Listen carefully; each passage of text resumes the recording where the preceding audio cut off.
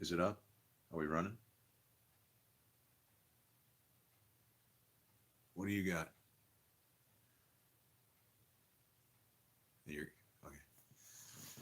How you guys doing? I'm Christopher Masante. Um, boy, yeah. If you're looking at this, I don't know. I might be gone by now. Um, but yeah, I'm the guy that found your problem and found our problem actually in the scripture. Um, just a few mixed up words, really. Literally, Jesus was very accurate in saying that changing like things like one comma could throw the whole thing off. Yeah, these scriptures are not to be toyed with. Um, it is, I said it, didn't I? I can't even say they. Um, these are the words of God. They're the oracles of God. If you don't treat them with respect, they will get you. Um, I was able to actually get a little bit of sleep, and I keep waking up just before 5 o'clock. I don't know what that's all about, but um, I keep waking up just before 5.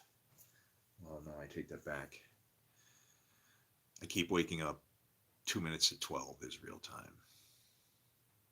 That's what it is. Okay. So time is short for Israel. Um, they got to change. They got to change coming up. Don't take that the wrong way, okay? Um, uh, all that it means is that, well, it's difficult for me. The reason why people have a hard time with prophecy and trying to prophesy or anything that a prophet does is because you think it's like some kind of magic trick. It is not a magic trick. It is a teachable thing. I can teach you to look in this book and how to see prophecy. Can you memorize the whole book though? You don't have to.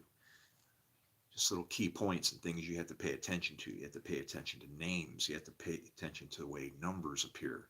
When you see 3,500, that isn't referring to 3,500 actually. It's referring to three, which is a trinity. It's like a mark of God. It's like having hemmed on and in the middle too, right? He's got the whole thing. The thousand is like God's stamp. If you ever see a 10,000, that's interesting. That would be God, right? More power. No, not necessarily, because what you've done now is you've taken power of man and thrown it into the mix. So when you see 10,000, that's usually referring to man and his boldness and brazenness and kind of thing, right? It's like man and his perfection wielding God's power. Not a bad thing, is it? 10 times 1,000. However, in the hands of the wrong people, very very dangerous. So that's what I'm going to look at today. I have revelation when I sleep. I don't, unfortunately, for the past 6 years. Maybe fortunately. I'm going to say fortunately. Everything's good, right? Everything is for good. I have to remember that. I don't sleep at night. I go to sleep and I'm stuck in this thing. And I wake up, oh, okay, flip it open. And then I start finding what it was that I was being taught while I was asleep. Um, this, do you remember? I had a, everything around me I tie into prophecy. And,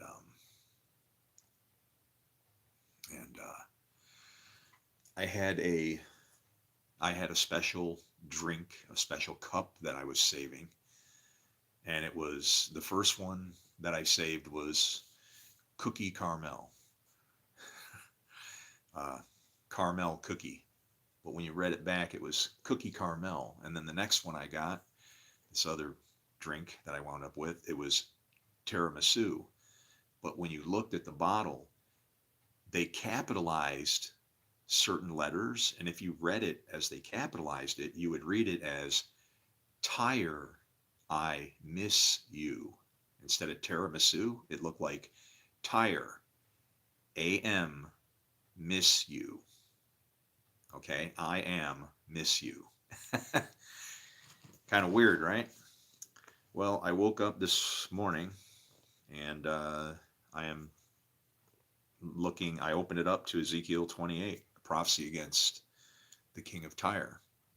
And as I started to read this, I realized that, see, prophecy can be fulfilled in a positive sense and in a negative sense. It has to balance out in that way. It's a like a dance between ourselves and God, where He does all the work. Well, if He does all the work, it means we ain't working. He's not too happy. If we do all the work,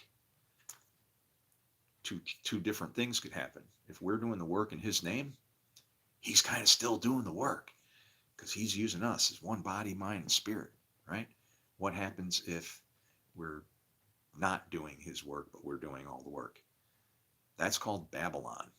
That's called doing something for your name. Same thing has to happen, but who gets the credit?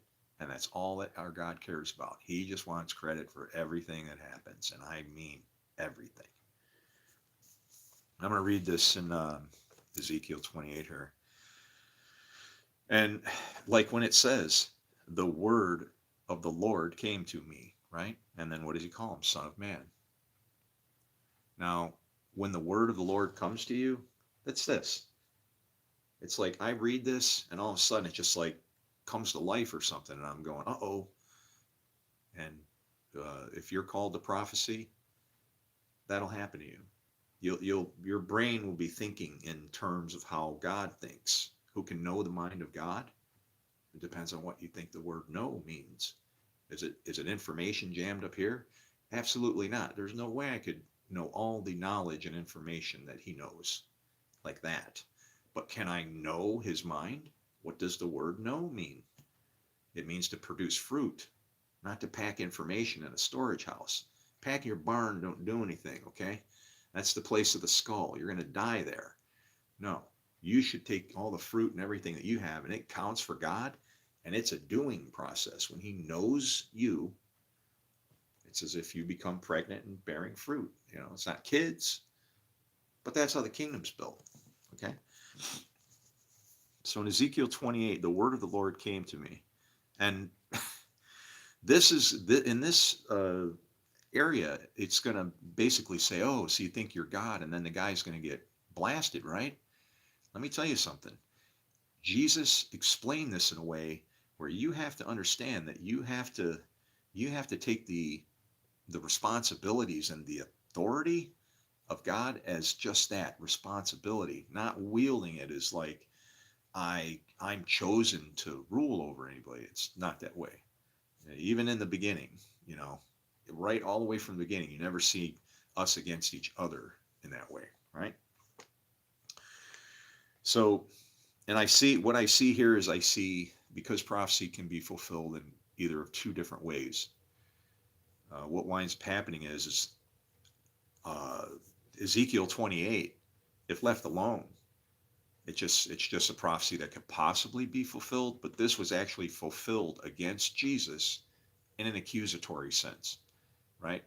Because I believe the same thing that Jesus believed. When he said, if he called them gods to whom the word came, I'm sorry, and I don't mean to upset you, but I look at myself in the context of this thing as one of these guys, a son of God or a son of man.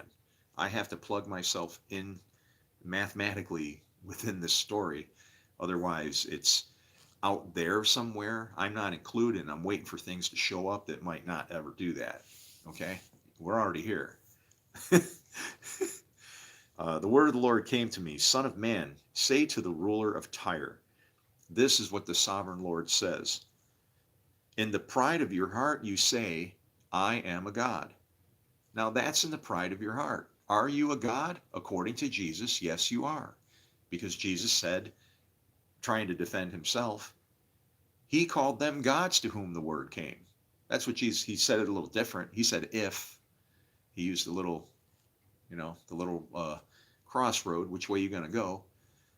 But basically, he called them gods to whom the word came, and he was the word, and he came to us. So what are we? Don't go turning Jehovah's Witness now, okay? It's not important. Stop fighting over doctrine. In your pride of your heart, you say, I'm God, okay? I say that, but there's no pride in it. I feel burdened with it. It's like I wish I was never here.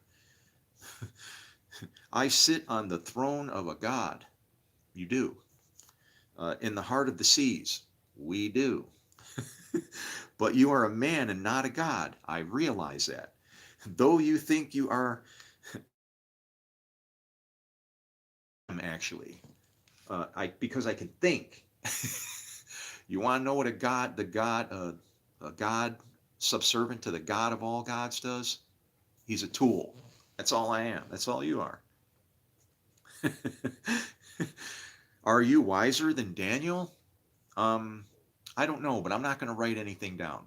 I am not going to make another book so you can drag it along for 2,000 years and use it to battle against each other because you can't understand the context in which it was written. For peace, not war, peace. Okay? I'm not writing anything down. But I might make a video or two. Um, and I shouldn't say that. Daniel knew what he was doing. Daniel pre-decided, right? Spending a night in the lion's den or being thrown into a fiery furnace, you are in that fiery furnace, my friend. We're right here, right now. It's called the lake of fire. We've taken this book so far out of context with the meanings behind it. It's wreckage, man. Are you wiser than Daniel?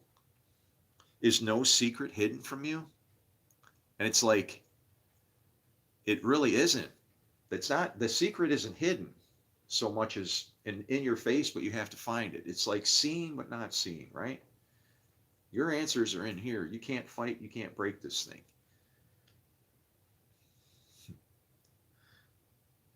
By your wisdom and understanding, you have gained wealth for yourself. Um, I did that. What's my wisdom and my understanding?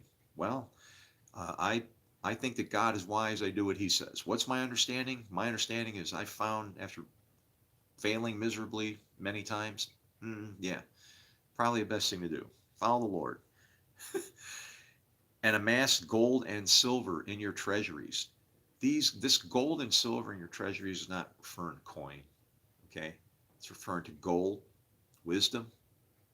Silver are just works, things that you've done, things you can claim. In a certain way, the gold belongs to God because He tells you what to do. The silver, you kind of have a part in that because that's your slave wages. He pays the silver, but there's two hands, left and right. How do you use your silver? Do you use your silver for good with a right hand? Are you that part of the statue? You use your right hand? Is your silver good? Is he okay with claiming it, or is it dross? Is it a wreck and left hand? You don't use it for what it's supposed to be used for.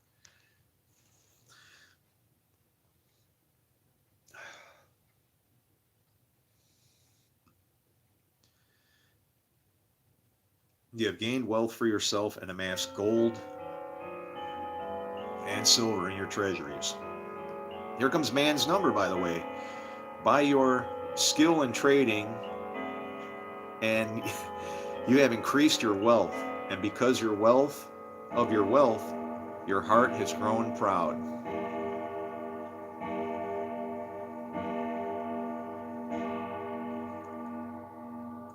And because of your wealth, your heart has gone proud. Now, let me ask you something. What is wealth to you? What is the most incredible wealth that you could ever ask for? What's the smartest wealth you could ever ask for? Let me give you a hint from Solomon, okay? And I'm one of those guys. Learn this first. Learn this first. But if when you learn it, because in here, this is Jerusalem. This is the teaching of peace. This can become a stumbling block to you. All right? If you're in this thing and you think you got rocks and building materials that don't belong to you, you're going to set a foundation that's just ready to fall down at just the right instant. So jam-packed with prideful stumbling blocks. I'm chosen. I'm elected. I don't know about you, but I'm down here. Said, though he slay me, yet I will trust in him. You ought to take that to heart. I do. Just got really quiet in here.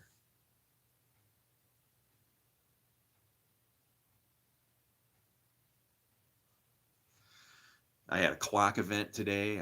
Clock stopped. The one downstairs was that. Wait a minute. Oh wow! I woke up. I woke up at because I'm in a different time zone, but I woke up at 2 minutes to 12 in Israel on 2 minutes to midnight in Israel on this clock running. I went downstairs and I missed a wind on that one, which is okay because that happens. It happens for a reason. When it happens, I look at it. I don't get upset. I go, okay, why, Lord, why did you have me let the clock stop here? Right? Why are you causing me to do what you're causing me to do? And I don't get called to do evil, right? I just make sure whatever I do is all good and fine, right? But that clock stopped. I went down there and looked. It was 2 minutes to 5, which is 2 minutes to midnight, but it was stopped. And it was real difficult to get it running because I would have had to hand feed the pendulum to work it past the time. And it was like, can I set it? What do you want me to do? Do I walk it into it so I can get it so I can get it you got to wind it up. I couldn't get at the keyholes to wind it up. The hands were all in the way. So I got to now adjust time, or I got to try and hand run time by my own hand, clicking the pendulum. And I said, you know what? I'm not going to pop this thing off the gears and shit. I'm going to do it the right way. So I said, how many minutes? And he told me to set it at 50, run it to 5:07, run it around, get it out of the way, so you can get at it. And so I put 9 minutes on the clock in the bottom and started it, but I don't know how long it was stopped. And then this one, the pendulum got two turns on it. So now I don't know, it might run on time now, this one, but this one's been running fast. But I just let all my clocks run. When they ding and stuff happens, I hear names in my head, and I look at the time, and then I go see if there's a little message there from God. Like right now, it says 17:31. So I just read 17:31 the other day. It was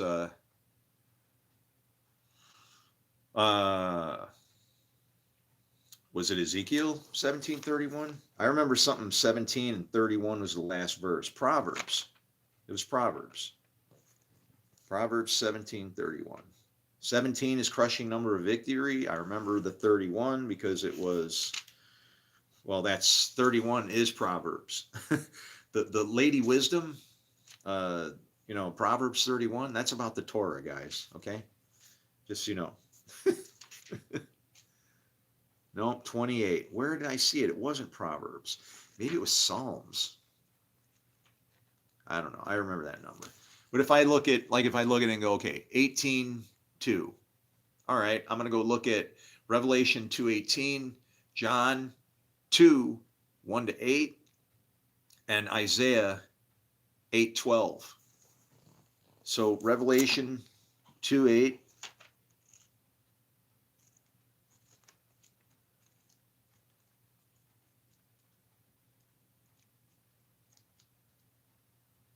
And I'll start my day with this little sentence here, okay? Revelation 2:8. To the angel of the church in Smyrna write, these are the words of him who is the first and the last. He died and came to life. I know your afflictions and your poverty, yet you are rich. I know the slander of those who say they are Jews and are not, but are a synagogue of Satan. Actually, I went too far, didn't I? Yeah, I didn't catch that. These are the words of him who is the first and the last, who died and came to life again. Okay? John 2:1-8.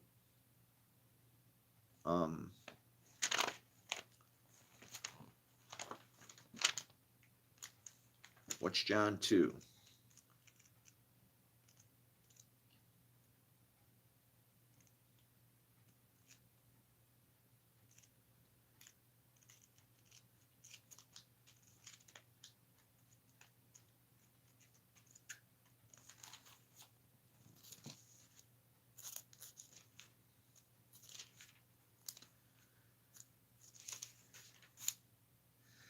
On the third day, the wedding took place in Cana. Dear woman, you involved me.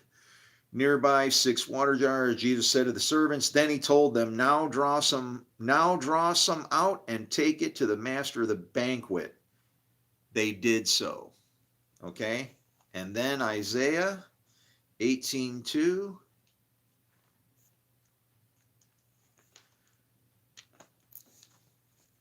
Getting a little message here going. 18:2. And they did so. I'm going to pick up right where I left off. And they did so, which sends envoys by sea in papyrus boats over the water.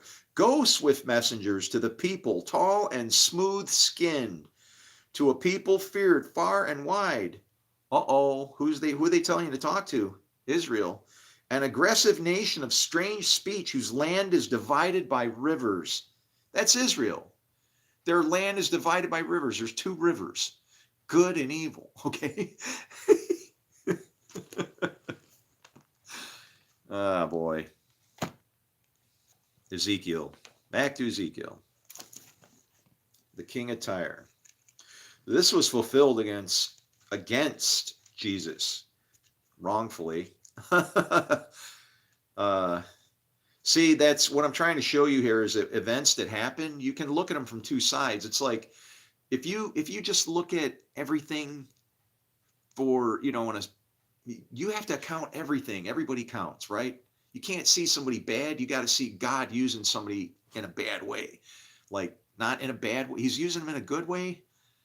They're sucked into it because they're agreeing to go to do the bad. And he sends bad and good, man. Who do you think does that? Hi, it's all us. We're already here. Do the right thing. The Old Testament is all leading up to Jesus. No. The Old Testament, this whole book, Jesus is the Word. Do you realize why he said that? You're going to see him in here because he just lived what he did, what was supposed to be done in here. That's all. If you read this with God's my Father and I'm powerful and you can't touch me and I don't care about you and I'm going to heaven and you don't count. Wow, man, you are like so far at the end of the line, you have no idea. You're first and you're going to be last.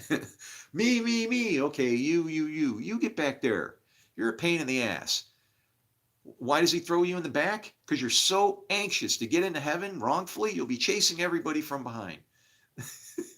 You'll be an antichrist. You'll be saying, I got it, you don't. I'm better than all of you. It's not that way. The very same spirit that's inside of me is inside of you. All of us.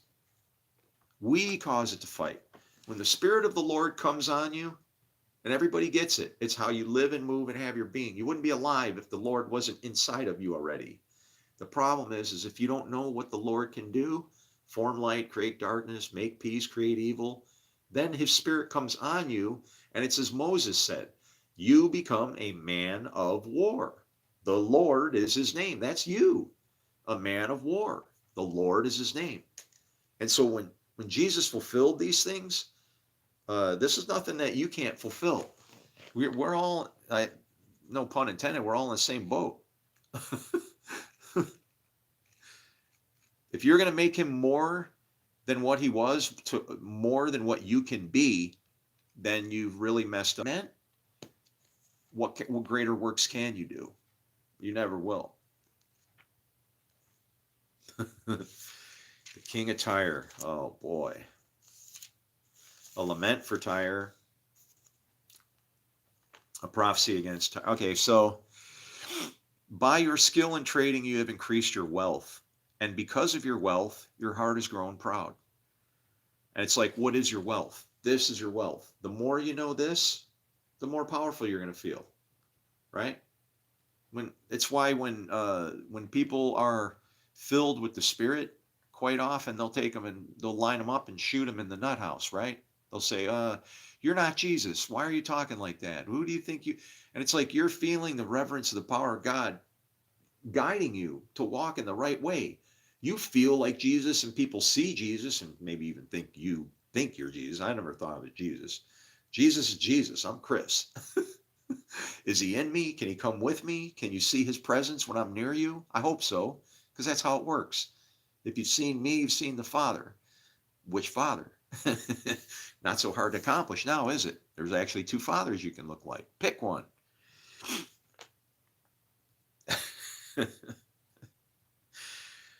Therefore, this is what the sovereign Lord says, because you think you are wise as a God, I am going to bring foreigners against you. And what does foreigners against you mean? People that don't understand you. They're just people that don't understand. They're, you know, and the most ruthless of nations. And you are a nation. You're a great nation. You can present as a foreigner. You can present as however you want. It depends on what spirit is coming through you. All right? Don't think of a nation as a country or something. When it says, I will make you a great nation, it's the only way that the Lord can refer to you, because you have no idea how many different spirits dwell inside of you to make you do what you do. But the Lord controls it. He forms light, creates darkness, makes peace, creates evil. I, the Lord, do all these things. He accomplishes that through spirits. They're in you. They're your thoughts. Those are the angels that you judge. You are a son of man. Those angels are ascending upon you from below. They're descending upon you from above. The ones from above are trying to call you towards God. The ones from below are trying to weigh you down and call you to the other father. You are a son of man. Wake up. Stop looking at all this stuff that Jesus said and going, woo, and picture glowing pictures and things like that.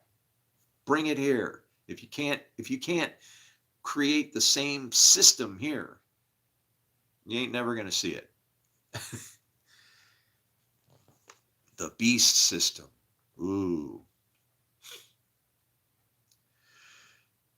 I am going to bring foreigners against you, the most ruthless of nations. What does it say? They will draw their swords. This is the sword. When nation rises against nation and sword against sword, that's what this is. What I believe versus what you believe. That's the battle of Gog and Magog. Gog means mountain. Okay? That battle, Ma means what? And Gog means mountain. That battle is between mountain, like, hey, look, it's God, and people saying, what mountain? And they walk right through it. They literally walk right through the mountain that you think is there. They like as if it isn't, because that mountain is only there if you do the works. God only exists if he has a body and a kingdom to dwell in, and that's what we're supposed to be. And it's on fire. So they'll draw their swords against your beauty and wisdom.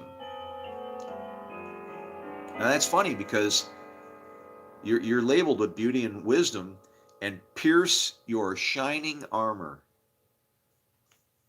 That could be God. Just because the only way, it only defends me if you believe it. If you don't believe it, then it's okay, I'm going to fall, but it's God's will, apparently. I can't stop death in that way. If it's his will to stop death, he will. I prayed for it and he has. Like, it's pretty incredible. I don't know what I didn't, I can't even feel like I did anything to possibly deserve that. It's like that happened for a very specific reason, Lord. Thank you. I'm glad I got to know Mom for as many years as I did, right?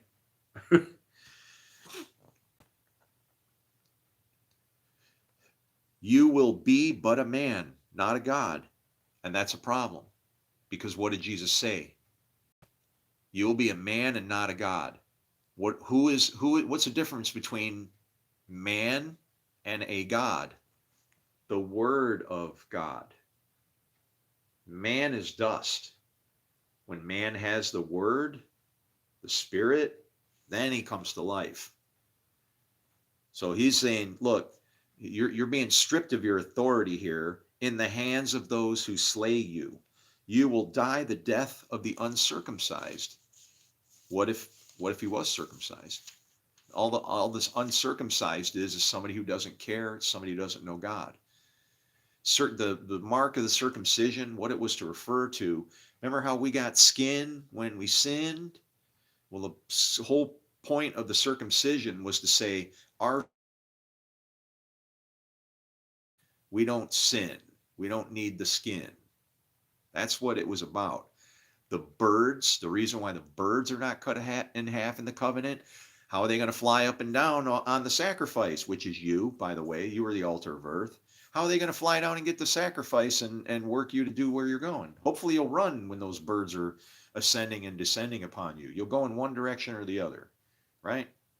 Or you'll just sit there on a tree like a baker and they'll pluck your eyes out, which means I can't see what's going on, right? Going to eat your brains. There's so much symbolism in this thing, man. We've turned this thing into a freaking monster story, and it's pathetic. It happened because we were wise guys. Oh boy, where is it? You will die the death of the uncircumcised at the hands of foreigners. Remember, foreigners are people that don't know your law. If you live at peace with all men, are they going to come after you? No. Okay. The word of the Lord came to me, Son of man, take up a lament concerning the king of Tyre and say to him, this is what the sovereign Lord says. You were a model of perfection. Were.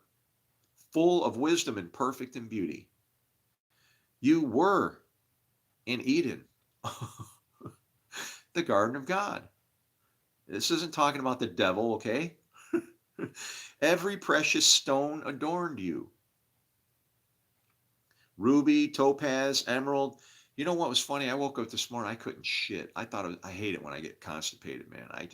It's bad when you're old. It's like, oh no, I'm going to die like the king. I'm going to be on the, and I was walking towards the bathroom and I saw in a little basket, I got like, a comb, tweezers, you got the little organization basket on the sink there, right? It's not that organized, trust me. um, I pick up this little stone and it's really smooth. And as soon as I started rubbing it, it felt like, here it comes again. Gonna sit on the throne and yeah, we'll pass forever. It's looking real slow and here it comes again. And then I'll grab the paper and here I go. And it was like a good time, man. A little stone. What is with that? Why touching a little rock is going to do something for you, right? But yeah. Anyway, you were adorned with every precious stone. Ruby, topaz, emerald, chrysolite, onyx, jasper, sapphire, turquoise, and beryl. Now, the thing to remember is these stones represent a characteristic of a person. Okay? The 12 tribes of Israel, when they're born in that direction the way they are, you got to look at what are their names. What are their names when they're born? Have you looked at the names to see what they mean? What those names actually mean? What do they mean? The very first one is what? Behold, a son. Okay? We see that in prophecy in a few places. Behold, a son is given. His name will be Mighty Counselor, King of this, whatever. Do you realize that there's plenty of people that can fit the bill of that son? Mighty Counselor, King of Peace. I mean, I think Martin Luther King would be right up there, right? He was a man of peace. What about Gandhi? Gandhi never hurt anybody, right? But Gandhi believes in a different God. No, we all believe in one God. I believe in the God of all gods. If you have a problem with the gods that serve him, that's your problem. I don't serve other gods. I serve the God of all gods. I can know no other gods without going through him because he controls them, not me. Okay? Our God is not at war with all the other gods. It's just like he's got his gods that he'll put in your nation and ruin you if he has to. That's what he has them for. Everything has a purpose. Everything that's created has a purpose. Isaiah will tell you that. The Lord did not create this place, even though it's in chaos, and he had to even create some chaos to fix the chaos. It's not the intention of the place. Okay? tohu vavohu is not what it's supposed to be. It's just what you're seeing is the end. Tohu vavohu is the end of the last time, and you're trying to make the next time. So when it says that Elohim created the heavens and the earth, he used us to do it. And that's the end of the last time. That's why the earth is destroyed and heaven is not. And then he starts again. If you look at these names of these things, these different stones and so on, their characteristics and whatever, but each of these stones is also what? Right? You were adorned with every precious stone. So what is it saying? Ruby, topaz, emerald, chrysolite, onyx, jasper, sapphire, turquoise, beryl. That's 9. Is that all he got is 9 stones? Ruby, every precious stone. That's important because he calls it every precious stone. He only names 9. There are 12 stones on the breastplate, on the ephod. What stones are missing? What stones are not precious, maybe, right? Does anybody read this like that? Every precious stone adorned you. Adorned you. Oh, so there's some that maybe take away from you? 2/3 minus 1/3? Ruby, topaz, emerald, chrysolite, onyx, jasper, sapphire, turquoise, and beryl. 1, 2, 3, 4, 5, 6, 7, 8, 9. We're missing 3 stones. I see right off the bat in here. What are those stones? What tribes do they represent? Dan? Ephraim, maybe?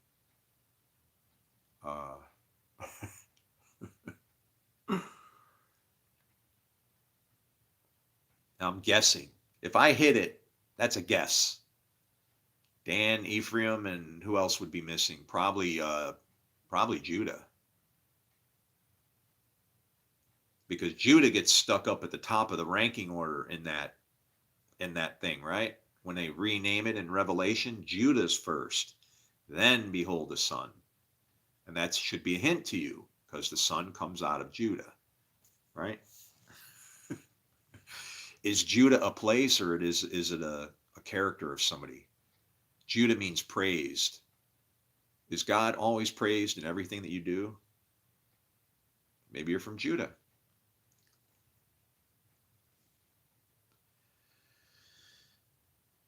Oh man, your settings and mountings were made of gold. And that's just saying, you were doing everything by what God said. Remember the head of gold. On the day you were created, they were prepared. Uh-oh. What is created? Darkness and evil. You were anointed as a guardian cherub, for so I ordained you. You were on the holy mount of God. You walked among the fiery stones. Okay. Is it possible that the 9 stones are these kinds of stones and the fiery stones are the other 3 tribes? Okay. Dan means judge. Sounds like fire to me. Ephraim means double ash heap. Those are light and dark, the 2 forces, the 2 twins, okay, the 2 witnesses even. Ephraim, double ash heap. And then who's the other one? Judah. Judah is also a judge, but he guides with the lions, right? The staff goes down the middle of the path and there's a lion on each side. The lion on the left can't really do much to you. He has no teeth. He has no power. He's there to scare you to go to the other lion on the right. Remember Gilgamesh and his little lion cub on the left hand? You want that thing to find home. Call home, E.T. That's probably the 3 that are missing. Again, just a guess. You don't have, and if I'm right, I see it like that because I know what this pattern is. And if you want me to show you your book, you teachers and preachers and people that are ruining the flock because we thought we knew what we were teaching them, I'll jump in there with you. Yeah, we've screwed up miserably. All right. I'll be the first to admit it. Yeah, we jacked up. Hey, hit the stop button. Wow, stop button on a train. Hitting the red stop button on a train. It's like, oh man, that just could end up bad. If everybody's brakes ain't working, what happens? You know, this has to happen in 1 hour. When we come to realize what we've done, we're gonna spend all this time going. We're gonna have to come up to this point. We're just gonna have to pull a switch and go. We're gonna do it this way. Else we're all gonna die. But we'll appreciate it and we'll say, yeah, this thing was right. God is real. Now, maybe we'll build His kingdom and maybe He'll come back. I don't know. Uh, I don't know what them things are that are flying out there. Are they aliens? Are they us in the future? You know, how do we know what they're doing trying to get the future back? Right? We could they could be, yeah, there's going to be a war. Don't think they're going to stop you from it. They just need it to happen at a certain time. So that the destructive power makes its way, so that they can still survive to get into the future to try and undo whatever we did, if we did. Science in this world thinks crazy ass things, man. There's little green men running around in spaceships that can pull off, maneuvers that just like defy every single thing except for light, right? I mean, nothing can move an angle that fast except for light. Yeah, like on a mirror, right? I hit a mirror, pew, pew. Wow, it changed direction like that. Yeah, that's because you bounced it off a mirror. And you could even fake it with a Canon, like to make it look like it moved, because I would pulse the image. The slow pulse is a dim image bouncing, and it would be like, and I'd run it up to make it appear. I'd increase the brightness, and from the other side, the angle reflecting would appear to materialize, even though it was just sitting still as an image, bouncing light or some shit. Who knows what this stuff is? I don't trust any of it. When they show up at my house going, beat squeak, blue, blue, and they're like, want to talk to me? Hey, then I'll, okay, it matters now. Until you got some evidence, then just shut up about it and don't let these people drive you crazy over it. For your government to hide something from you and information like that's you're listen, listen. When it said, do not involve yourself with the conspiracies of man, it did not mean to say be good, be a good person, don't do bad. It's not what it was saying. It's saying don't even look at it. Don't think about it. Don't waste your time. Why? Gamaliel said it. Gamaliel said it. Use your brain, guy. If it is of man, it will fail. If it is of God, nothing you can do will stop it. So if I'm uncertain about it, what's the best thing to do? I'll just let it cook over there for a little while and see how it goes. I'll wait to see what the Lord's going to do about it. Sometimes it's obvious, right? What should I do about that over there? Well, let's see. They're murdering women and children. I don't know. I don't have time to think about that. I'll put it on my calendar here. Let me see. Next week, 4 o'clock. And no, that's a Friday, man. I want to go out drinking. Monday. Yeah, bloody Monday. Sure. Okay, we'll do it Sunday. Sunday, bloody Sunday.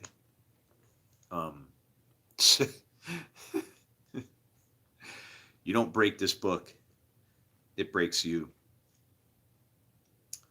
Your settings and mountings were made of gold on the day you were created.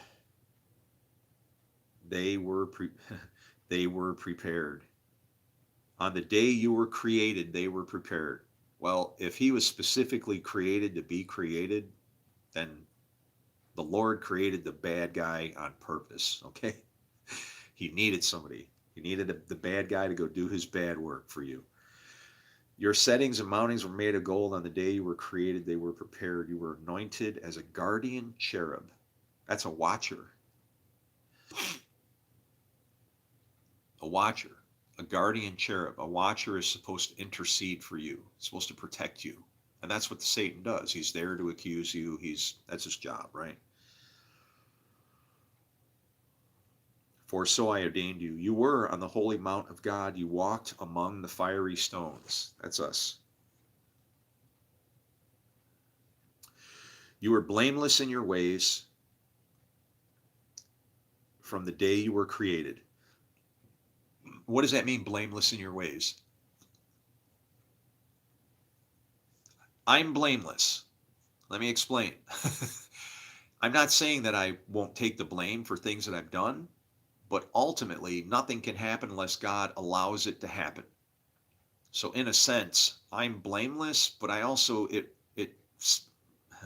it removes some burdens, but it also gives me an additional burden that's light. It's a light burden. I just have to trust. If I can trust, it'll all work out. If God can be trusted. And many people have trusted him for thousands of years. This book wouldn't be here if the things that God has said and the promises he's made can't come true, that he can protect you. Blameless in your ways, I'm blameless in my ways because I don't know what, no matter what I do, the Lord's going to use it no matter what I do. It's how Paul talked when he said, all things are lawful for me. Go take a look at Isaiah 45:7 and see what all things are. Okay? All Paul was saying is that I understand how God works. I understand that he works in the dark and in the light. And if he's working on you in the dark, Paul understood, Jesus understood, they understood that I don't need to pressure you. I don't need to do anything except maybe, if possible, explain to you why you're getting the ass kicking from our God that you are. It's not that he doesn't love you. He bruises those he loves.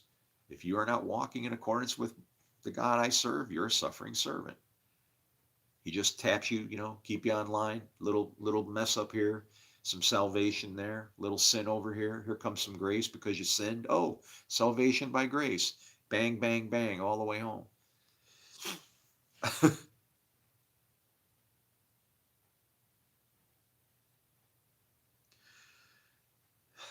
Wow.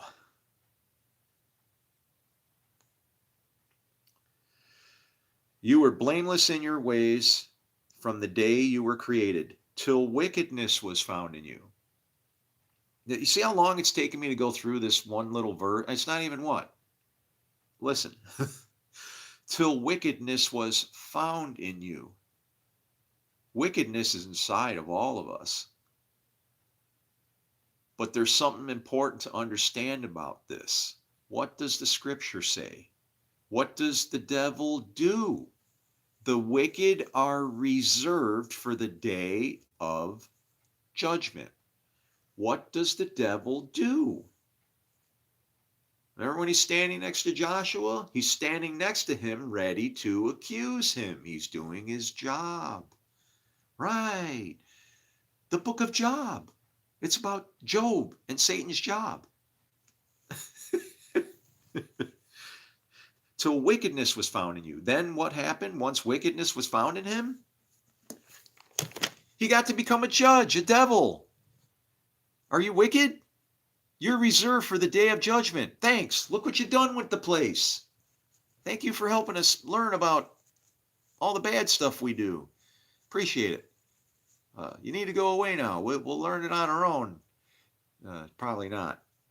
That's why I'm here.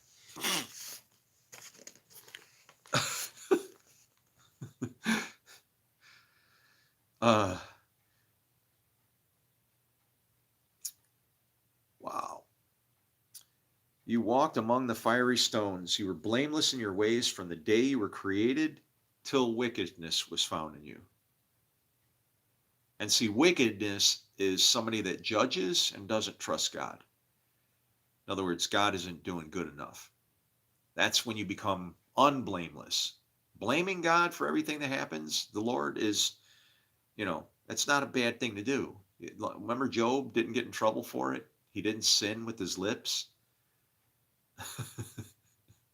That's how you're blameless, see? And that's what the problem is. We look at these words, blameless, upright, holy. We think holy is like some kind of divine polished marble from God that glows, doesn't need the sun even.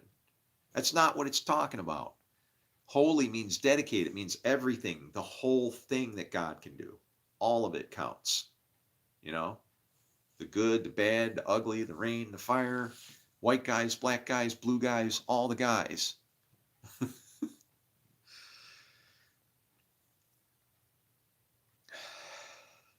Yellow, red, whatever color you want to come up with, all right? All good.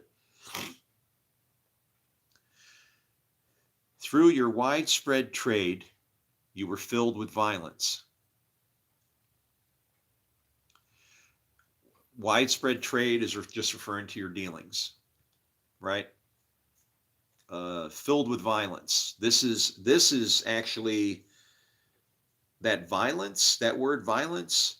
I'm going to bet that word is the same violence that is used in the flood narrative, where the violence was in their hearts, right? Evil and wickedness was in their hearts all the time. And the reason I'm saying that is because it doesn't mean that they were doing evil. They could have been perfectly, nobody was doing evil, but the whole creation was doing this, looking at each other like this. Let's say nobody moved and nobody did violence, but everybody was just looking at everybody else like they were evil. Aren't your thoughts and everything evil all the time? You don't have to do evil for that to happen. Your thoughts, this up here, this thing, place of the skull, all right? The knowledge that you want to know about, that you want to know, is sex. God's spirit flowing through you and all his fruit, children, everything that is of him flowing through you like a, whatever. A basket, a barrel, whatever.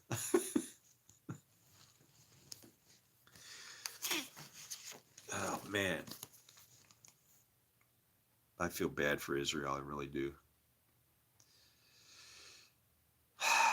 Through your widespread trade, you were filled with violence and you sinned. So I drove you in disgrace from the mount of God.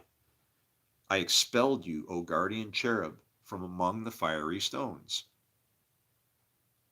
Your heart became proud on account of your beauty, and you corrupted your wisdom. Because of your splendor, you corrupted your wisdom because of your splendor. So I threw you to the earth.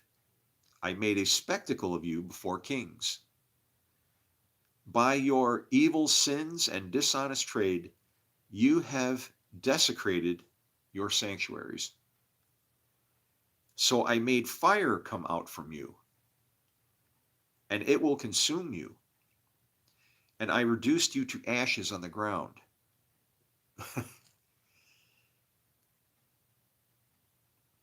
In the sight of all who were watching.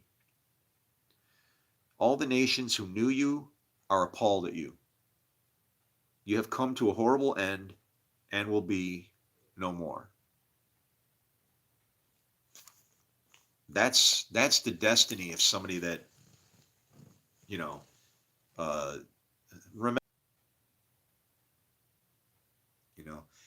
I, it's funny because it's like, I wish this could come alive and speak and prove to you the things that I'm saying. And it's like, and then I hear God kind of whispering at me. I don't hear a voice, but it's like, what would he say? It's like the obvious things kind of invade your thoughts. What would he say to that? And he would say, well, I already sent Jesus.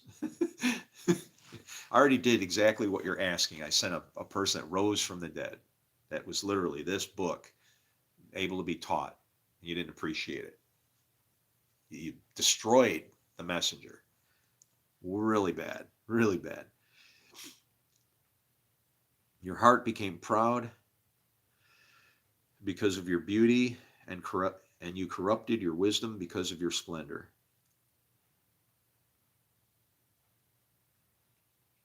So I threw you to the earth.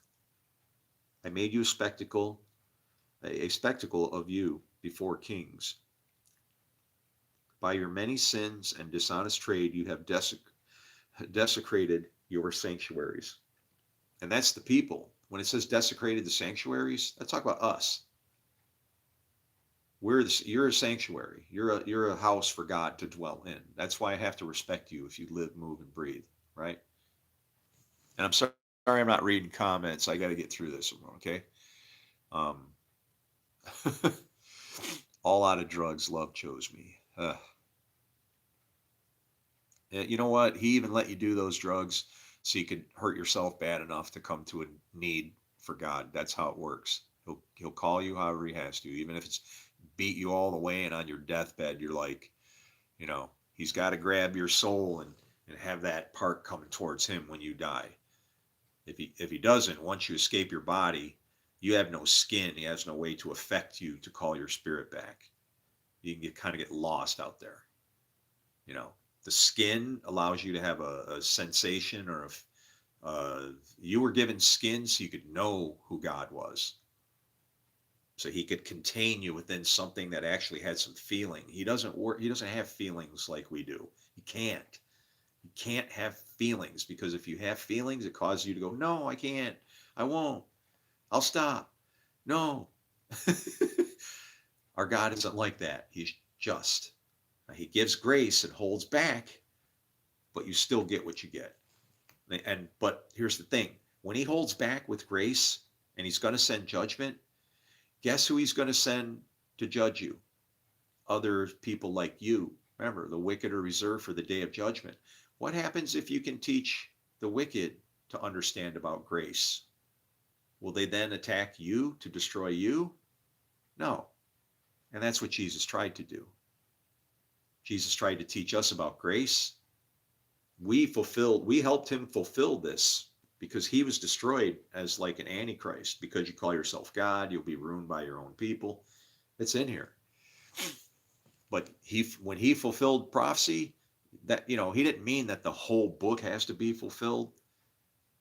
You know, all of it can and will be fulfilled and probably even has in a certain sense. But, you know, the whole end time thing, that's where we're going. The little bits and scraps that are in here are the tiny minuscule things that don't of your spices or something, right? You see somebody hurting over there, they're starving to death. They have nothing to eat, and all you got is a big chunk of bacon. Give them the bacon, okay? Give them something to eat. If they can't eat bacon, then cut your arm off and let them eat some of your flesh, right? If they're hungry. It's like you can't let people suffer for the name of God in that way because God says it's okay. No, if that person is suffering, you're seeing them in the condition they're in because the works of God need to happen. You're being called. Do you answer or do you go, do you judge that person? Or do you see him as, oh man, you all right? You feel like running to them like the father for the prodigal son? Nobody's coming for me, apparently.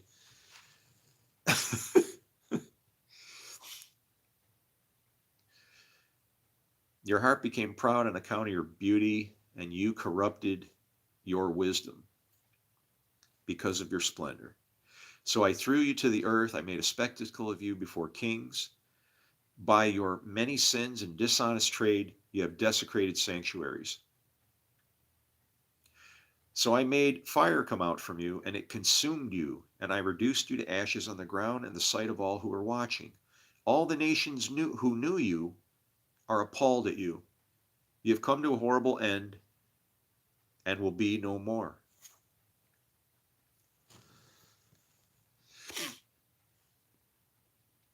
This is how the Lord deals with people.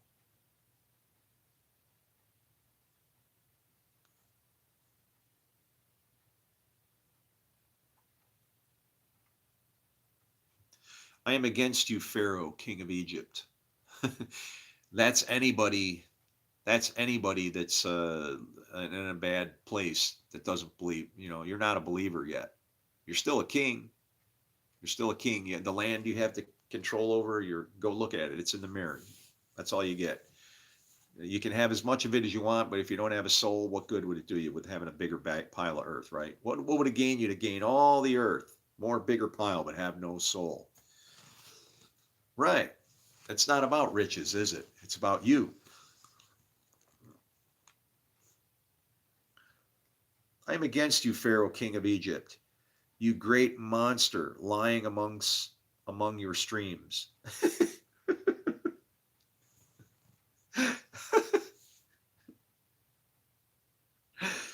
You great monster lying among your streams. Do you know the Nile? Nile means two rivers. Okay. What's going to come out of Egypt? Water.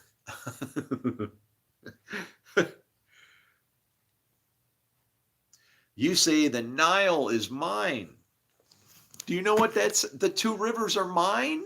Wow. What, though the two rivers are the two witnesses. Wow.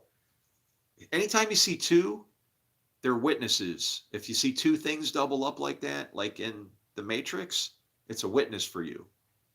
Okay?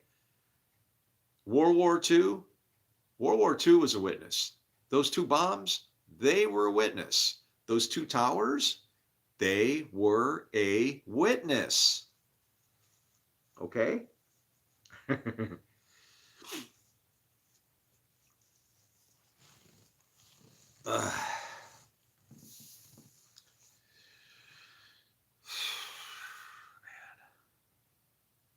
This is impossible. All things are possible with God, but they don't know that they're God's. It's impossible. Did you know that you are a God according to Jesus? Can you get to work, please?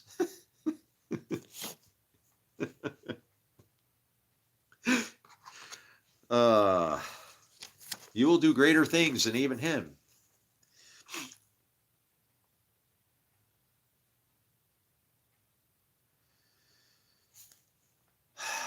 You say the Nile is mine. I made it for made, huh? Made it for myself, not created. Creating wouldn't be such a bad thing because darkness and evil are creating. You can create darkness and evil. Creating in that aspect for you is fine. When the Lord creates, he also does the same thing. You're able to do that, believe it or not. You can create, which affects the earth, not heaven. You can create down here in the earth, and you can destroy the earth with your creating. What's created? Darkness and evil. What does this say? I made it. What is made? Peace. No, no, no, no. But, and what is it? What is the Nile? It's the river. It's the word of God in two flowing, raging streams, light and dark, good and evil, all as one in a big pile. Water. All right? What does he say? But I will put hooks in your jaws. Remember how you're condemned by your own words? That's what that's saying. Levi, good words, live by those. Leviathan, those words, you utter those, live by those, hook is in your jaw. It's okay. God loves fishing. You want to be fishers of men, right? Oh, hell yeah. It's a good time. What are you catching? Are you catching monsters? Do you see monsters that you're fishing for, or do you see fish? I see fish. Lots and lots of fish.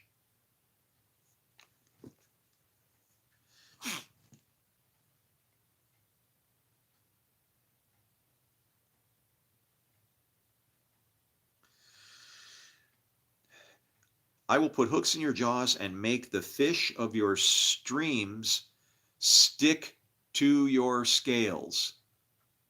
What are the fish? The fish represent you. You represent works. If those fish stick to what are scales? Judgment, judgment. If they stick to the scales, what does it mean? They can't leave. They can never leave the place where they're at, where they've been commerced, to go be used anywhere else. They're still on the scales. Why? Why? Because evil needs to be destroyed. And so evil divided against evil, it will just stay there. Your words don't count. Your words go nowhere. God's words go forth. They accomplish what they're supposed to count, and then they come back. Your words, your deeds, the stuff from your rivers, the fish, your works, not going anywhere. Not going anywhere. I will leave you in the desert. Okay, yeah, we knew that was going to happen, right? And all your fish of your streams, the water that you do. Didn't I just say all that? You will fall on the open field and not be gathered or picked up. One is taken, one is not. I will give you as food to the beasts of the earth. That's what? Dust. And the birds of the air. And that's a blessing, believe it or not. To be food of the beasts of the earth and the birds of the air, it's a blessing. You'll still be used. The birds, right? You will people will know what happened to you because of what the little birds will come and tell me, right? This and the food for the beasts of the earth, the dogs got to eat too. Dogs under the table eat too, buddy. Then all who live in Egypt, people that are having a hard time, will know that I am the Lord. And it's like, when all this happens, is all this happening now? It kind of is, right? But if you don't understand that it's happening, you don't know that it's happening, this part where it says, then who live in Egypt will know that I am the Lord, that's a problem, because then the people are deluded, they're delusioned, they're deceived, they're scattered. They don't know what they are. They can't be what they are if they don't know what they are.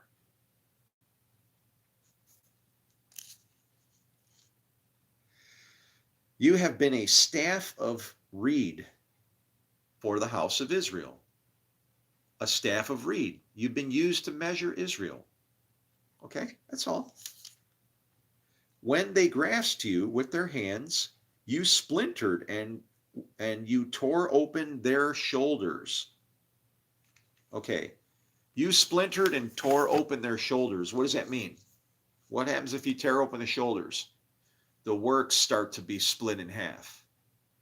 The shoulders, the works, the silver is the works, right? This is the thinking part. This is the guidance. This is the leader. What does the leader do? He runs the ship. These are the works. Right hand, left hand, good works, still works. The left hand, the withered hand, still works. Let me keep going.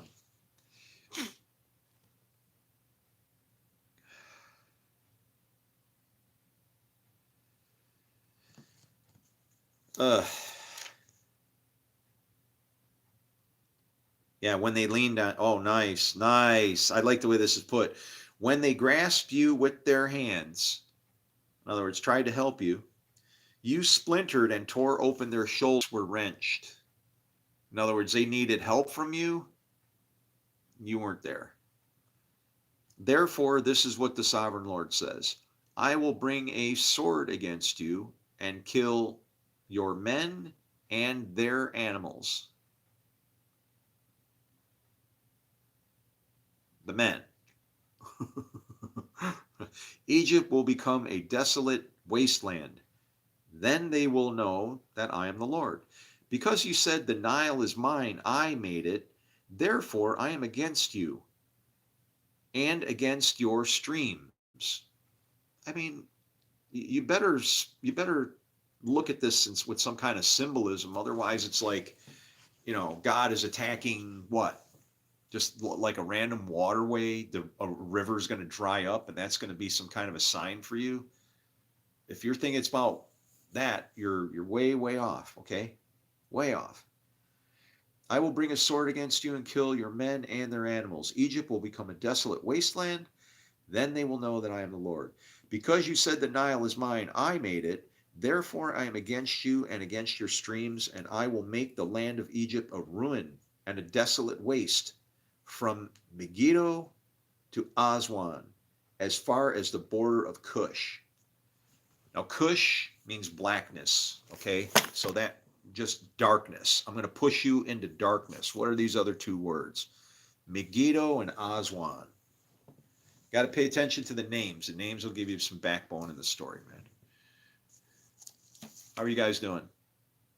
Can I color you brown? Yeah, man, I don't care. Black, brown, I don't care. It doesn't matter. Speckles, make me with sparkles and glitter and shit. And a little horn that comes out. That'd be kind of neat, huh? Can I make you brown?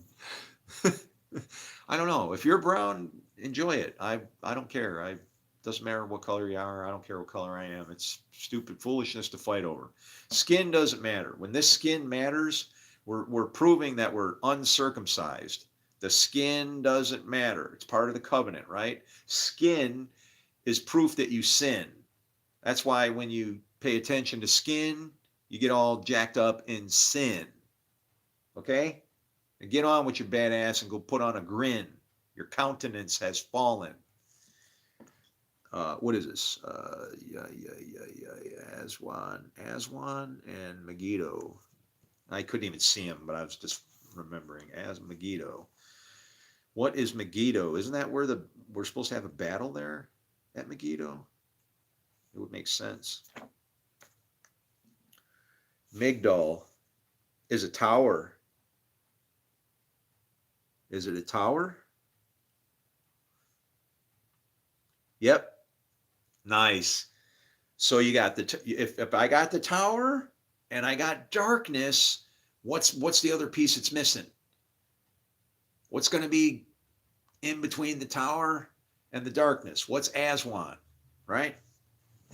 And even that, Aswan, it almost sounds like it's trying to say as one, as one, as one, as one.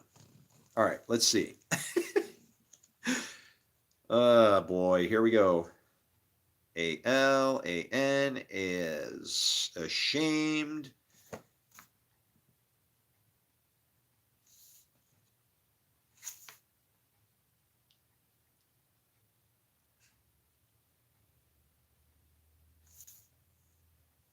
Asunder as, oh no, come on.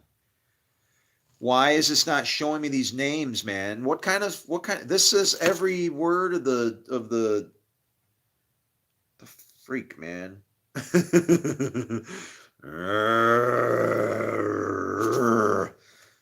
As one. See, and when they change a name like that name, how could they just change the name of a city and throw it around like that? It's referring to something specific and not a city. Not necessarily a city, okay? As one. AS, ASU. All right. Let me go find another translation and see if they give me a different word.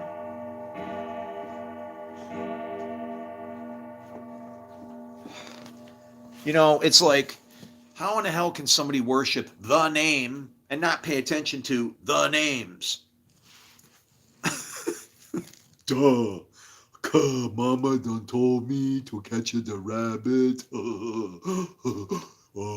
Hi, White Rabbit. I hear that you can read the Bible to me.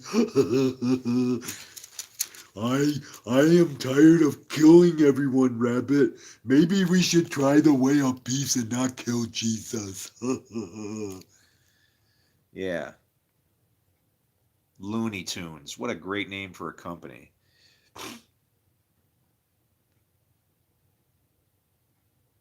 Somehow he wanted to. All right. 29, 8, 9, 10. Thou shalt die the deaths of the uncircumcised hand of strangers. Boom, boom. Where is Ashwan? Is in 29, 10. Wait a minute. Wait a minute. Am I in Ezekiel? Wait a minute. Oh. I hate when I start reading and I hit these verses and they look so far off.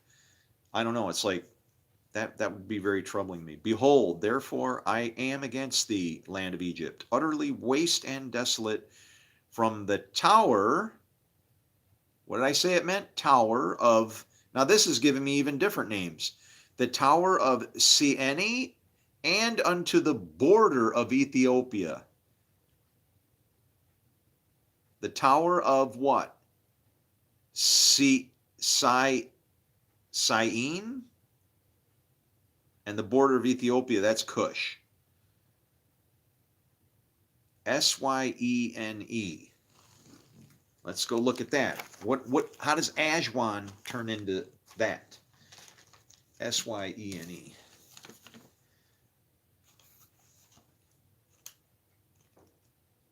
Bullshit.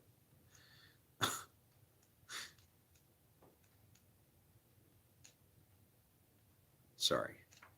This is ridiculous. I'm out here. Give me a phone call. Come by. We got to fix something, guys. S-Y-E-N-E. S-Y. S-Y. For real? Come on, man. I need a Jew. I need somebody who understands this in the native tongue. So we ain't all like hurting on each other and shit. What is that word?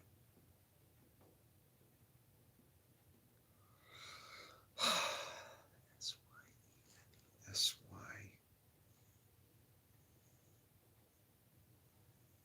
Here it is. Don't give up. Oh. Seven. It means seven. Are you freaking kidding me?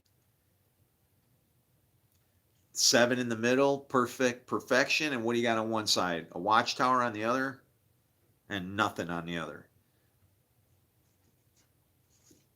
Man. 5482. 5482.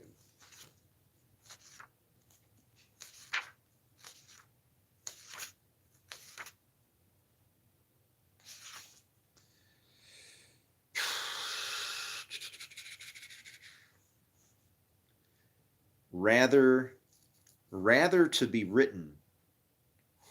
Rather, that's what it says. Rather to be written. Rather to be written for of seven. For and of. Tower of. Yeah. Whatever. So that's what happens. If you don't understand these names, look at them. See if there's more in there.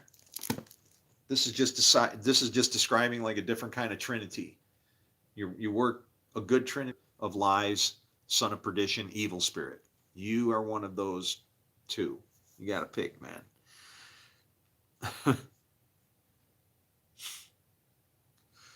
No foot of man or animal will pass through it. Does that mean nobody will go through there? It just means that it's the law of that land is going to, nobody's going to, and plus because it's also saying the foot, okay? No foot of man or animal will pass through it is like saying, remember, the foot gets struck. It's saying it's like an evil place, right? You might pass through it, but you'll get struck down trying to. Pass through it. No one will live there for how long? A test period, 40 years. 40 is the test. I will make the land of Egypt desolate among her devastated lands, and her cities will lie desolate 40 years amongst the ruined cities. 40 and 40. I will disperse the Egyptians among the nations and scatter them through the countries. Dust in the wind. Yet this is what the sovereign Lord says. At the end of 40 years, the end of the test, I will gather the Egyptians from the nations where they were scattered. Okay, so now he's scattering Israel, he's scattering the Egyptians, but calling them back. Can you see how this is just, as soon as you start seeing some kind of a battle here, you don't see like, I don't know what it is. Time moving back and forth, just God trying to guide us, right? And we're looking at the sand in the gears or some shit. It's terrible. That I will call them from the nations where they were scattered. I will bring them back from captivity and return them to what? Where? Upper Egypt. Why Upper Egypt? The land of their ancestry. There they will be a lowly kingdom in Upper Egypt. It will be the lowliest of kingdoms and will never again exalt itself amongst the other nations. Well, I will make it so weak. When I am weak, then I am strong. that it will never again rule over the nations. And that's a good thing. When I'm weak, then I'm strong. Why? Because then he rules over the nations. Not struggling strife. Egypt is an indication of like a torture chamber or something, right? You're going to come out of there. That's where you come from. That's the root out of dry ground. You're going to be whatever you are, and all of us are. You come to be and become who you are through adversity and strife, right? You go to the gym, you bust your ass. You try to eat the good food that repairs your body, right? I know I need protein. I know that I got to have some carbohydrates because it's actually the insulin that carries the protein to repair you. If you're all doing just meat with like no carbs whatsoever, you're going to turn into an animal, man. Because it's almost unnatural, right? Uh, your protein's being glycosized. It's glucogen hooking you together instead of adrenaline. And anyway, the body's an interesting thing, right? You torture it, it responds. A plant is no different. You want a plant to grow a little bit, you start making it rough up here on the outside. Guess what? The plant literally goes like this and says, fine, you don't want to help me grow? I'll grow where you can't see me. I'll do it under the earth. And he starts shooting out, stuff there. We're no different. This whole creation is like a big plant, you know? It really is. And you can't water this thing that we're in, this plant that we're in. You can't water this plant from up here and down here. You can't water from both ends, guys. And that's what we're trying to do. It's Gog and Magog. That is the battle. That's the flood. All right? Water from above, water from below.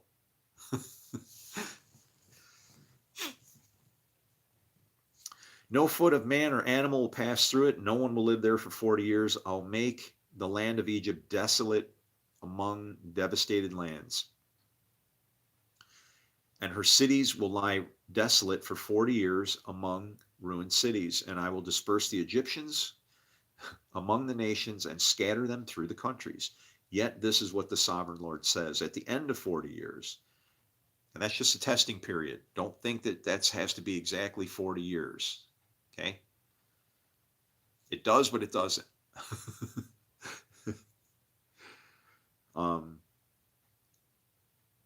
At the end of 40 years, I will gather the Egyptians from the nations where they were scattered. I will bring them back from captivity and return them to the upper Egypt, the land of their ancestry. There they will be a lowly kingdom. It will be the lowliest of kingdoms and will never again exalt itself above the other nations. I will make it so weak that it will never again rule over the nations. Egypt will no longer be a source of confidence. Now, this is just talking about breaking somebody from thinking that you can do whatever you want to do,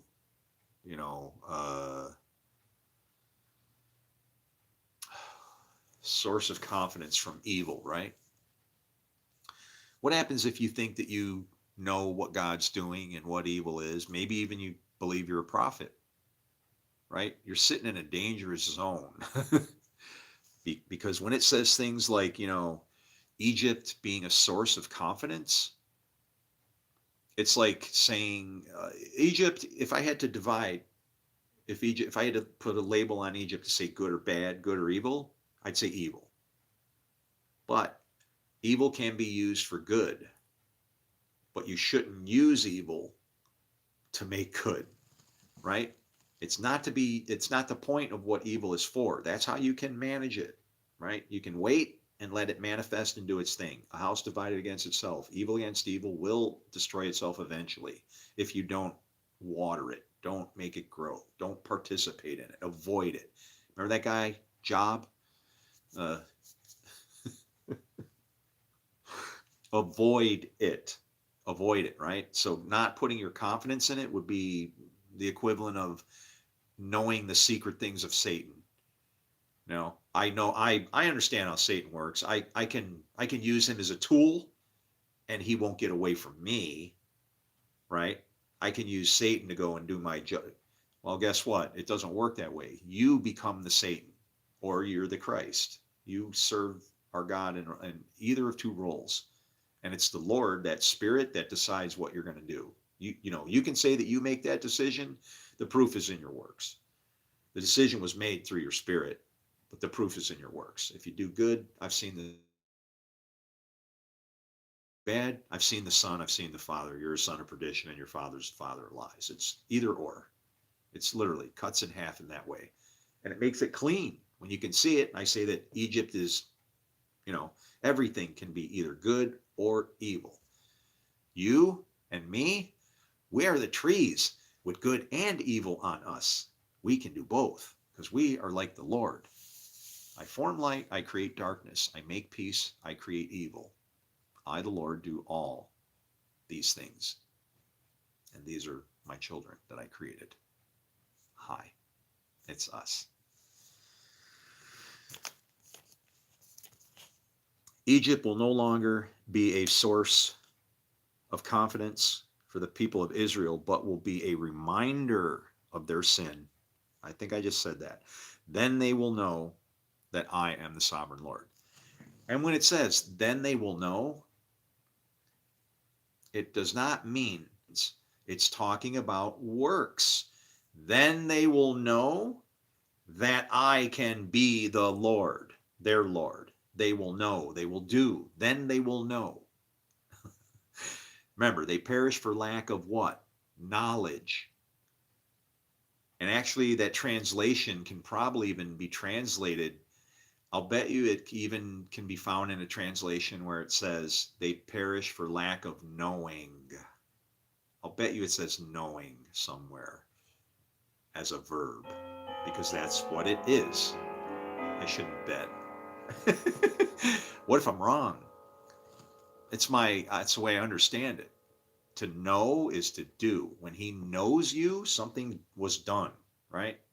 He knows me. The proof comes out. You see it, right? Hey, brother, it's always good to see you.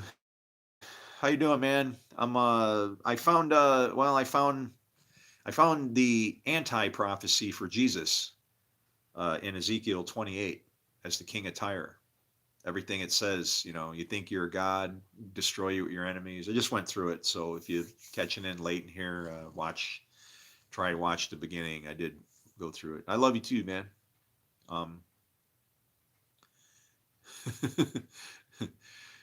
Do I love John? Well, I can make that easy. I do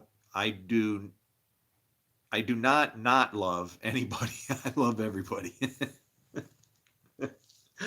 I have to as a commandment. Okay. What did Jesus say? Go love that they'll know you're mine. Okay. I want people to know that I'm his. So I love everybody so that he knows that I'm his. I don't care what you guys think about me. I love you. All right. Wow, man. From Megiddo to Aswan, they will fall by the sword within her. Whew. This is wild.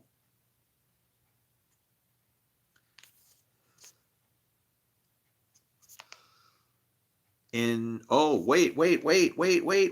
Hold on. I just found something here. Egypt will no longer be a source of confidence for the people of Israel, but a reminder of their sin and turning for their help. Then they will know that I am the Lord. In the 27th year, that's this year, 2026, 2001, 2, 27. I got a clock striking now down there. Hold on a minute. What's going on? I got a clock striking. Let's go see. Is it a 7? Did we get a 700? Oh, man. Oh, this could be good. This could be very, very good. Is it a 7? Is it a 7? Is it a 7? Is it a 7? Is it a 7? It's a 7. Yes. Yes. This is the 27th year. Let's go see what's going to happen. This is the 27th year. This can be fulfilled this year. Whoa. Oh man, fall up the stairs. my God, he died. What would you guys do if like you heard like a big ass crash and whatever, and then like, oh my God. What would you guys do? How would you respond? Don't call an ambulance. Remember, if you're going to call anybody to come and see me, it's a theologian, the Pope, a pastor, somebody that I can show what God has shown me, so I can I don't know what the hell this means. I don't want to be the important guy. I can't help it. It's been shown to me. But what I found is like just, 27th year. Oh boy. I'm afraid to read this.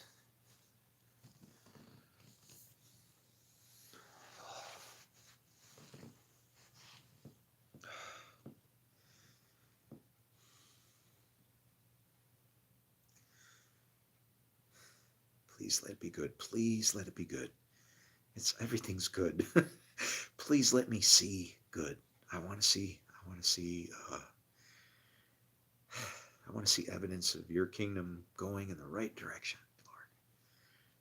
I want to see people loving each other. I want to see peace. I want to see people crying because we've been mean to each other. We've been fools. And if I'm the bad guy and only 3.5 years of peace is all we get, at least it's peace all the same. Maybe it'll give us time to just stop and think about what we're doing instead of hurting each other, killing our brothers. Laughter, laughter, Lord. We need laughter. All right. This could be this year, okay?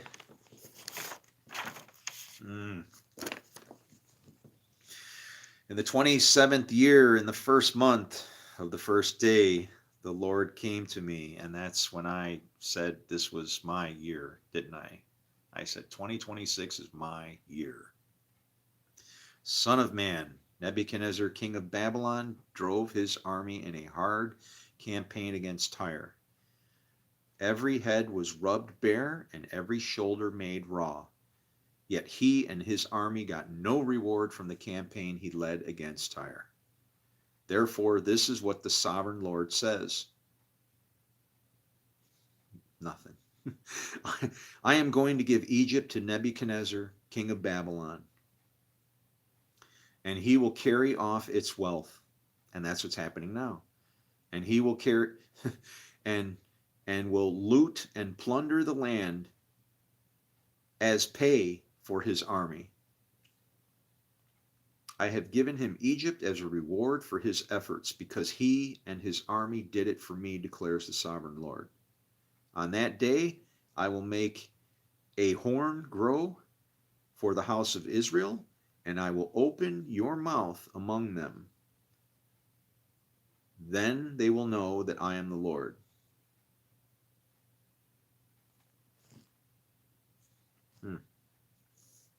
So he's going to open my mouth among them this year, huh?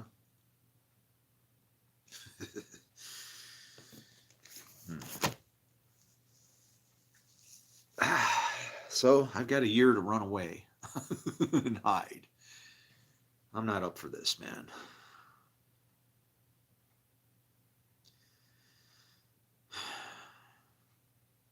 I'm just a man, okay? I'm just a man.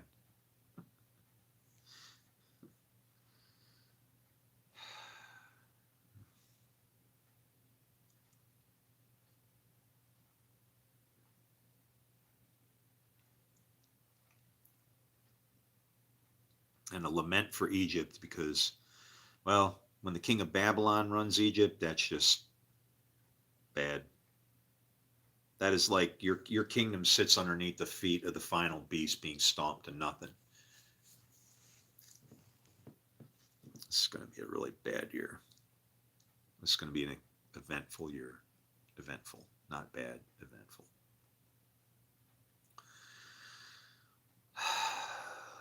Eventful.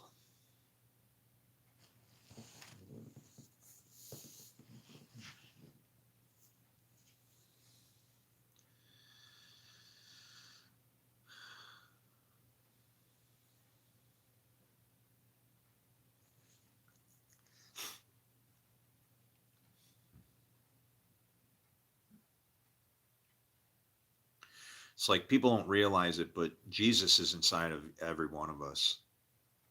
In some cases, he's pissed off, and in some cases, he's not. Some cases, he is able to work as he should. In some cases, he's upset, and rightfully so, because this place is a mess.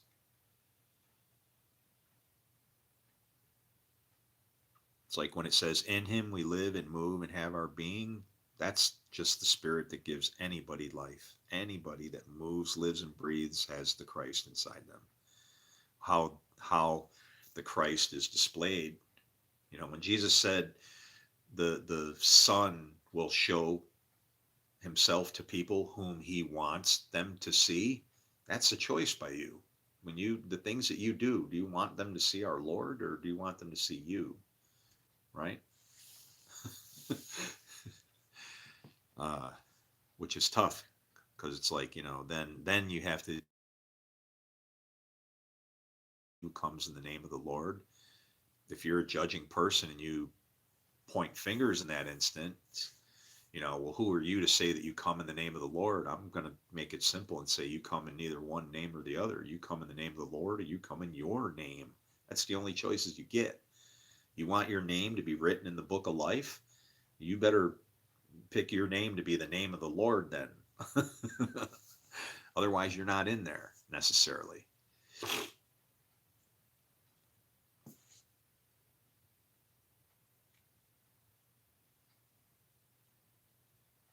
stupid hairs.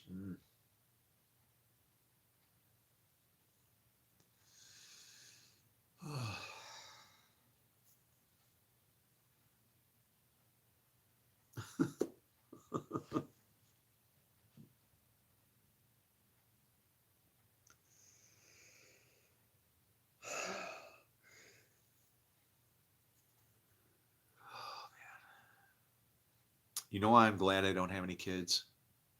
I wouldn't want my kid to go through what I'm going through right now.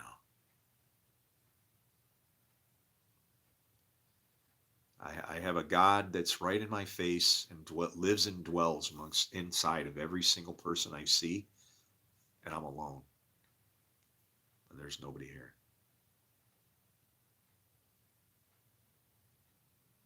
I wouldn't want them to live the end of their life like this. I'd rather have them taken and waiting for me when I get there than this. This is too much to handle.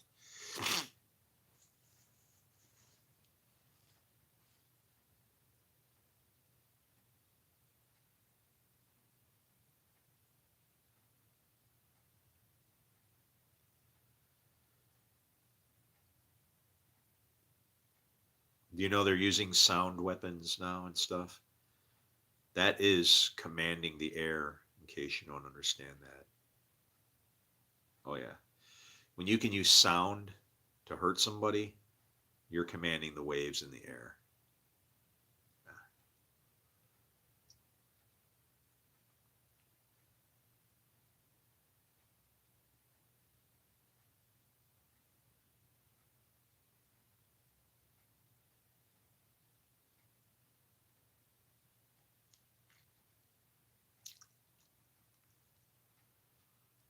Ah,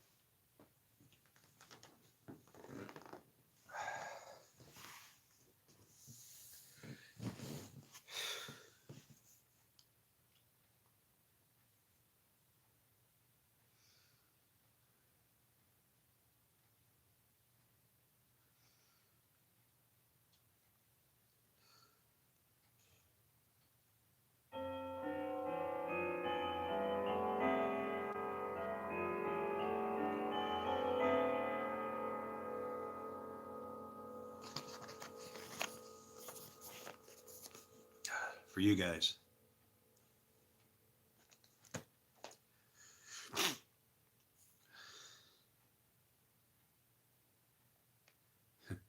When Saul got ready, he and Samuel went outside together. As they were going down to the edge of town, Samuel said to Saul, "Tell the servant to go on ahead of us." And the servant did so. "But you stay here a while so that I may give you a message from God."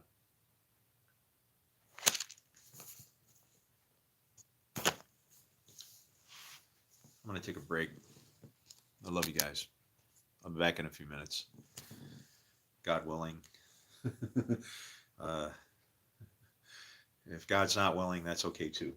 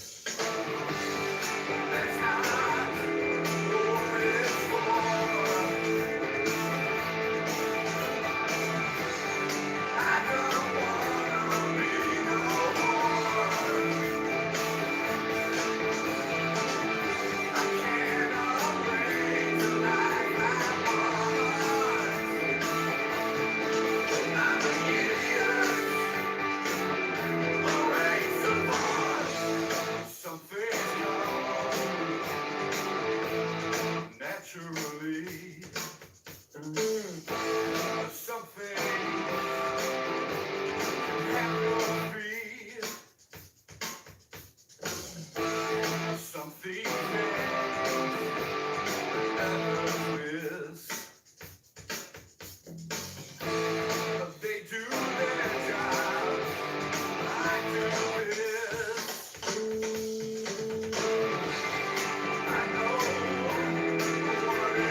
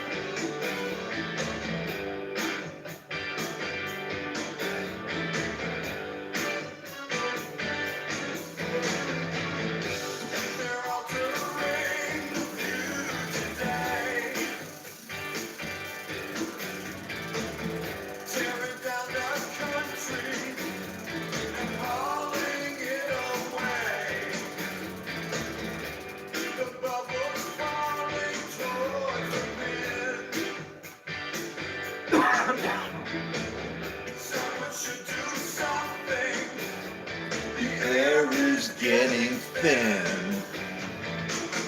They're losing one fighting last. They're making concrete out of glass. They're making room for a better class.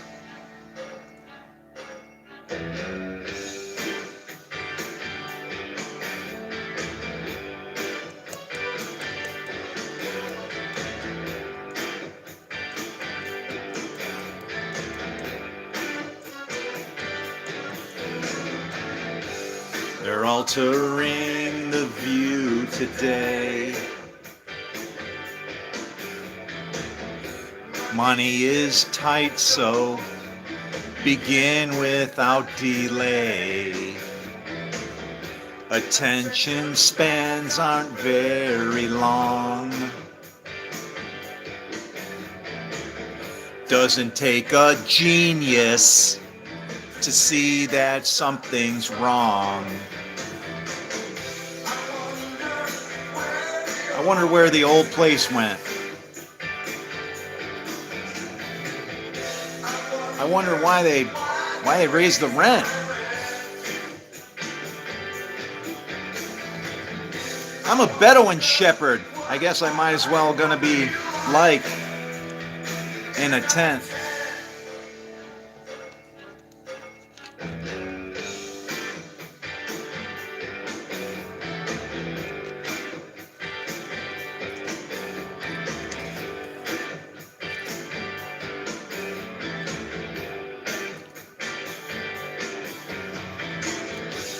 They're altering the view today.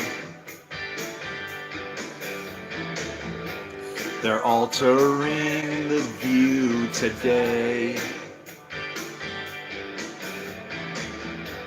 They're altering the view today.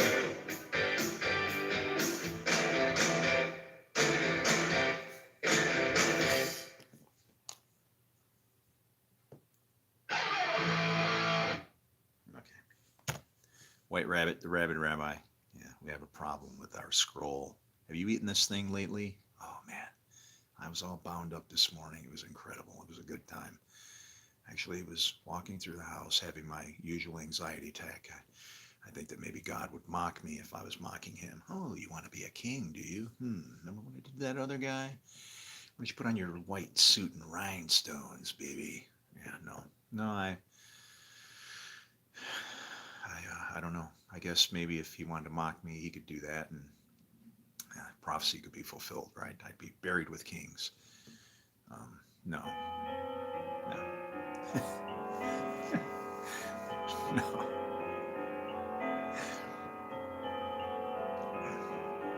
Yeah. Wait for it. Wait. There's a better plan. I say you do this. That's Scout's honor. Yeah, no, I didn't say read between the lines. Okay. Yeah, them Scouts were sly as snakes and gentle as I don't know. I never got to join the Boy Scouts. I couldn't afford it. You had to have all these uniforms and cool shit. They looked like little soldiers, you know. They were kind of cool. I wanted to be like that. You get medals and badges and awards for things. And yeah. What else did I get gypped out of because of money? I wanted to be a baseball. There was a little baseball thing they had going on at the park, but you had to have uniforms, and that was like, yeah, forget it. That ain't happening. I did get a nice bicycle. I had to bet my ass to my old man to get my first bicycle, because I know that if he would have caught me lying, he would have beat the living shit out of me. Because there were times when I wasn't doing nothing, he beat the living shit out of me. So one time I got beat for cleaning. I needed to get in his toolbox to get I needed to work on my bike, and I noticed all the tools were like filthy. And so after I got done, I cleaned all his tools, and I thought he'd be so proud of me. Well, as a little kid, I didn't understand that, you leave oil and grease and shit all over your tool. They do what they do. They don't have to shine. That way they don't rust. And, well, guess what? Um, I got beat for that pretty bad. Came home drunk, and that's what it was like. But he bought me my bicycle because the little chumps that lived next, I don't know. I don't know if they were setting me up or not. I don't want to claim conspiracy, but back when I rode bicycles, they didn't have like electricity. If they did, it was like the shit, but it didn't help you move. It only helped you see where you're going. This thing was a 1946.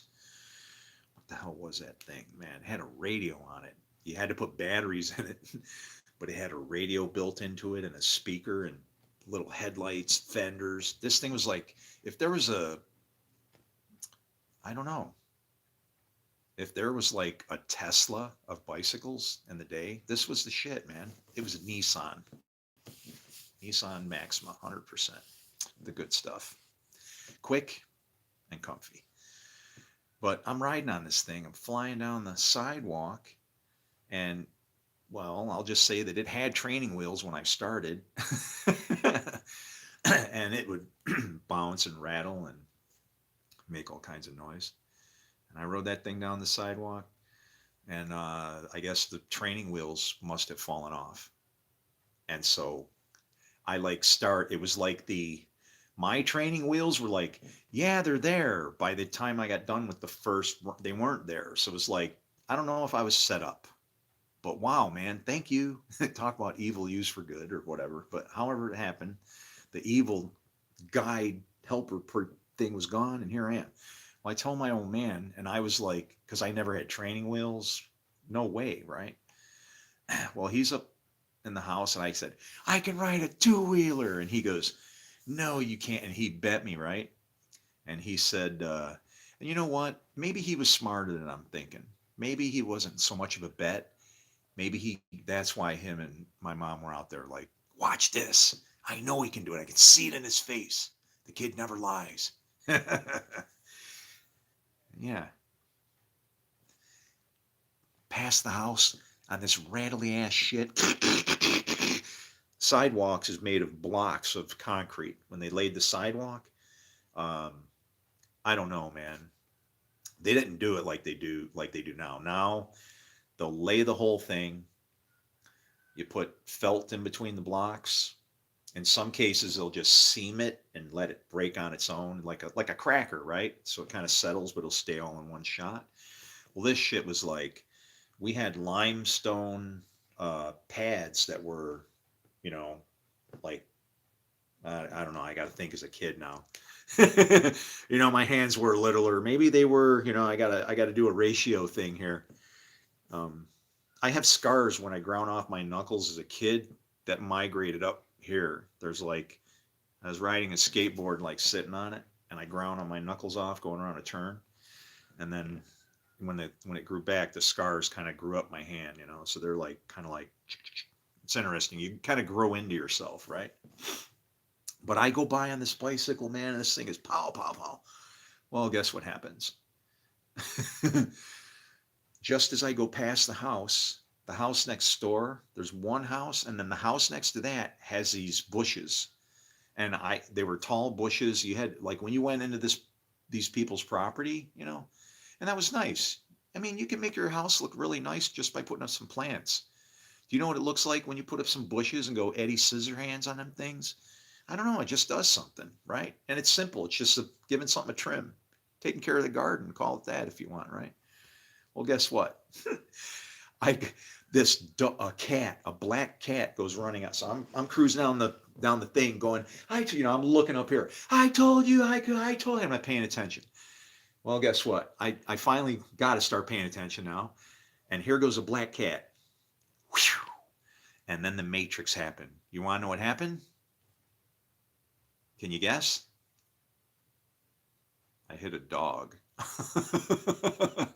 I hit a big black dog, or was it a red dog? What color was that dog? Oh man, I wish I wouldn't even have thought about it. I would have been able to see it before I thought about it. Now I don't know if I'll be able to figure it out. I think it was a black dog. It was a lab. So big fat dog. And when I hit it, you got to imagine this. If you ride a bicycle, I did like Superman off the bike because the bike just stopped and I'm kind of sitting upright. So I just went like, shoo, I just pavement.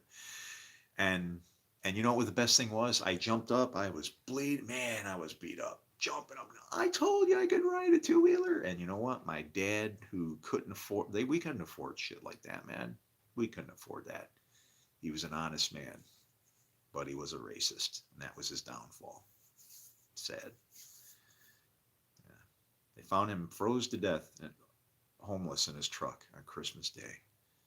And the year before was the last time I saw him. He brought me walkie-talkies, and I delivered the newspaper, a free newspaper on Christmas Day. I used the walkie-talkies to tell him where to move his car. Pull up to the blue house. You know, got to be precise. Yeah, right there, Dad. Thanks. Little kid run around like an elf, you know, delivering the newspaper. Ah, shit, man.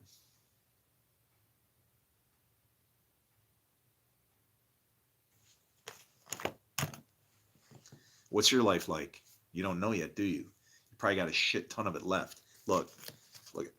See this thing here? Enough with the stories, man. That's great. Fix this. Fix it.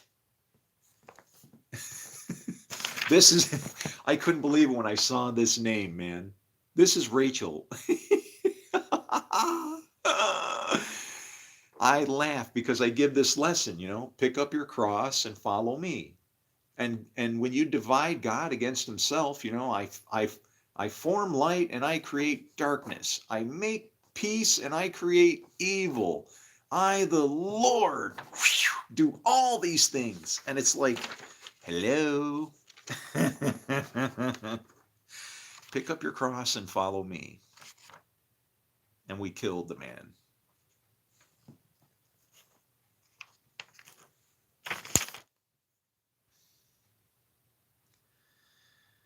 Yeah, that's life to the full.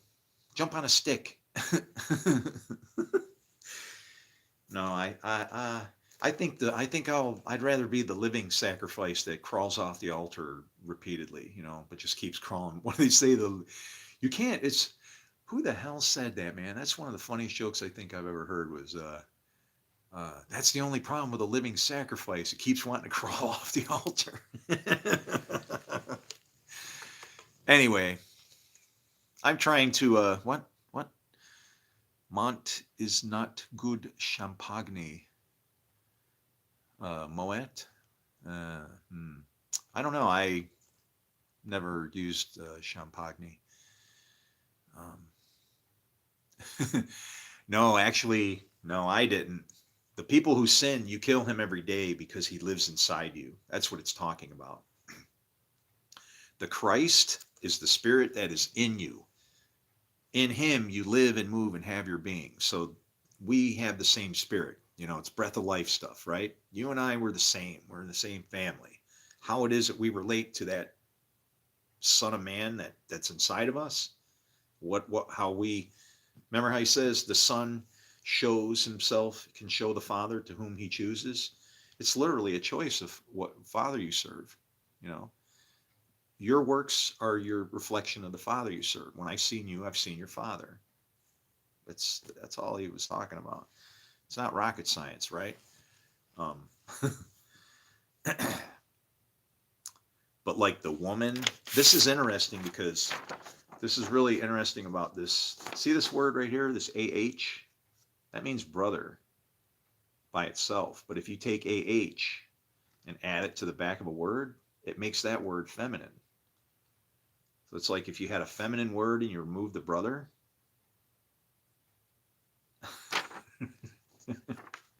I can't give you the whole thing, man. I'm not letting somebody write a book on my behalf. Okay? So you can make money and I can go, I can't believe this shit. Somebody just like ripped me off. No, remember when the king showed him all the riches in the palace and shit? You don't get the whole balls of wax, all right?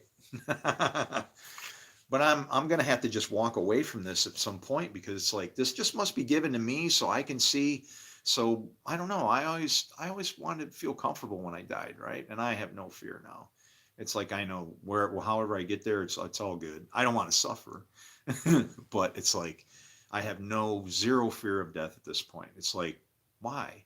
I'm gonna go see God, man, and my kids and all kinds. I don't know what I'm gonna see over there. Nobody's seen heaven except the one who came from heaven, the Son of Man. Well, I don't know. I'll do it.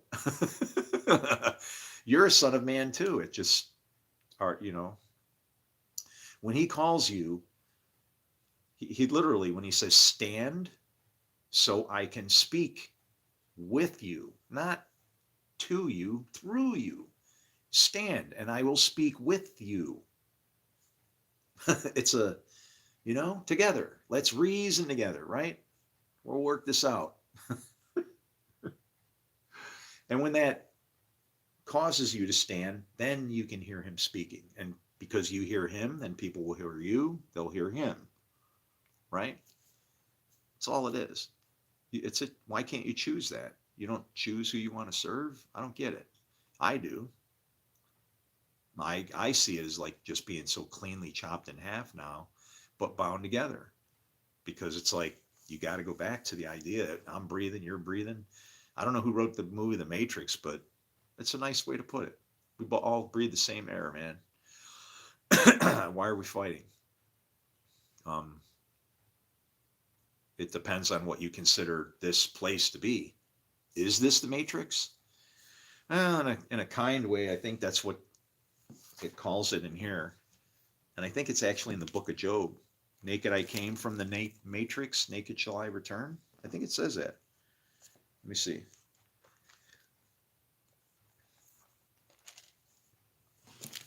I think. I saw it somewhere. I know they call it the matrix, the womb. They call the womb the matrix. And to me, this is the womb. The words. The words are the womb.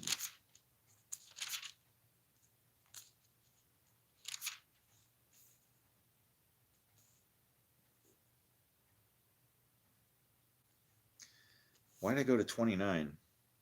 I don't know. I found Job and then I immediately went to 29.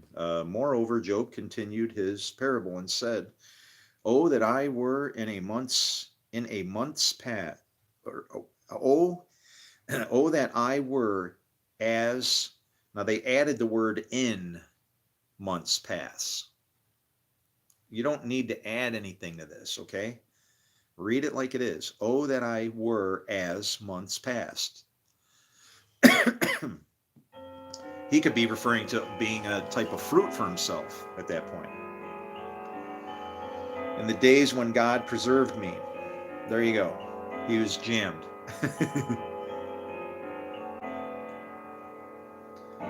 When his candle shined upon my head. Oh, wow. Yeah. Remember the candle that I kept burning since I was saved? I can't afford it anymore. It's right here.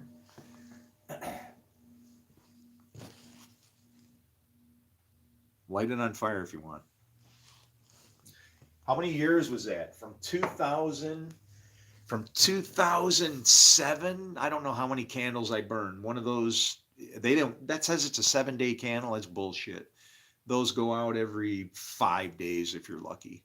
And then I finally started to manage it. I'd clip wicks, light fire to fire, keep one going, try to rotate them day and night. There were times when I was not around and my second wife, she was upset with me. I had left and come to New York for a business venture to see if I could create a new home and I'll stay here, you stay there, we'll work it out. She gets a call, I get a call from her, and she goes, "I don't know who keeps lighting that candle, but I'm blowing it out again." She's going out there and putting out the candle, but it's lighting by itself. And I'm like, I'm going, I don't know what I don't know what you're talking about. I got the gate locked. She put a padlock on the gate. Didn't matter. That thing's sitting in my little garden back there, lighting itself, apparently. Ah, and I don't know. It feels like I looked at it and I said, Lord, I said, this is a candle. I said, this is a candle. Your fire is in me. I want the fire to be in me now, not a that. Okay. I don't know where that's from. It lies even in what it says it is. It's a 7-day candle. It doesn't even do what it's supposed to do. It chops 2 days off. Maybe those are 2 days. Maybe those are my two witnesses. I'm supposed to understand about a couple of days or something like that. But you know what? It's time for a third day. And that fire's in me now. So I don't waste my money because, I can buy a bag of some. Oh my God. I don't know. Don't eat pita bread from what the hell company is that? I thought I was going to die this morning. I was like, oh my God, I know what it was. It was that damn, whatever that, I had my suspicions. I had my suspicions. And then I confirmed it. And I was like, oh, okay, now I know what's happening. So I think what I'm going to do is I'm going to try and bake it and just roast it really, really hard, like almost chop them into chips and almost burn them in the oven and see if I can get some of the stickiness out of it. And then maybe I'll still eat it anyway because it's food. Look within my son and you will find God. Yeah. And well, you got to see him in. I mean, that's the whole point. It's Christ or Antichrist. It's how Jesus taught. Everything is for or against. Remember when people were, these people are doing this or whatever. And Jesus says, he makes it simple. Whoever is not against you is for you. And so we get against each other for stupid reasons. I mean, that's the thing. See, look at this. Everybody's got this. Everybody says Jesus, even Muslims. And what happens? I don't know. We're all at each other's throats over what's supposed to be bringing us together. It's like, you want to know who the antichrists are? Us, because he actually lives within us, and we're like, can't see that we're already, when it says when you see him as he is, it's not talking to him appearing and then you recognize him. Oh, there he is. No, it's saying when you see him as he is, he'll appear. Now, I guess you'll have to go look in a mirror, but when he appears where he's supposed to appear, other people are going to see him in you, And then what happens? People will say, blessed is he who comes in the name of the Lord when they see you. Blessed is he who comes in the name of the Lord. Look, the guy's a blessing, right? How many people in this world do we actually say that about? It's all about titles and names and, it's like a name given isn't a name anymore. It's like a freaking steam engine. Then I attach all these little freight cars to the ass end of it, PhD, BS, MS, you know what that is, right? BS, bullshit, MS, more shit, PhD, piled higher and deeper. That's what these PhDs are going to feel like when I rip this thing open and get to show people what we missed. We're a mess. We're a mess. This has been sitting here just in front of us all this time, all these years. Where's little Joey, man? That kid cracked me up, man. He's probably not little now. Oh, you know what? Let me see. How are his forearms? Oh yeah, he's a little monster now. He's gonna be a solid boy. Smart. Smart kid. I'd be proud to call him my son. I did for a few months, year. I don't know how long it was. You adopt the kids in a relationship, right? If they're not your kids and you look at them like your husband and your kids, man, get the hell away from those kids. You got no business there. I don't care what their mother's drawing you in with, what you think you see, you don't belong there. Just go find some other strange.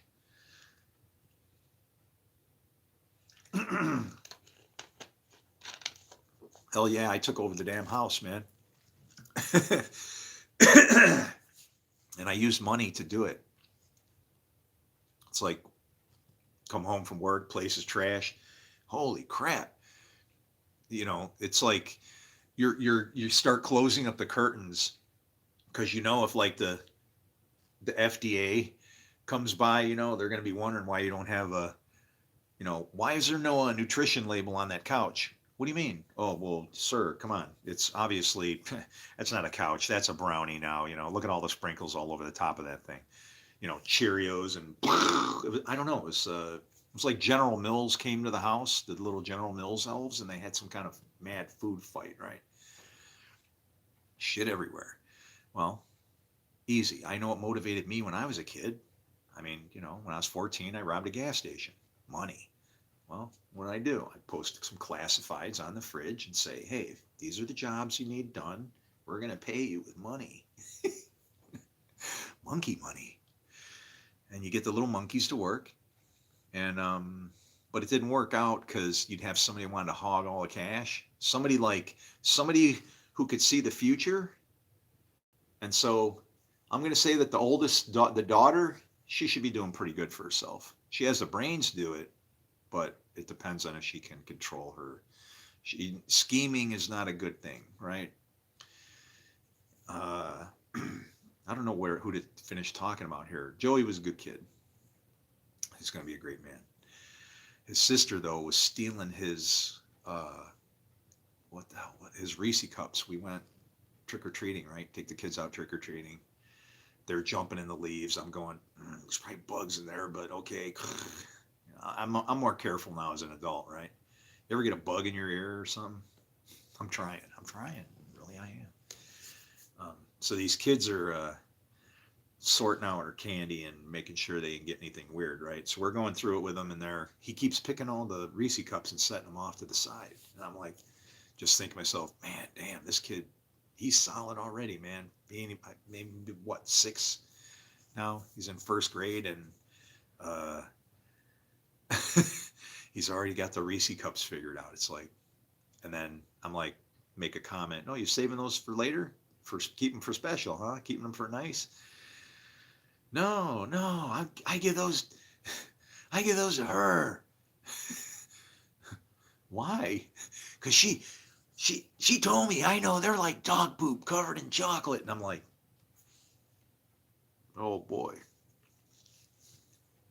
And she read it to you out of here, right? And you believed it? Yeah. From here, right? Yeah. Okay, let me, Joey, let me explain this to you, okay? Let me show you what's really in here, okay? What she's done is she's taken all this stuff that you see as bad and she's making it ugly and confusing for you, all right? It doesn't work that way. It's weird how division can be a good thing, like with an orchestra, right? You like peanut butter, right? Yeah. Well, that's what's in there. You like chocolate, right? Yeah. Well, guess what happens when you put them together? Reese cups. And like 5,000 other probably things that they do the same thing with. You're missing out, kid. Trust me more than her. Wow, man, that kid, like, you should have seen his face when he bit into that. He was like, he was like, wow. I mean, Reese cup. Can you imagine? I don't know what your first Reese cup was like, but that's why you kept eating them till you weighed an extra 60 pounds, right? Simple. I figured out how to make that peanut butter, by the way. If you want my recipe, let me know.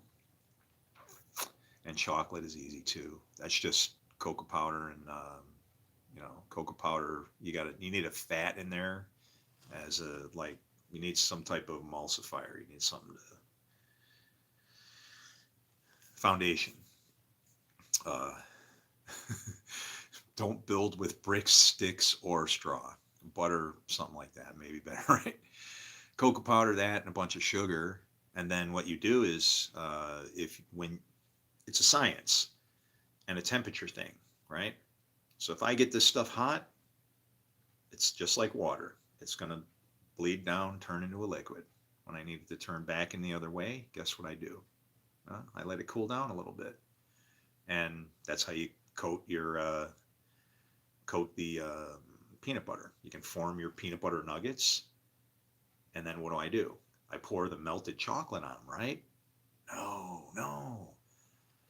I stick them in the fridge and get them cold. And then I dunk them in the chocolate.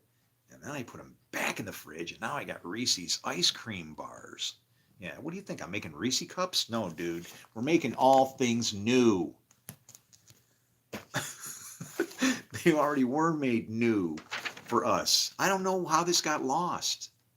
It's like, man, I don't know what we must have thought of Jesus, man. It's terrible. It's terrible.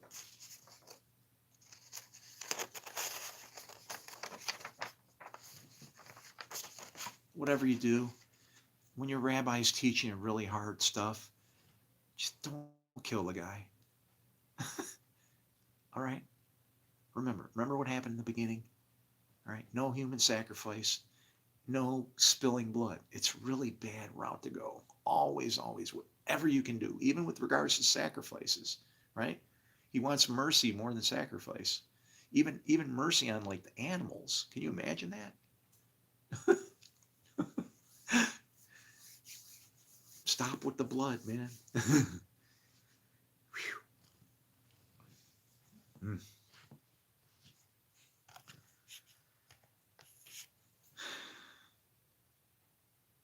That's why he wants an accounting for that, for your blood, man and beast.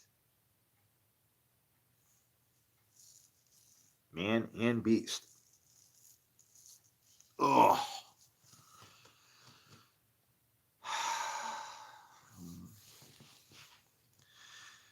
Who do I got in here, man? I love you guys. I really do.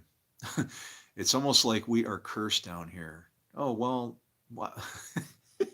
Do you read? Have you read the scriptures? I mean, Paul says that. Paul basically says that we cursed ourselves for, crucifying the Messiah.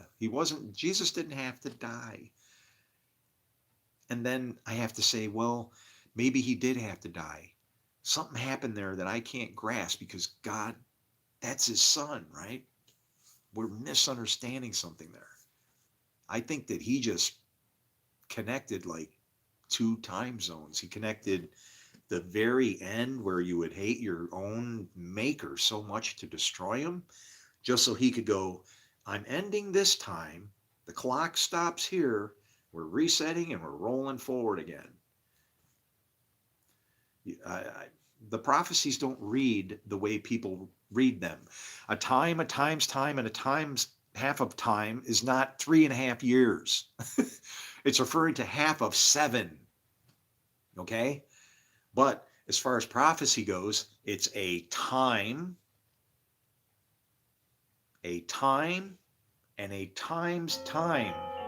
That time. I'm sorry.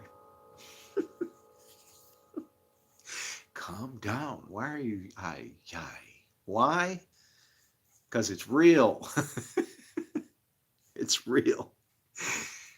This is all very real. When it says a time's time, and a divided time, that should be your hint. Okay, divided time. In order to take 7 and cut it in half, it has to become 3.5. If you're careful to look, you'll actually even see that pattern appear in different places. You know the 7 spirits of Isaiah? Or in that's 11, right? Which is why they labeled that chapter 11 is crazy. It's almost like, look here, because remember when they busted this thing in the numbers and stuff, even that there's a pattern in it. So having that show up in chapter 11 is kind of bizarre. All right, what? Why chapter 11? Well, I don't know. What happens in Genesis 11? Let's take a look. I can only imagine.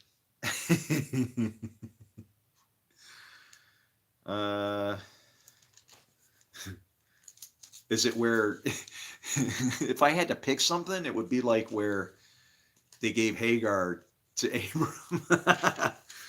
That's what it would be. His covenant with Noah, 11. The Tower of Babel. Woo! The Lord has spoken. What's in the next one? Now, why did they remember these numbers weren't in there?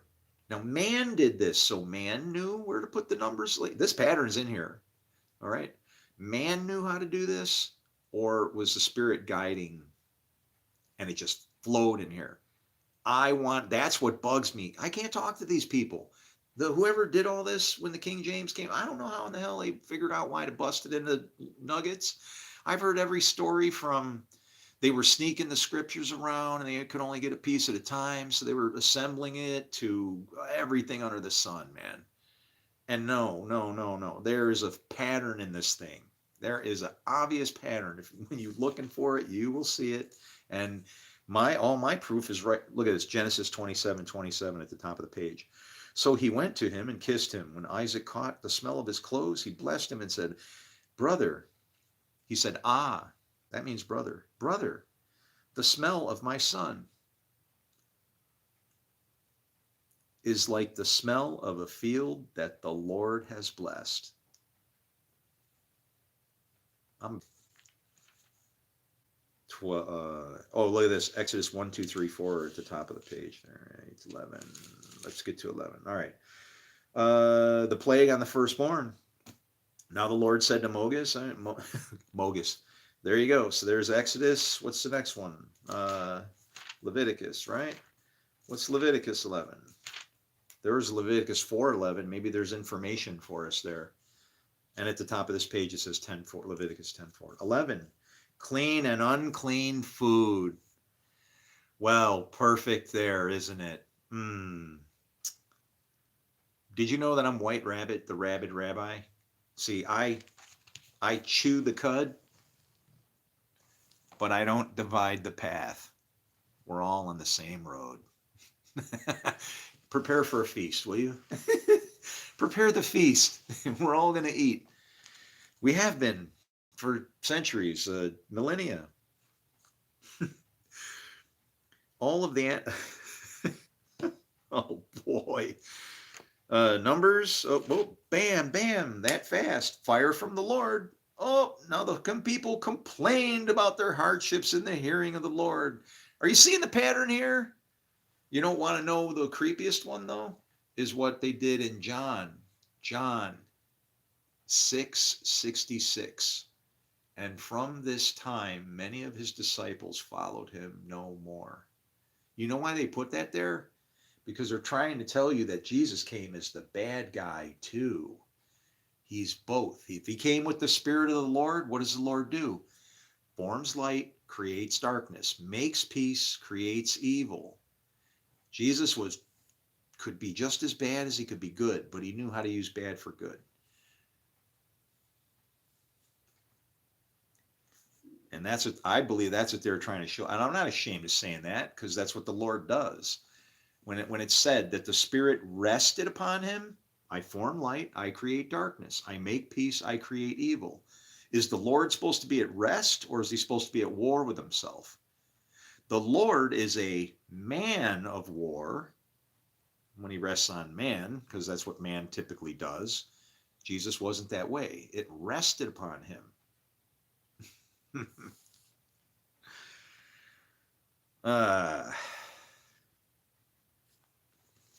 What's the next one? Numbers, Deuteronomy.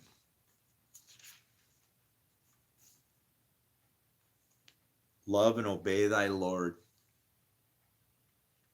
See? Tablets like the first ones. What do you mean the tablets like the first ones? The first ones were made by Elohim. These are made by Yahweh Elohim and Moses. At that time, the Lord said to me, chisel out 2 stone tablets like the first ones and come up to me on the mountain and make a wooden chest. I will write on the tablets all the words that were on the first tablets.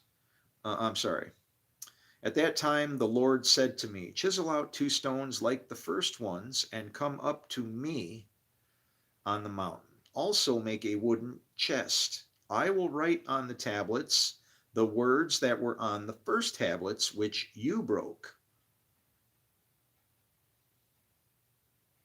Then you will put them in the chest.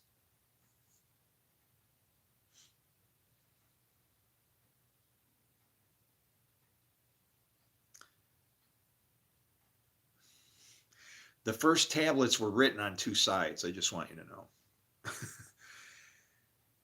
So I made the ark out of the acacia. I made the ark out of acacia wood and chiseled out 2 stone tablets like the first ones. And I went up on the mountain with the 2 tablets in my hands.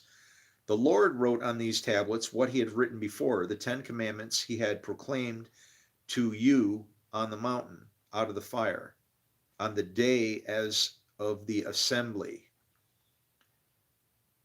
Is the assembly you out in the field, the people, or is the assembly the marriage, in the day of the marriage?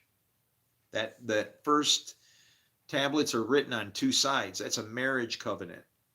Okay, it's a marriage covenant that you got there. The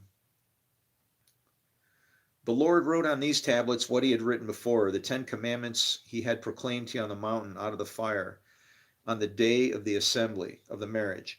And the Lord gave them to me. Then I came back down the mountain, and I put the tablets in the ark I had made as the Lord commanded me, and they are there now. The Israelites traveled from the wells of Jachanites to Mosra. There Aaron died and was buried, and Eleazar his son succeeded him as priest. Interesting. So Aaron dies.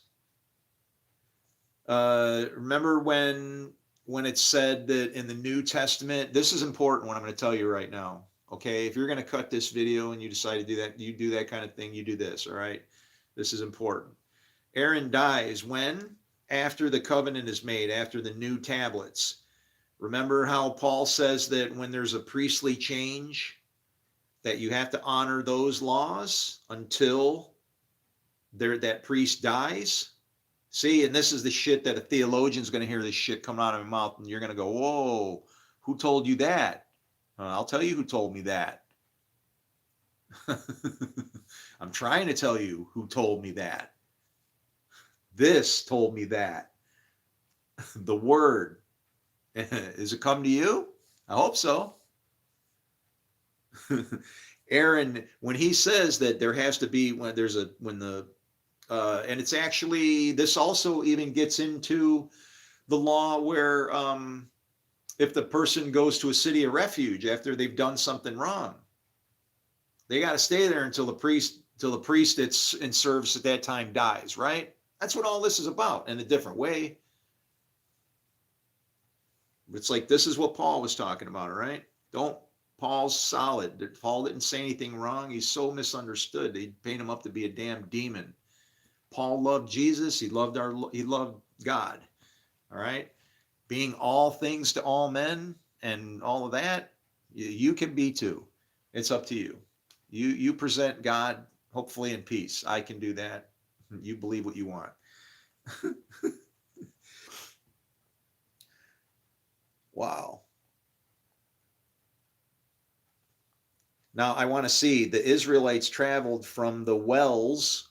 Now this is referring to they're going to start getting a different kind of water now.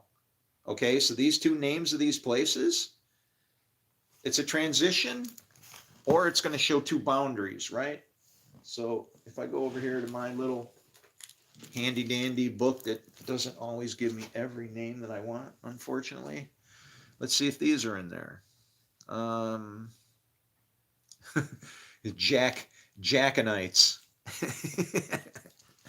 Did you know that the Jachanites carried jack-o'-lanterns?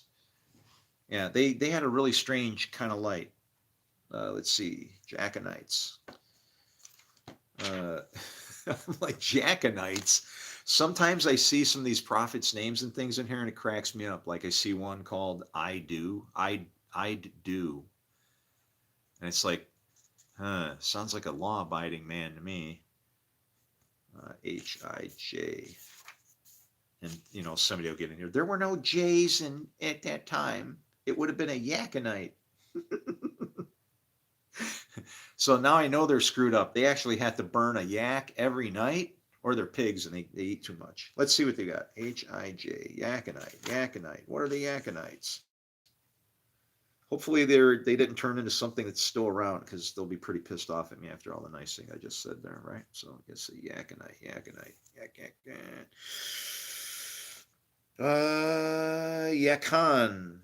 Um, well, a Yaconite must be Yacon, so they are from this place. What does Yacon mean? Doesn't tell me. Doesn't tell me what a Yaconite is either, so we'll go with Yacon. Jehovah? Huh. Something God. Let's see, 32. Oh, man. My eyes are failing, guys. You have to ask yourself, why did King James Version remove 7 books?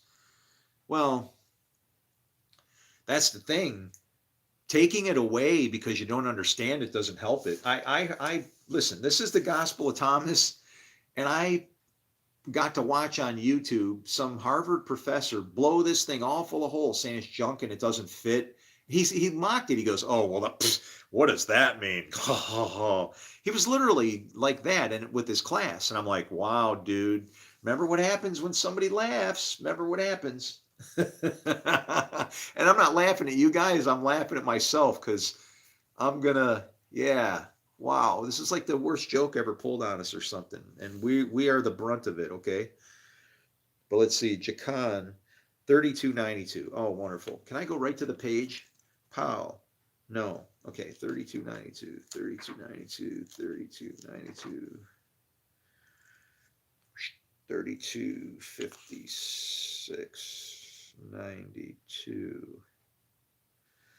Whoa, you can get kind of like seasickness or some shit with everything flying. I must be getting, my spirit must be connecting to my wife right now because she can't read, and like if she tries to read and drive, she'll get like, whoa, you know. Anyway, I love her.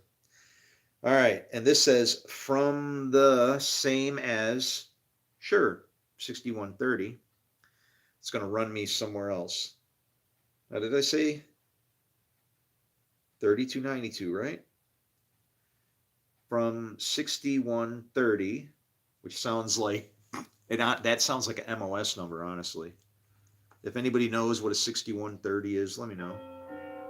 And it just says, and I dumb man. I I don't know. It says like an, or it is a IDUM. That looks like an at sign, like an A and an E. What the hell does that mean? It's like Greek and Adumian.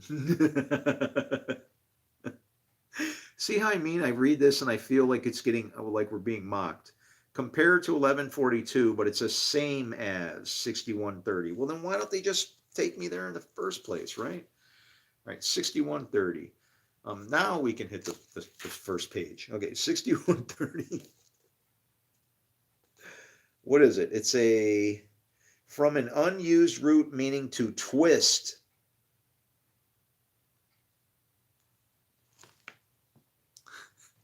What did I say? They're going to get bound together like in marriage. A cord of 3 strands and all that, you know. Uh huh. Mm-hmm. From the wells of the twisted to Mosera. Oh, Moses means taking from the water. And brother, the good water. What is that? Moses. Yeah. How did they glorify this? We'll go to the root and see what it really means, right? Moser, M-S-T, Moser,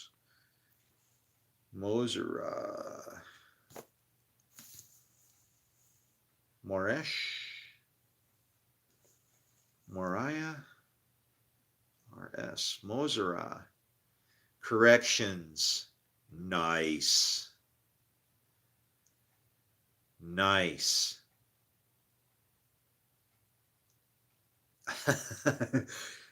From twisted to sister.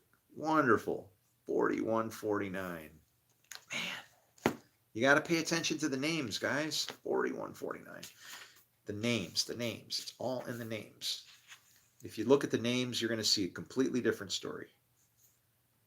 You're going to actually, well, you'll see whatever you want. If you want to see war that way, I'm sure you can figure it out a way to get fighting over it that way too, wouldn't you? 40.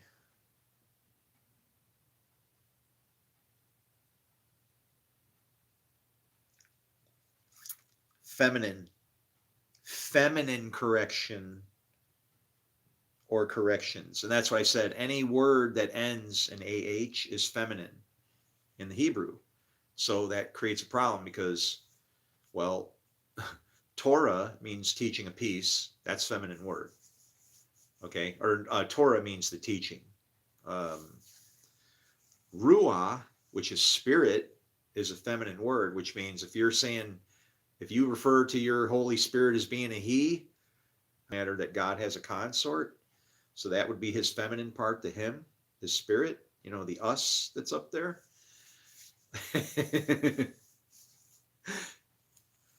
uh, this is bad.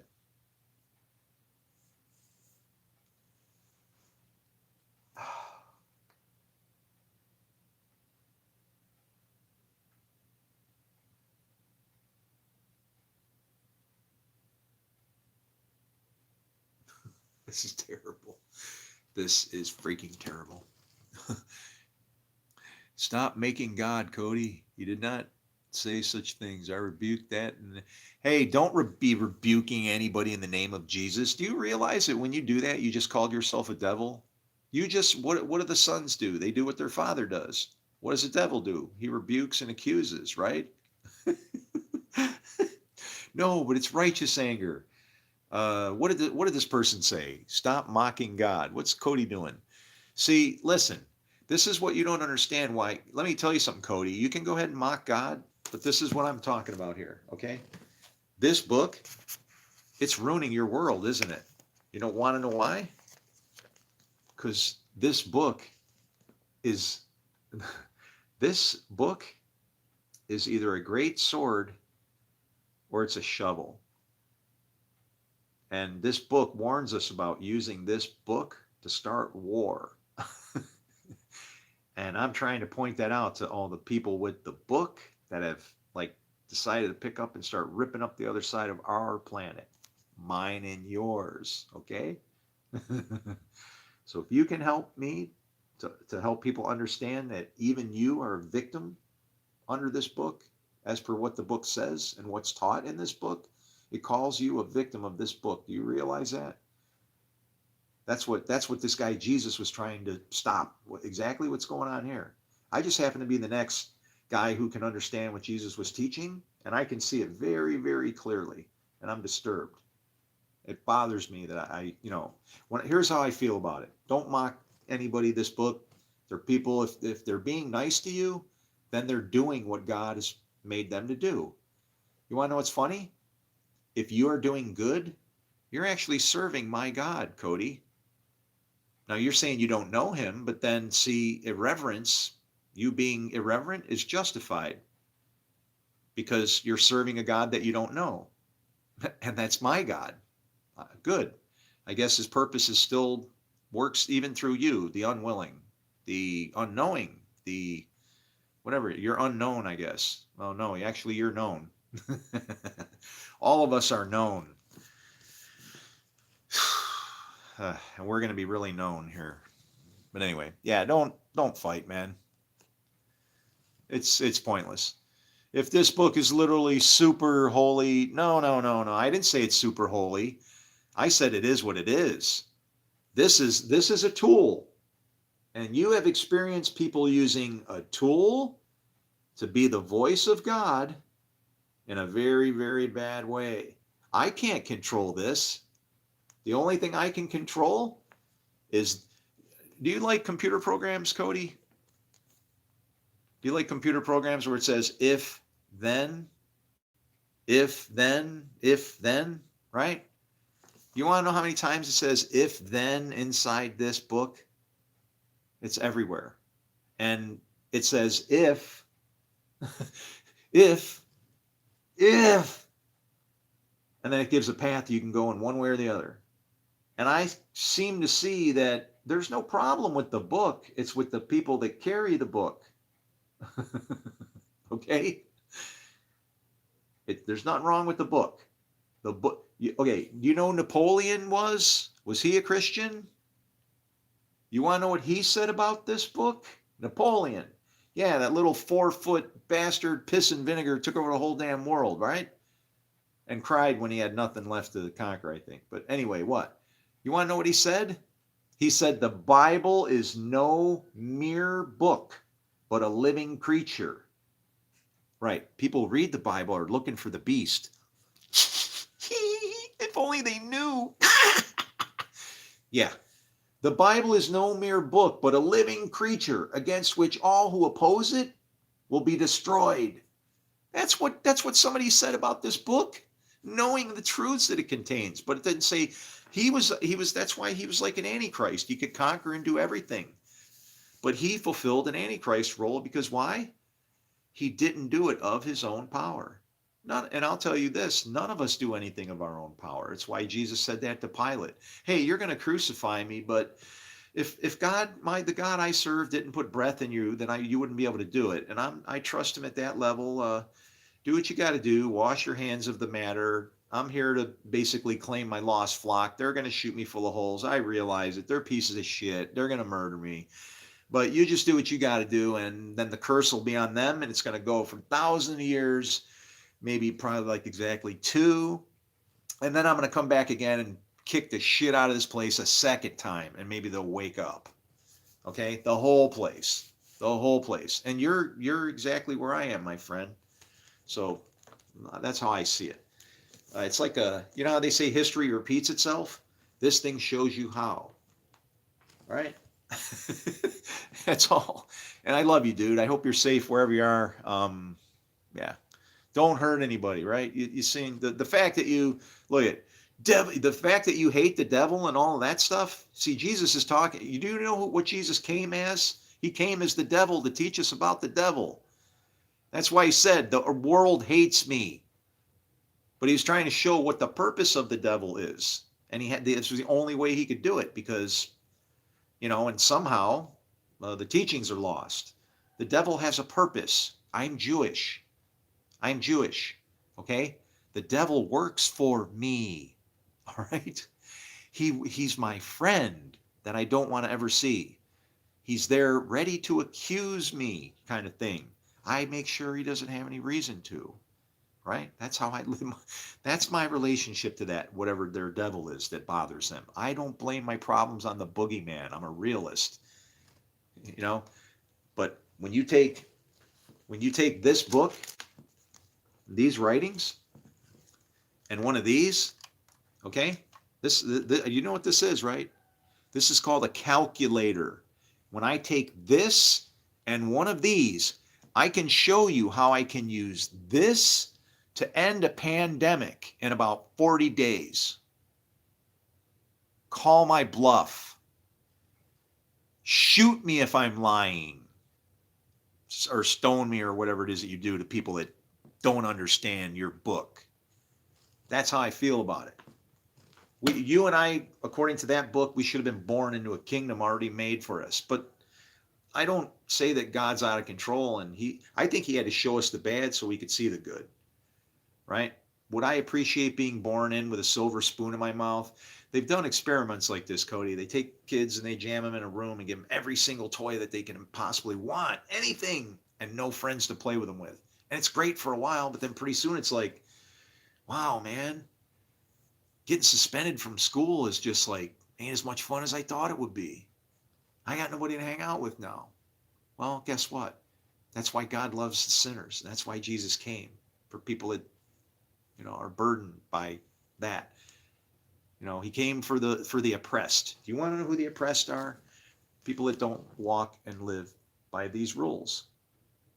I don't want that to happen to you. Do you want to know who the orphans are? They're the ones that don't walk this way so that they can know the Father. You're a spiritual orphan. You're just out in the darkness. You don't understand. I'm not judging you. I'm saying you don't understand. That's why you hate me. I love you. I love you, Cody. And you're throwing junk on me? Why are you persecuting me? Right? This. This is a sword or a shovel, my friend. And as per this, I have to reduce myself to nothing. You know, as per that book, I have to reduce myself to being a bag of dust. And that way I can relate to all the other bags of dust. um, and so what that means is basically a lot of things start to snap and they make sense what Jesus said, like shaking your dust off your feet as a testimony against somebody. That's not like it's not like an insult. He was just saying like, hey, you guys keep your dust here. After I walk, I don't leave a mess where you have to clean the floor, right? Grace and mercy follow me everywhere I walk, all the days of my life, because I dwell in the house of the Lord. It's like that. I love you, Cody. Not against you, buddy. Dude, I don't hate you. No, I know you don't. You couldn't hate me. No, I love you, Chris. Oh, the poor guy. He's screaming down here. Oh, he can't see me. Dude, I know, man. Poor Cody. I love you too, brother. I don't hate anybody. It's like, it's just natural like that. But damn, now he thinks maybe he's mad at me. No. See, you don't get it. I don't get mad at people. I can't. We don't know what we're doing. You know, I hate to go Captain Kirk on you and shit, but it's like, I see people, you know, maybe is signaling me by clicking the like and unlike button. Click, click, click, click, click. Oh, what's going on? Get his attention. Look at the screen. No, man. No, but why would anybody hate me? You want to know who hates me? The people that think they know their book. And I thought I did too, and I ruined a lot of shit over it. I did. I wrecked things. There's people I can't even apologize.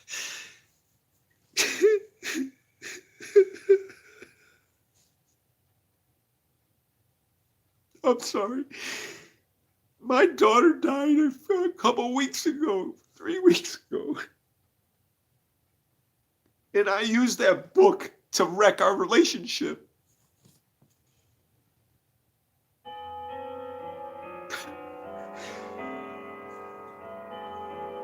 And everybody out here is doing the same shit. Those people are your family that you're ruining.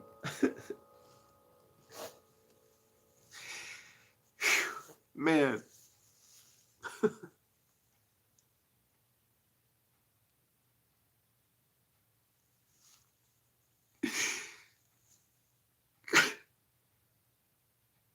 Her name is Marie, and she had the best smile ever.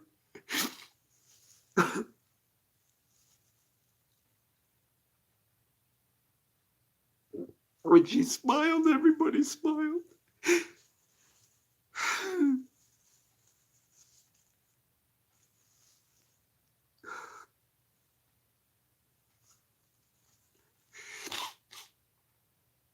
I'm not going to have to apologize to her when I see her again, because she'll understand everything I went through is for a reason.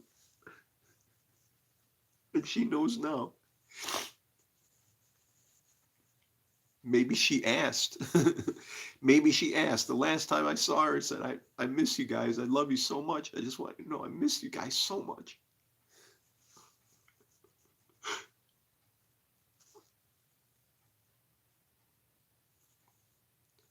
I don't hate anybody. The things I did was because I was afraid of God, and I thought that God would want me to use this to hurt somebody instead of help them up. My fear of God, I try to inject onto somebody else instead of seeing that, well, maybe God's working through these other people, you know? So what? She has friends that are gay. It ain't any of my freaking business. That's their marriage bedroom, okay? So far as it concerns me, if I would have left that alone, I guess I wouldn't have any problems, right? So far as it concerns me, if I would have just shut my mouth and not even said anything, That's what I got. See? You want a beating like that? Go ahead and be a shit to all your brothers out there. Be a blessing to the world. Why don't you? And watch what our God will do to you.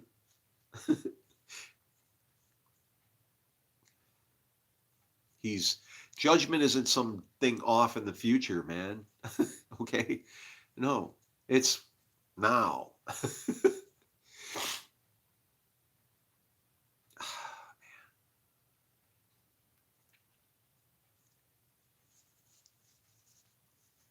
He is ripping my family to pieces right now.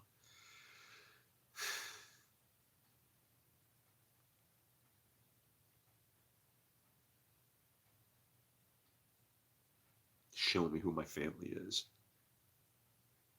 who my real family is.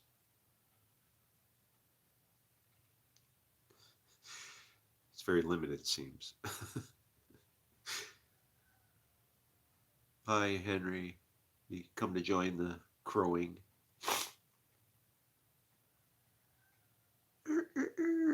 Whatever.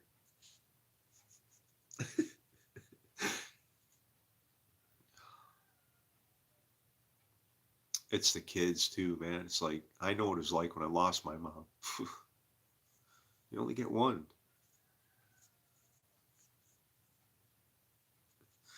And my mom wasn't like some kind mom. She beat the shit out of me, okay, at times. Man, I got picked off the floor by my neck with my feet swinging one time. You want to know what was funny? Now I look at everything and I try to go, did God let me see something in my life so I could maybe learn something from it? And I look everywhere, even in movies. And when I saw the Matrix and Neo broke that vase, and he gets to be the hero, right? uh, she's like, well, what'll really blow your mind is, would you do it anyway if you knew it was going to happen? And I'm thinking to myself, I wouldn't change a thing about my life, because if I changed one little speck about my life, I will have, you know what I will have done? I will have forsaken my birthright. Your birthright is that God numbers your steps. And that's it. He, the Lord, lays those steps out for you. You step in them, he knows what they are. Did you make a mistake? I don't know. Did God make a mistake? My God doesn't make mistakes. He didn't make a mistake when he made me. He didn't make a mistake when he made you. Nobody. Not even, sadly, like what? Hitler even. No. Somehow you have to reconcile that even that had some kind of purpose. And it did. It showed Israel fire. And what are they, and you can tell what's driving it, because what? They're reflecting the anger that was imposed upon them. It's coming back out, right? Say it exactly again. Never again, like the Holocaust. They're bringing it up. If you bring up the past, you're taking the past and you're putting it in front of you. You're doing exactly what Jesus warned about. You are more concerned with the efforts of man than of God. And that's what comes to bite you.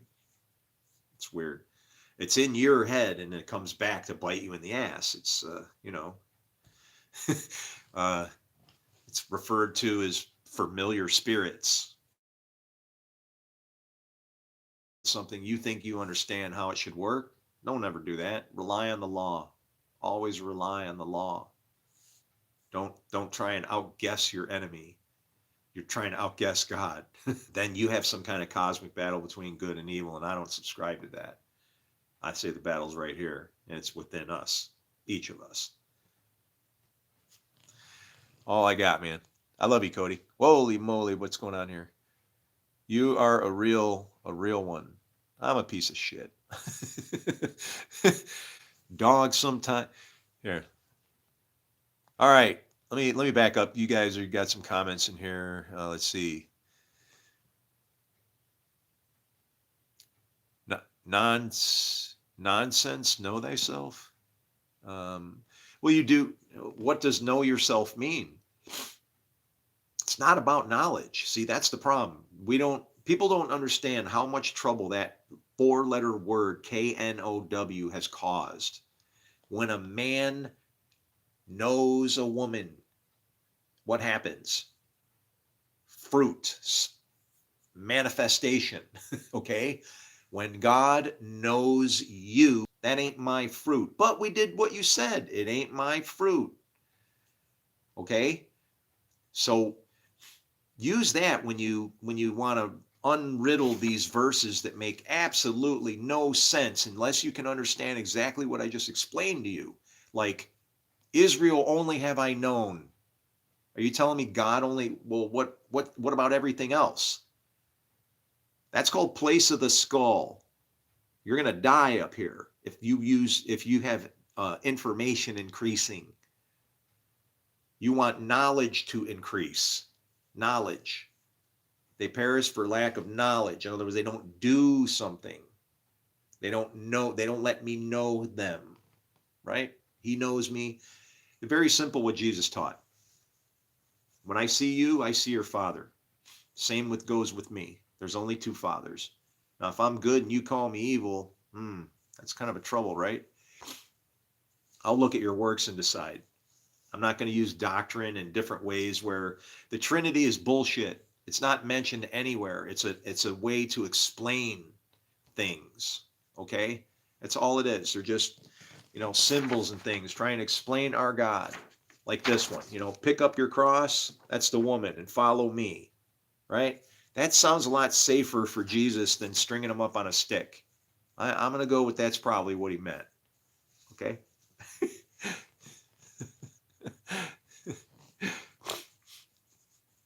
None. It was in the Matrix. Yeah, the Matrix that's actually the Matrix is mentioned in Scripture, right?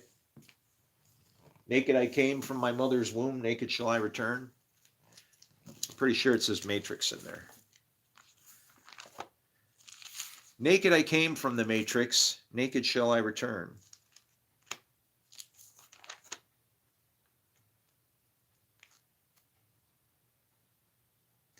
Naked came I out of my mother's womb, naked shall I return thither. The Lord giveth, and the Lord hath taken away. Blessed be the name of the Lord. In all this, Job sinned not, nor charged God foolishly. See, I'm blameless. I am blameless because I blame the Lord for everything. He does it all. He forms light, creates darkness, makes peace, creates evil. I, the Lord, do all these things. That means if he does it, I do nothing. He just does it through me, as per my willingness to be the vessel through which his spirit can move, same as you, oh faithful one. Where is matrix shown? It says matrix in here somewhere. I know I saw it, man.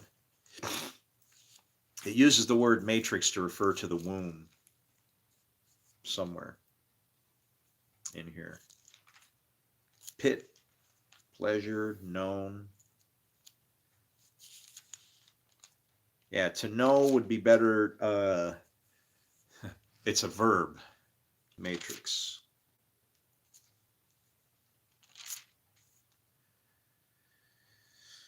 It's not there. Matrix. I know it's called a matrix in here somewhere. Matrix is a movie. Matrix is a system. You live in that system, just so you know. You can research the Hebrew word in the Blue Letter Bible app on website. Yeah, I don't use applications, computers. No. You want to know what computer I use? The only thing you're using it right now. This is it. I have overcome the earth. I'm gonna pack up whatever they're gonna come in here. You want any of this stuff? You better get your ass over here. There's all kinds of shit. Guitars, I'm gonna take all the money stuff with me that I can carry. I'm gonna take a money bag. Get out of here. I'm gonna go find warmer weather or somewhere. I'm really concerned about like the people in this town. I'm really troubled by the people that live here. They concern me. It's too creepy. Like, I don't know, man. It's part of my relationship skills. Just call it that. Joshua, I opened it up. I just flipped it right open. Joshua, what does it say? Wandered into the wilderness, and now lo, I am this day 85 old. Nice. What's 80? Is that 85?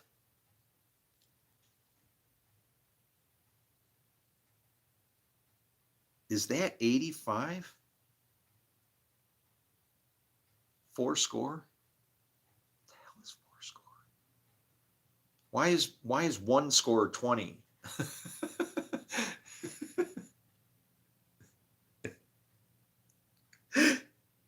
uh, why do they double it up when they say it? Well, because you got to have a matching piece to go with it, right? All right. So there you go.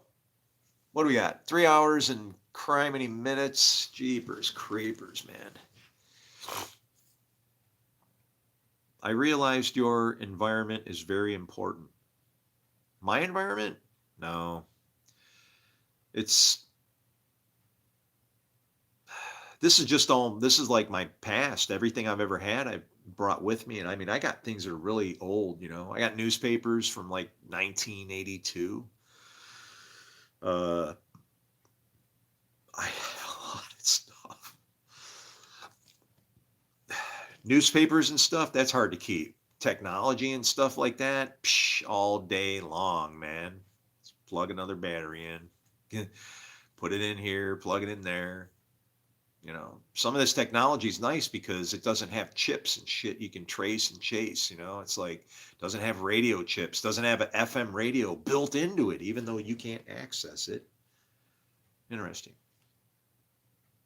Put an FM radio, build it right into your phone, but you can't access it because then that makes your phone a radio, like a pocket radio. Did you know that?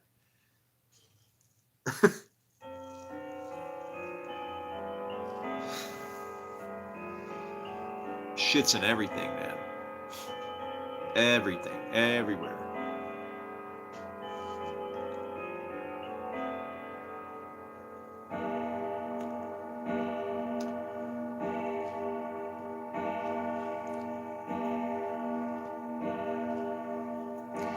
It's like, and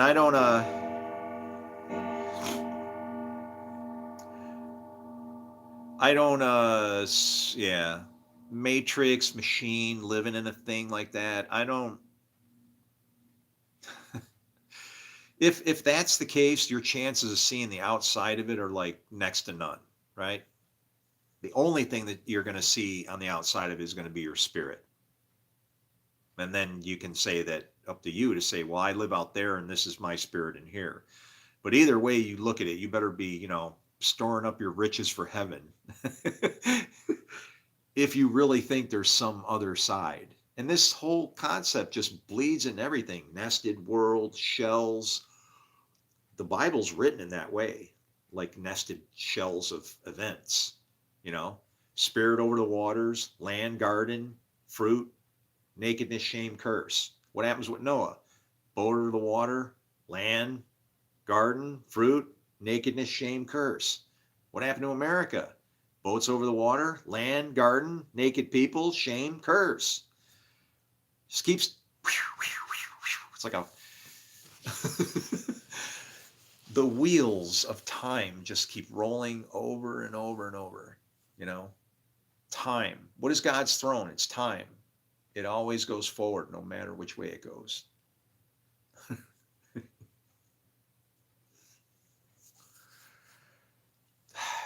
And we want to travel time, and what currency do they use in heaven? Works. Works. The Son always does what he sees his Father doing. Who reigns in heaven? The Lord. How does he reign? We do his works. His Spirit, we're like pottery to him, his vessels, his body. This you're sitting, you know, this could be heaven on earth as much as we can make it. But if you're looking for glowing streets of gold, or you're going to look at your brother, people, and you're going to sit and judge as evil. See, when you judge somebody as evil, you're not, what all you've done is you've not come to realize that that person, the spirit that gives you life, is in them as well. The Lord created that person for a purpose. In the very same way that when the entire earth was created, what was the state of it? Tohu va vohu. Dark, formless, and without value. That's your blessing sitting in front of you. That person.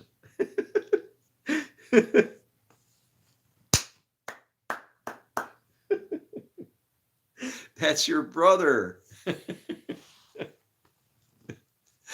And what happens if you point fingers and say, watch, if I point fingers at that person that's doing evil, what would I say to you if I was your father?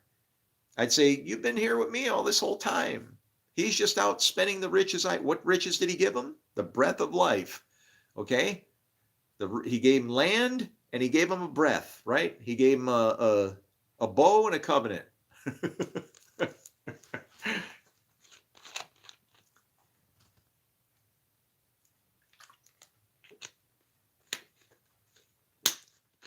Do you know how to get the son to come home? That's the lost son we're supposed to be mourning over. The son that lives in us lives in them too. He's locked in there. And you can't do it by beating somebody up. You just gotta, with as much love and laughter, right? I can laugh. I can't help but laugh when I see what fools I've been. Or I'm not gonna say of anybody else. How foolishly I have acted, but on my defense, I'm gonna say I didn't know. I had no clue how a book could be so seamlessly integrated, like into time, so is that, how do you explain it? Whatever it is.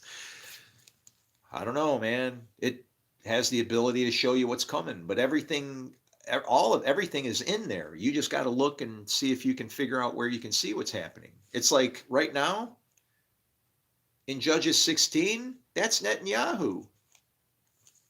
If he would have gotten what he wanted, a bride, right? A bride is like taking a law, or taking on even a mission. Like you're taking on well, guess the bride that he took. He went into Gaza and took a bride that he shouldn't have. So he started mingling two nations that shouldn't touch each other. He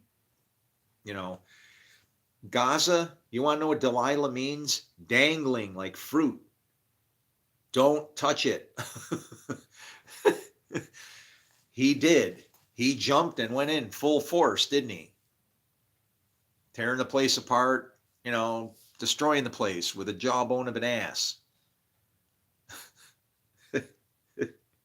And what's the final scene?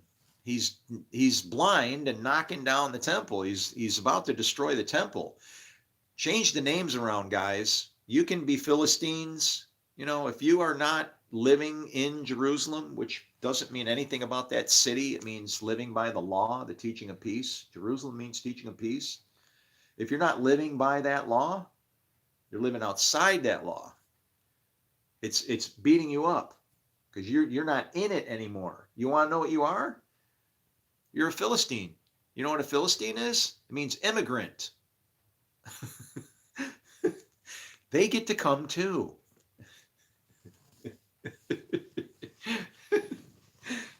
They're part of the family. Oh, one big happy family again. I just can't wait. What's your favorite name for? He's my commander in chief. He's God put him in position. I don't have anything bad to say about him. Again, what did Joshua, remember when Satan appears in the Old Testament? What is the devil sitting there for? Ready to accuse him. I don't give a shit if somebody's done something wrong, and I've seen it with my own eyes. Evil can be used for good, right? Go like this. All I see out there is opportunity just waiting to pop. And it's all because of this. right? Remember when Pilate was getting ready to execute Jesus? What did Jesus say? You have the breath of. The funny thing is you want to know who they killed? Barabbas. You know what Barabbas means? Son of the fathers, plural. Ooh.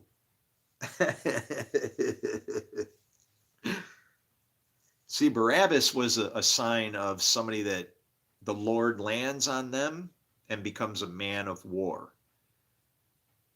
The Lord's Spirit landed on Jesus and made him an agent of peace because he could see that the Lord works in two modes, right? I got two hands, there's sheep, there's goats. You split it in half. You realize that he's got a staff to guide one, he's got a rod to beat the others. Where it starts getting messed up is when people are reading the suffering servant and applying that to Jesus. Was he a suffering servant? He certainly suffered, and wrongfully. But that prophecy is referring to somebody that is a sinner, numbered amongst the transgressors. Check, sinner. Nobody to be esteemed. Why would you esteem somebody that's a transgressor and a sinner? Check. Okay. Yeah. But is he still somebody that God cares about? Absolutely. Buried with kings? There were good kings and bad kings. He's just going to make it to the soil. Will he see his children? Who are his children? If he's doing bad and he's a sinner, he's working for the devil, his children come through Jezebel. All those children die. But when he pours out his soul unto death to understand why God has tortured him, guess what? He becomes an honest man. No violence. Okay? Honest words out of his mouth. And then he can see the things he's done, his children, things that he was allowed to know. Because the Lord knows, is all knowing. All the fruit is his, including the evil. But he needs people to make it for him. Don't be found to go. Don't be found to go if evil is to be done. Choose. And because he calls both. When he calls, when he calls for somebody to go, amazingly, nobody's ever found to go when it's good. But when he wants somebody bad to do it, there's a fight over who gets to go. Anyway.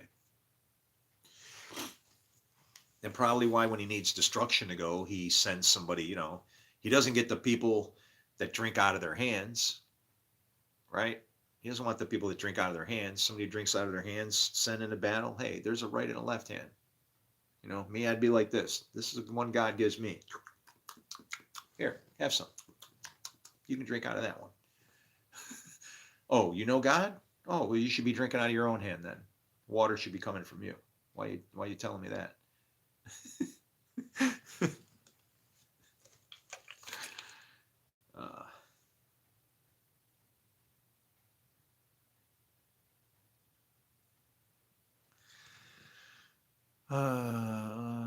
How long since I shaved? I shaved the last time I went to court.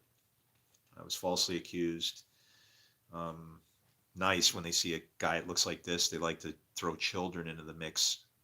Unfortunately, I was one of those children that happened to have bad things happen to as a kid.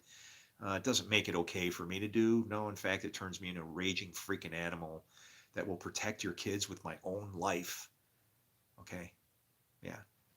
And why would I do it? Because I don't know if something bad did happen to your kids, later on in life, they might figure it out, and then they wouldn't be able to do like I did and stop themselves from using their Marine Corps skills to go and bend, fold, spindle, and mutilate the people, Yeah. They might not be able to. So guess what? Spare somebody of the trials. You see a child, you protect it. And that's what happened. And I was accused of being creepy. But if if a child's in danger, sorry. And then when it all played out, it was like there was too much evidence in my favor. So it was like I'm being advised, don't take this bullshit. And I'm like, well, yeah, but I've already paid you the money, right? You're not going to get it back. What do you want me to do? Well, get them thrown in court, or get them thrown in jail, whatever, or take them to court, get some money, fine them, and jail if necessary. And I'm going, What about the kids though? Right? The point was is to protect the kids. I'm kind of transgressing the law if the law says to protect the kids and I push the law further so that I can justify myself instead of what God would protect. You see what I'm saying? That's how I think. So I had to write that off and go, fuck. Yeah, okay. No, never mind. But I'm out, right? I ain't got no problem. Oh, yeah. Okay. Just get me out of it. Get me away from here. Don't leave her alone, kind of thing. Hey, leave those kids alone. Don't you know that? I don't know. Play your favorite Pink Floyd tune, man. I was listening to Pink Floyd at the age of 8. 8 years old. My mom gave me Pink Floyd Animals. That's where I learned scripture from sheep. The Lord is my shepherd. I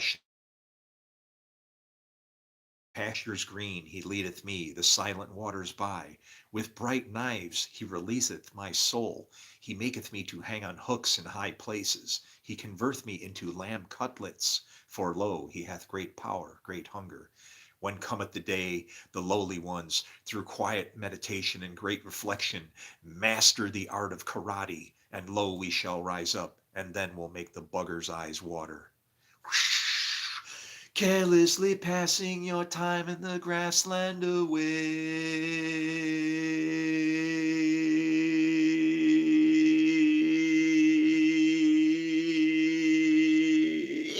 Ow!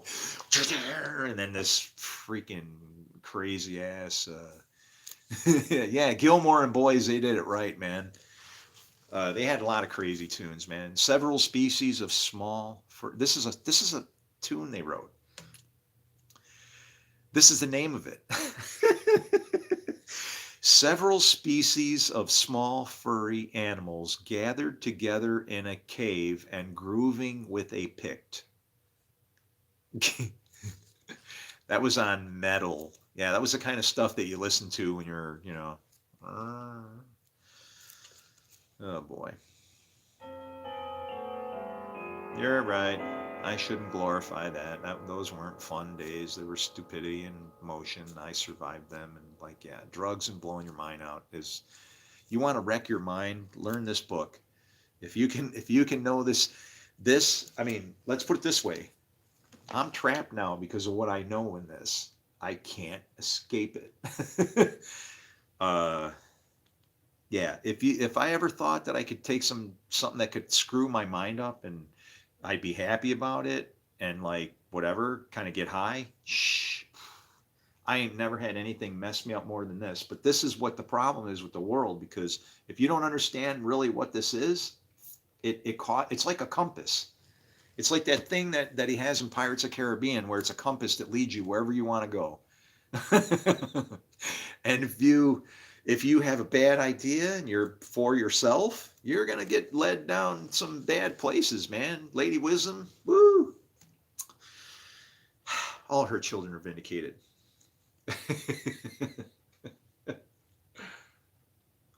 Mm.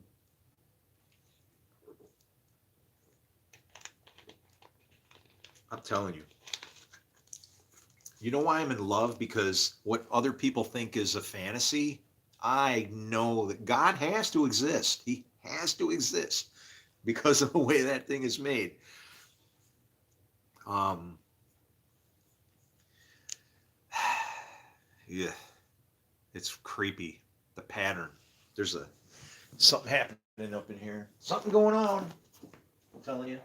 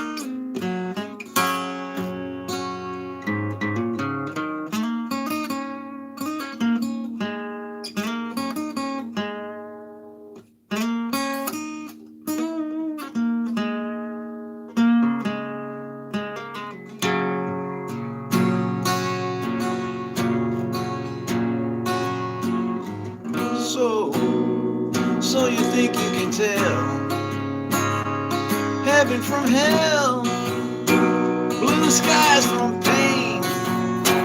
Can you tell a green field from a cold steel rail, a smile from a veil? Do you think you can tell? Anyway.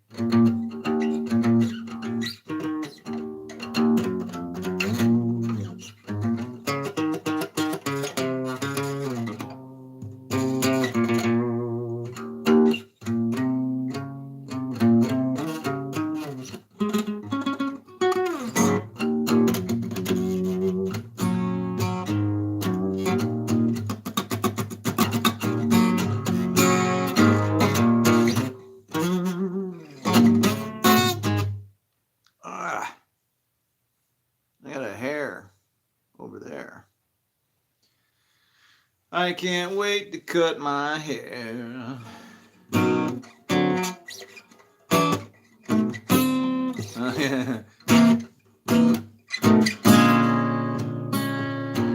It's been sitting down too long over there.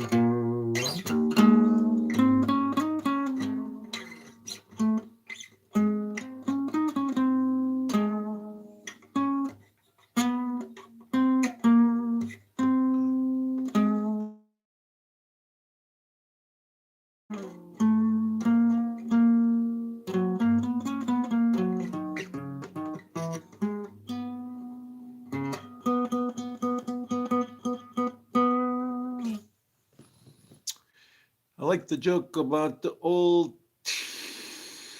farm. Yeah. Exodus 34, for thou shalt not worship no other gods, for the Lord, whose name is jealous, is a jealous God. You can't serve any other gods. He doesn't let you.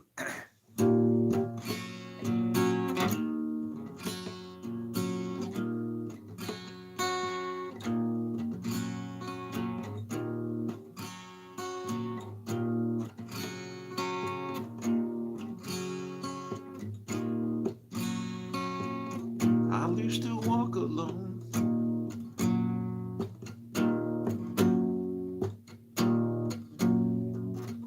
Now he's with me. I wish you'd leave. Go with me, Lord.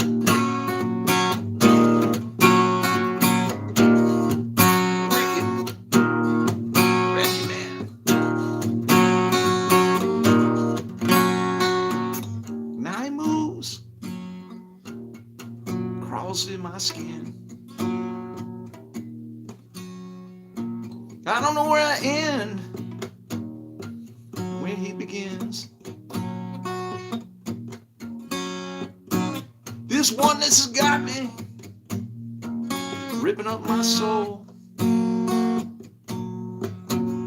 I don't know what he's doing, he's just no go.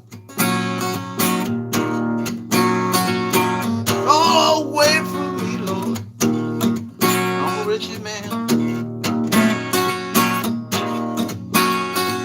There's so many things that I can't understand. Got my heart twisted around your fingers, and you won't let go.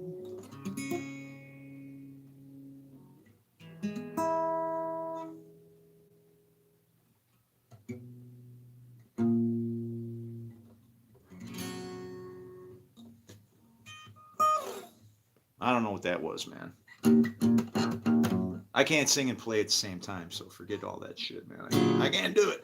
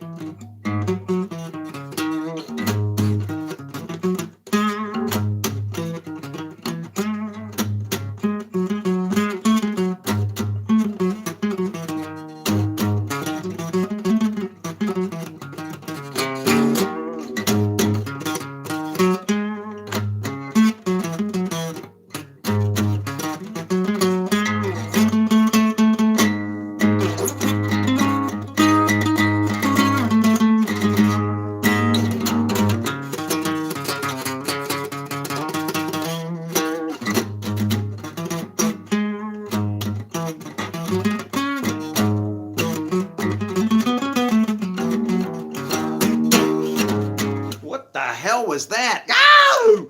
I don't play like that. Woo! Woo! Oh my God, Lord, what are you doing to me? Let go my hands. Whoa.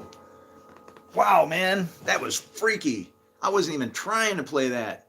That was just like, whew. Man, and the sun just came roaring out. Wow. What the- mm. Is there a spirit in you? ah. Ugh. Yeah. Ooh. Have you been drinking? No, I'm on alcohol. I don't have anything. Uh, uh. Oh, that's going to be recorded, isn't it? Wow, man. Thanks, Lord. That's another one, man. That's another one. You want to know another time he let me play like that? It's actually if you look in my folder called Sharers, you'll see a song called New Song. Yeah, I don't know how I did that, man. That whole yeah, it just came out. Just came out of there. I'd have to like learn it. Like I'd have to go, oh, you know. But that isn't what the song that nobody knows is talking about. When it's talking about the song that nobody knows, what it's actually referring to is that it's back to that same thing. When he knows you, you're singing a song that nobody knows. In other words, we don't know it, but it gets sung because the Lord is causing us to sing it. Right? That's the song we're supposed to sing. Hey, thank you. Um, I really didn't enjoy his music. It was hurting my ears. Why? What kind of music do you like? Um,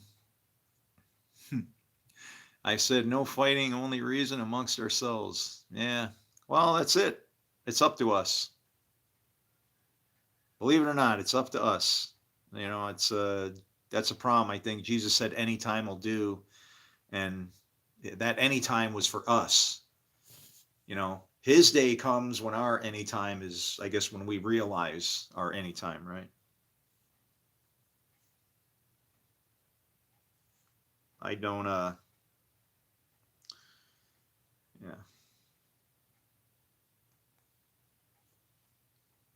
Why did I ever and it's funny. Why it's hilarious. This is here. This is how a Jew argues with God. You ready? What? Why did I ever mess with this thing? Why did I decide to do that? And then he says, "You didn't decide. I decided for you. I put it in front of you." Yeah, but like it's destroying me right now, you know? And he's like, and he says something like, its desire is for you, but you must master over it. And I'm going, okay, all right, I get it. And then to think that as a father that loves you in heaven, and he's not going to, what, let you go through some tough times and give you some, that's the whole, there's a reason behind that. It's because he loves you that he gives you a whooping, right? I knew the things that I did when I was. You don't appreciate the beatings you get from your parents until long, long later on. Then you realize, wow, that's why I got that spanking. Did it do any good, or did you screw something up? And then you wished you would learn from the spanking, right? God is formless, nameless. So by calling the source Father is just a human term. There you go. And that's exactly what it is. It's the Father, Son, Holy Spirit is your when the whole Trinity thing, it's like you're using like almost a mathematics of a hierarchical structure of how things manage and how they flow. They come up from a source. They're going to come from a father. That their purpose is defined. It's like an equal sign, right? Like a narrow path, literally. And what happens? You're then, according to this, what this actually can cause this to do. What is the part that makes the decision? Everything is defined all the way through. It's the end point that gets to make the decision. It's the double slit experiment. It's all designed from somewhere else, but we sit in the superposition with the ability to make the choice. It's either this place is either chaos, hell, weeping and wailing, gnashing of teeth, pit of fire, all the use every analogy you can, Or it becomes a heaven according to the book where it's a brotherhood and a fellowship. Everybody counts. We care for each other. Everybody counts, like everybody. And everybody and everything. Jesus made it clear. If you're feeding and praying for clothing your enemies, I'm going to say that shortly afterwards, you probably shouldn't have any enemies, right? They're going to be more like dependents. The reason why they're your enemies is because they don't understand. If they knew you for who you were, what the blessing you were supposed to be, would they be your enemies? Probably not, right? Be a blessing.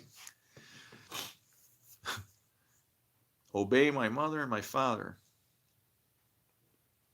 But who are your mother and your father? So your mother and your father, people think that that's your earthly mother and father. It's not who it's referring to. Your father, the father and mother are always honored. It's which father and mother are your family. Do you serve God? Then it's Father God and Lady Wisdom, or the Torah, the Spirit. That's your relationship. That makes your, right? Well, what happens if you're the other one, if you honor them?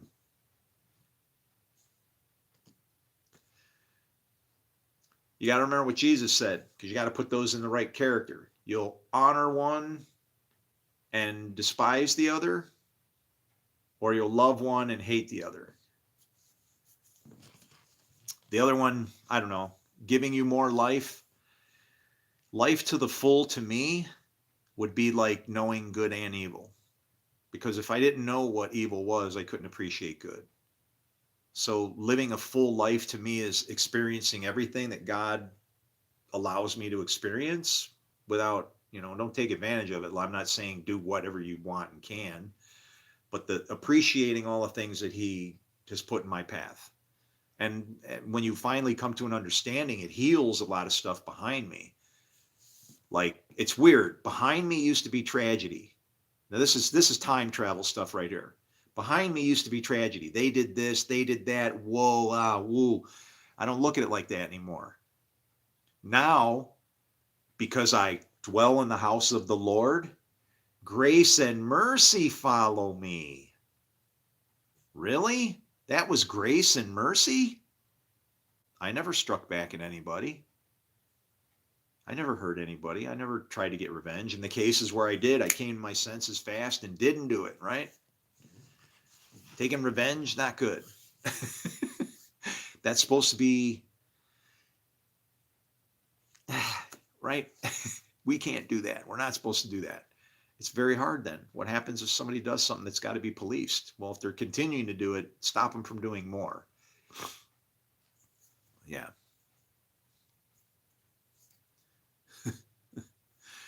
The book is simple. I've not seen so much faith in, or at least maybe understanding in all of the internet.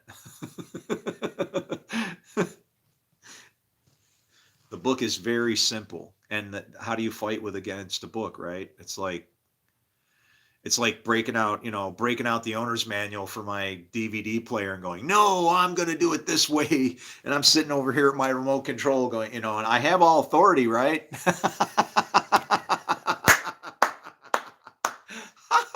I've been given all authority, but I won't use the rules. You know what my buddy used to call this thing? He used to call it the God. He said the TV God, because it made the TV succumb or whatever. But that's about what it is. The book is simple. If you don't play by the rules, you get what you get, man. Come on.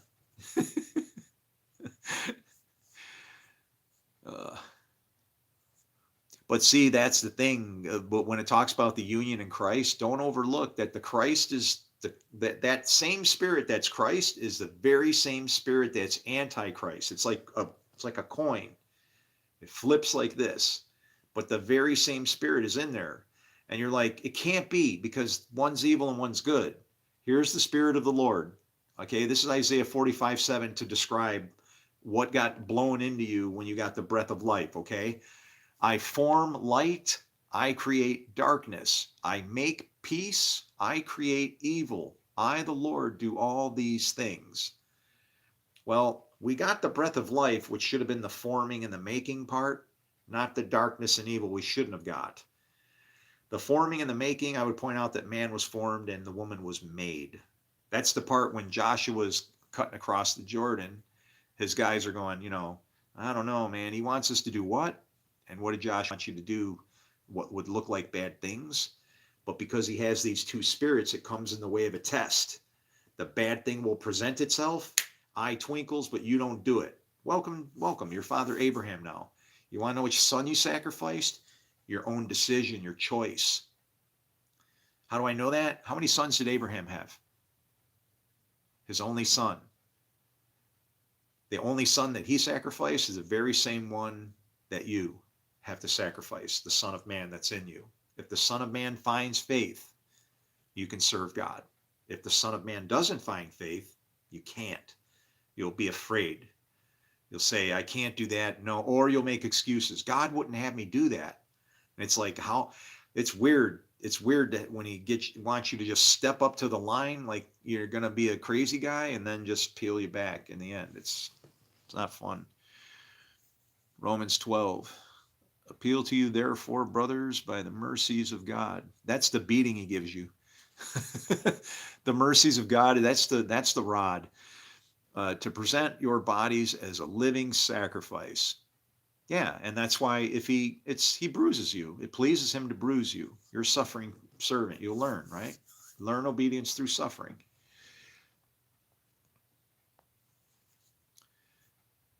Made up? Yeah. I don't know if he's made up. And here comes the why. I knew this would show up eventually. Hey, you need to rewind the video like an hour ago. I was talking about you.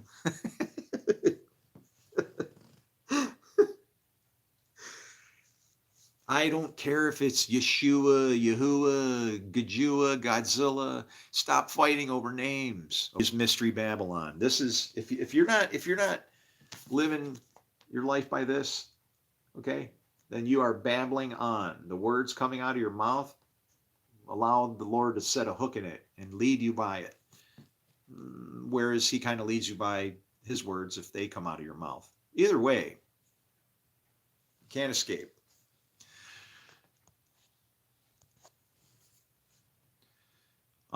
Say what now? Father, Lord Jehovah, what you doing on earth? You even live streaming. I am not Lord Jehovah. But he's in me. He's in you too, though. Man, I need a hug or something. This place is a mess. People, man, Jesus made it so simple. So simple. Love each other. Just love each other. Just try that. If it feels like you're not being loving, if somebody needs to have their ass kicked, just don't be the person to go do it. Just that's what the wicked are for. Let the wicked people beat that person up. That's why, don't you understand what that is? The wicked are reserved for the day of judgment. Don't be a wicked person. That's why judgment's here, because it's all full of wicked people. You're like, no, the wicked are reserved for the day of judgment off in the future somewhere. Well, no, to me, that's a complacent God that really isn't very much in control of his situation then, right? To just put it off and kill off generation after generation. It doesn't do it that way. There is a system. And the guy who taught us it, he said something that either makes him a liar or the most important figure of all of history. Anytime will do. Anytime. And I'm going to go take a break, but I want you to go look something up in Scripture. This is the most important verse in all of Scripture. Anybody know it? What am I going to quote? What's the most important verse in all of Scripture? Anybody?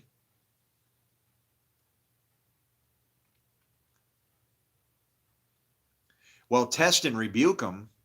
Avoid them. Why did Christ tell you to test and rebuke spirits? Because Christ, remember how Christ became sin? Christ came as the bad guy. Baptizes with fire should sound familiar. Yeah, that's what Jesus came as. That's, you want to talk humbling yourself?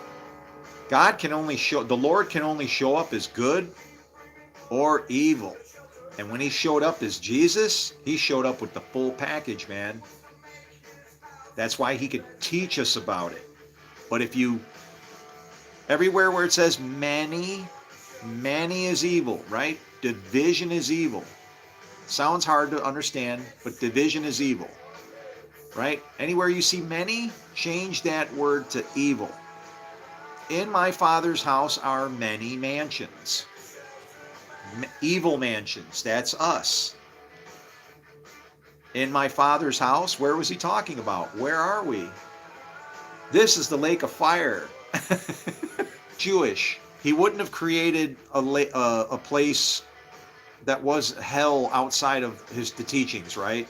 He didn't come to destroy the law and the prophets. So you have to take everything Jesus said and totally incorporate it into the Old Testament, and it all comes together. And it's a terrible thing. I have bet my life on it, my home, all my finances, everything. I know what I found. I'm trying to share it. If you know any pastors, theologians, whatever, it's simple. My phone number is 716-229-1343. I don't know. That's a mobile phone, so I might be able to keep that for a little while. Where I'm going to be, I don't know. I'm out of money, man. I found our problem, and it's sad because I'm not good enough to bring it. But I know what I found. It's very troubling. It's really troubling. Jesus said anytime will do. He was either a liar or he wasn't. He humbled himself, all right. He became sin. He literally came as like a devil saying, you don't need to judge people. Let God judge. I mean, but who knows the law better than the devil, right? If you were the devil and they were going to stone you in front of a woman, wouldn't you use the law to get you out of it? If the law was bad, people don't like the law. I don't know. That's what I would do. I'd be writing down Exodus 21:12, which says, whoever strikes a man so that he dies shall surely be put to death. And then when they were griping about the woman that was standing next to me, then I'd write down Leviticus 24:17, which says, whoever strikes a human being so that they die shall, not surely, shall be put to death. How many stones do you have? I love you guys. Hi, I'm here. Let's work. Look at the shelter man.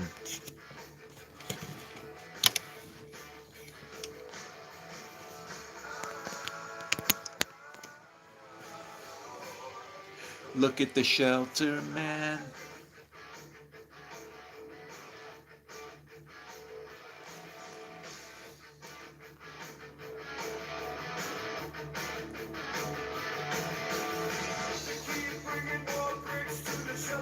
They keep bringing more bricks to the shelter man. He needs to build his house. He didn't build it with a basement bomb shelter of shit. Who's gonna need that stuff when the big one hits? Oh, look at the shelter man.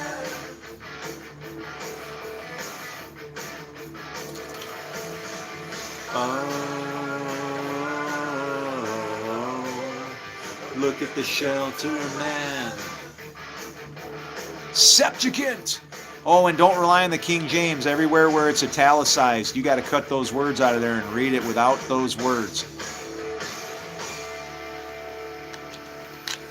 Otherwise, learn Hebrew.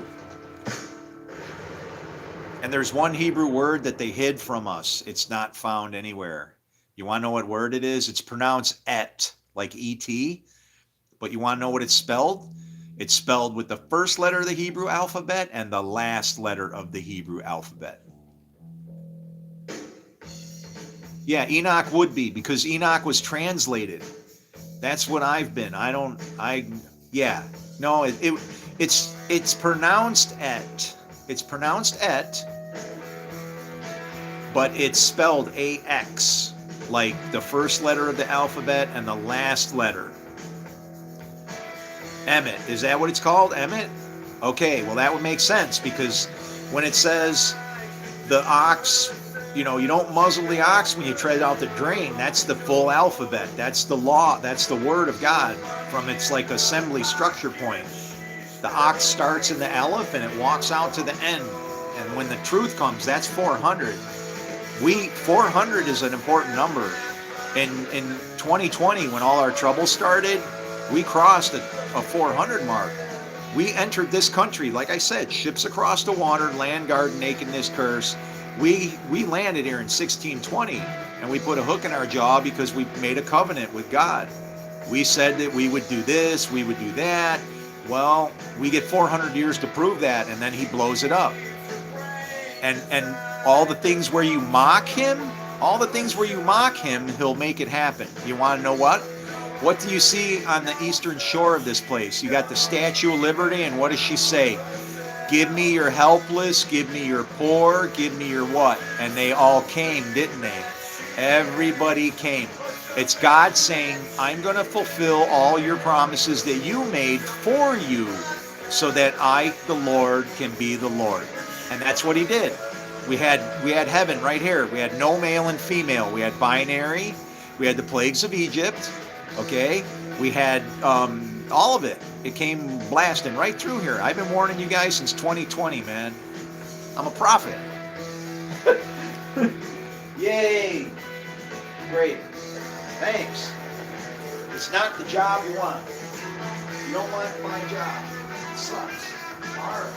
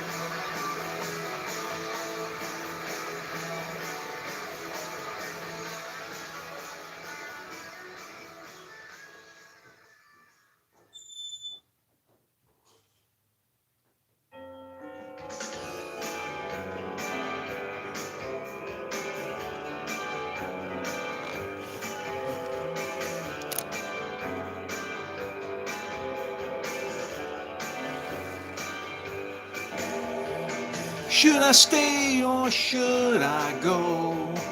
What you want, I really just don't know. I like your emptiness. I'd like to fill it up with this.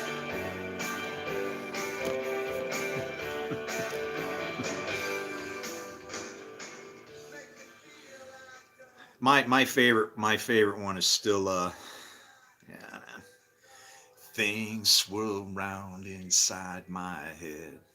I spit them out when I am interested.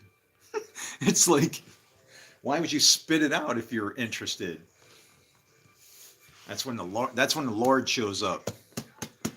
I'll spit you out of my mouth. Anyway, if it's it's weird. We either come as a blessing or like vomit to the world. That's what you appear as.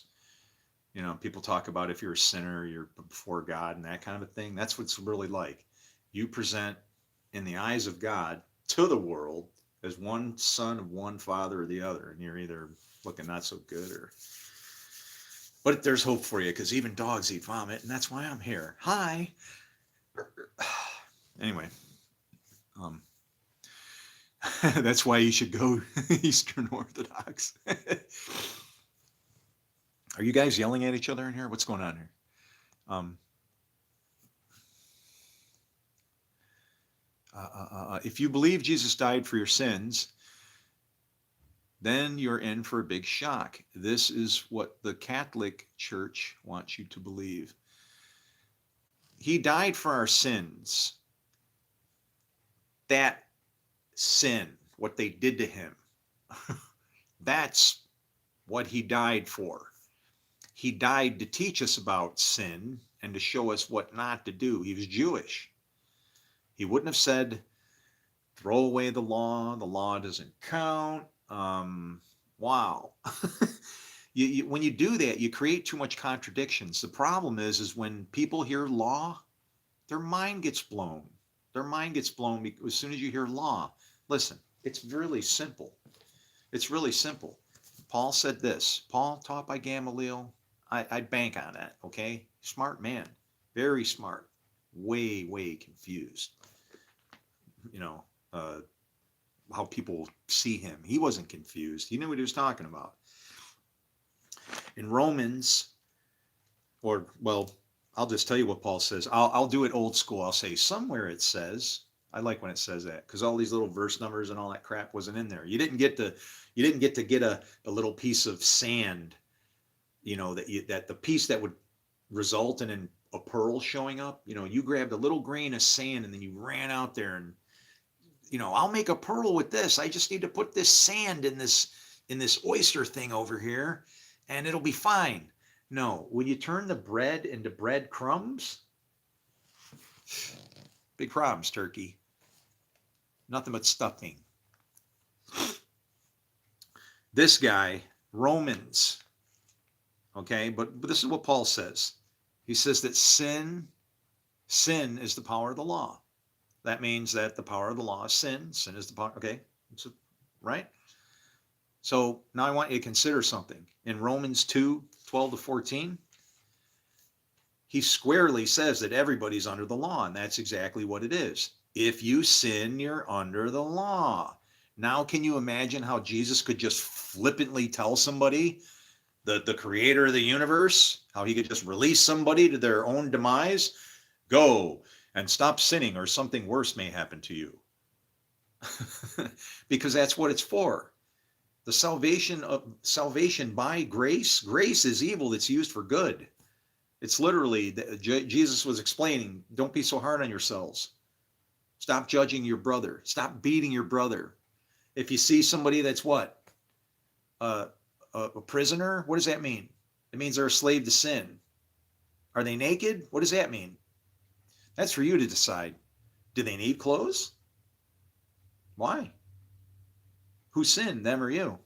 Maybe you should put the leaves on your eyes, right? I think we were naked at one time. Are they hungry? Maybe you should give them something to eat. You give them something to eat. What's been eating you? Have you learned anything all the time you spent reading this? You can't just walk up to somebody and that's sinning and maybe throw some nice stuff at them instead of hurling insults. Like, I walk up to some guy and I'm like, "Hey man, what's going on? Doing the Lord works, the Lord work. Wow, look at you go." And he's like, "The Lord, I'm doing this, I'm doing this." And I'm going, and you know what I say? I go, "I agree with him. Yeah, you are." Because he's using you, because all good comes from my God. And you're serving a God that you don't know. Ha ha. Great job. I don't need to do any of that, do I? But if I'm cognizant of how this works, I see good going on, don't touch it. Just leave it alone. That's God doing something there. You don't need to put your label on it. You don't need to stamp it. Remember when the brand gets plucked from the fire? Who's it belong to? Only one name. Only one name. I hope that's your name. And I can look you in the face and say, "Blessed is he who comes in the name of the Lord." Brother, help. We're alone in here, it seems. Anyway, 2:12-14. The law is, everybody, right here. All. What part of all aren't you? All who sin apart from the law. Well, I think that could be the people that, what? Okay. Will also perish apart from the law. Well, what does that mean? And all who sin under the law will be judged by the law. The law is the law. Have the law or don't have the law. This is the law. It's a blessing or a curse. For it is not those who hear the law who are righteous in God's sight, but is those who obey the law who will be declared righteous. Not by killing somebody. Indeed, when Gentiles who do not have the law do by nature the things required by the law, they are a law for themselves, even though they do not have a law, since they show that the requirements of the law are written on their hearts. Do you realize that, Paul, you want to be ashamed of the gospel? Paul's like looking at the Gentiles and going, "Wow, man, there's people out there that can be lost to themselves, and look at us." It's like as if this was a shadow of what was to be. God told us to be a blessing. Our blessing sits in front of our face and we can't even take an example from it. Jesus knew. Jesus could see it. I can see it too. It's like if laying hands on somebody does not mean you zap somebody. It's about teaching them about how God, everything left-handed in Scripture is bad. Aren't you glad America's not in Scripture? Every last president has been left-handed.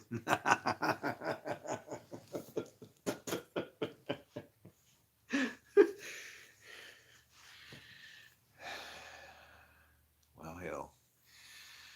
I'll shit fire and matches, I guess.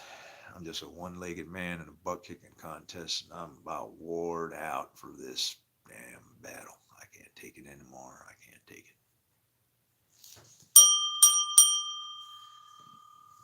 In this corner, at 238 pounds, the champion from the City of Light, the master of the Buffalo Wings, the son of the sun, who walked on the Niagara River, White Rabbit.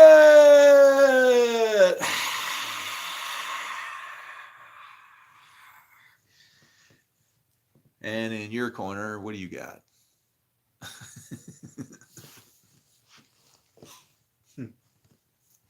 Yes. The furious book. This is the great sword that has taken peace from the earth. Do you realize that? I look close through all of the translations now to see if there isn't somewhere I can go and like to claim my free red Mustang for being an idiot.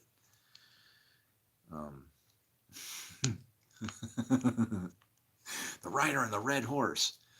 Oh, God has played tricks and fun with me so much. When I met my wife, I met her on the last day of Pentecost. Oh, Oh, and then we got married. Wait, 95. 20 years exactly. Ooh. Wow, that's weird. Yeah, yeah. Her name was Jericho when I married her. Conquered Jericho. Um, we're staring down the barrel of AI right now. uh, uh, hmm. Yeah, I found out that she has a white Mustang. When we met, I had a purple horse named Brutus, your best friend that'll kill you. I had a motorcycle, and she had a white horse with no top.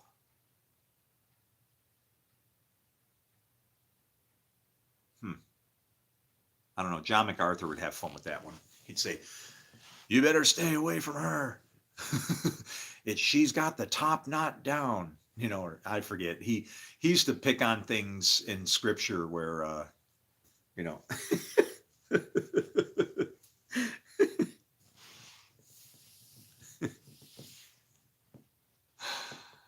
uh, Cursed is the one who's hung on a tree.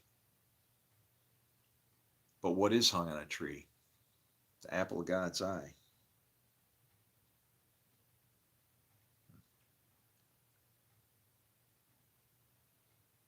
Oh man, I just fall in love with this. Oh man, guys, we've done some we've done a bad thing here. But we've done exactly as it says we would have and should have or could have, I guess. What is the difference between could have and didn't have to or something like that, right? Because you have the law in the embodiment of knowledge and truth. What does that verse mean? The Jews and the law. Now, if you call yourself a Jew, you rely on the law and brag about your relationship to God.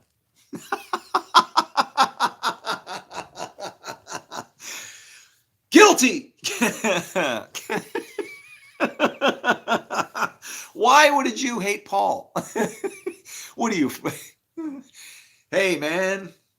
Uh, Actually, call a spade a spade. I'd rather be a spade than a sword.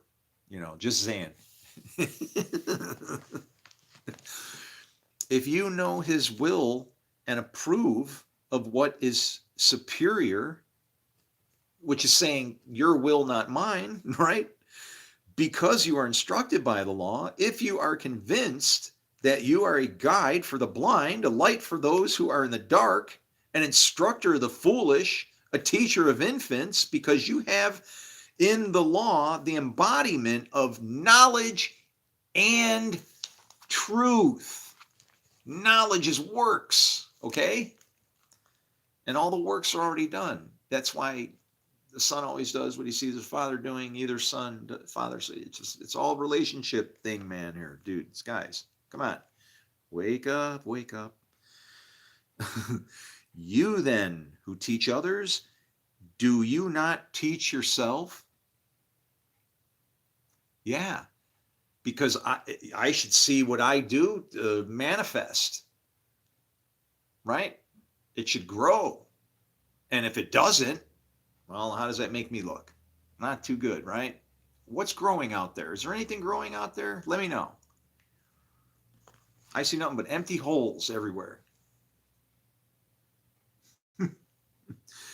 To a church to worship the God that I serve because the building that I helped pay to build has me kicked out of it by a pastor in there. His name is Simon Peter.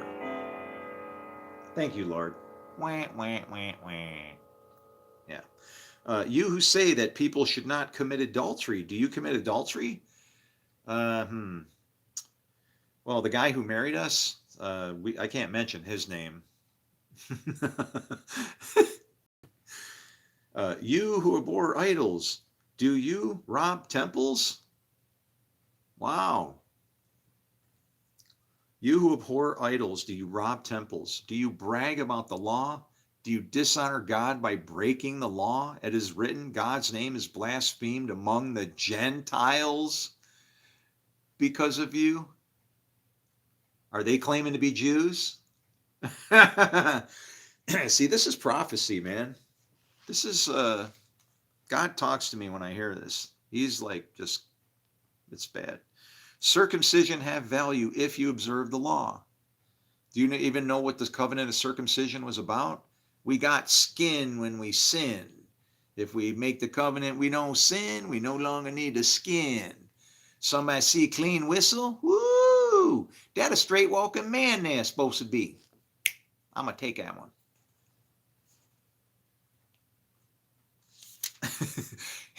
Best way to market, right? Put that shit on the table. See how people feel. It's probably striking 11 right now. Should we go look? I gotta go look. We'll see. I'll be back shortly. I'll be back shortly, but I should be of the same stature, unless I get hacked off at the ankles, and I mean, anything could happen, right? There could be lions in the den down there.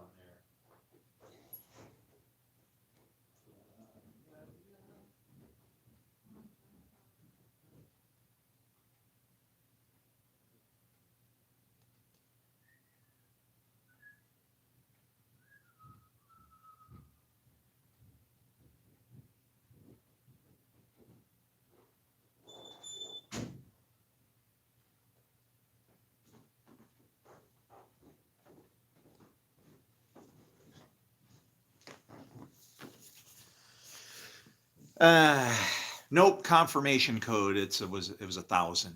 So here's the deal. I just want you to know that one just hit 1,000. That one was stopped, and I had to wind it 2 minutes to midnight Israel time. And there's going to be an eclipse because that one is after 10. That one just struck 10. The one downstairs runs fast, I think. They're going to catch up to each other. I want to see what time it is when they catch up. It'll be a good time.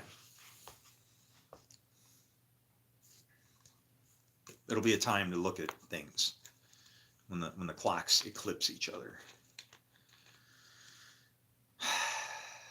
Time. Time is now.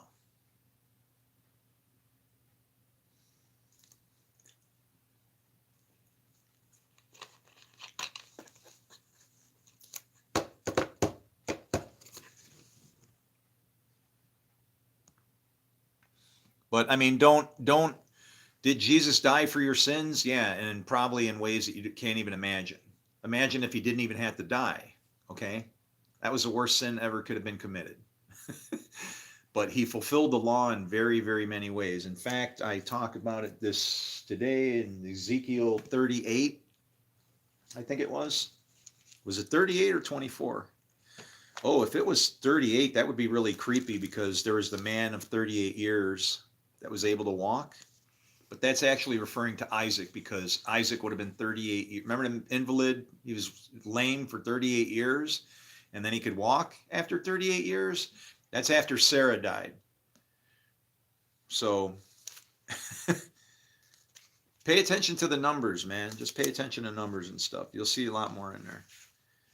Was it 24? Was it 38 or was it 24?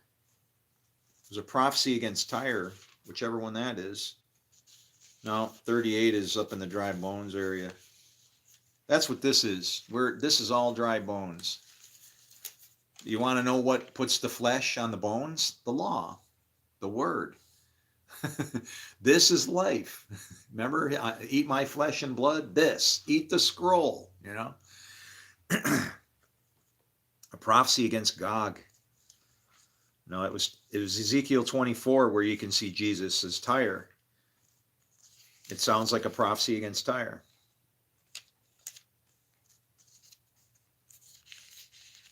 Or against the Antichrist, I should say.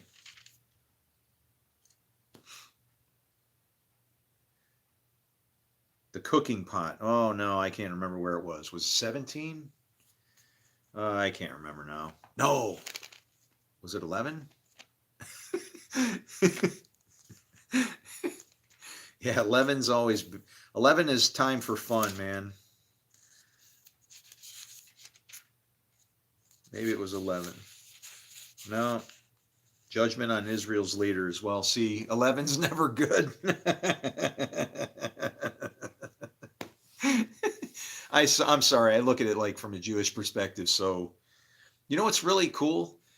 I have things about like I have part of my house has part of the name in it. It does. But you know what's really cool? When I bought the house, the number wasn't on the house. And you know what? I never put it on the house. So it's like, you know, I have one of those houses where I don't have the number on it. It's unnumbered. But I won't put it on there now because it's like I can't. It's would be against what I believe, right? We don't put that number. We don't. Anyway, yeah. I respect this. I respect everything about this. So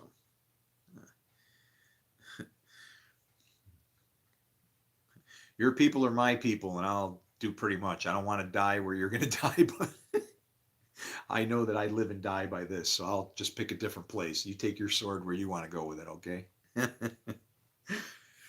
Then the Spirit lifted me up and brought me to the gate of the house of the Lord that faces east. There at the entrance to the gate were 25 men. Ooh. Oh. 20 bad.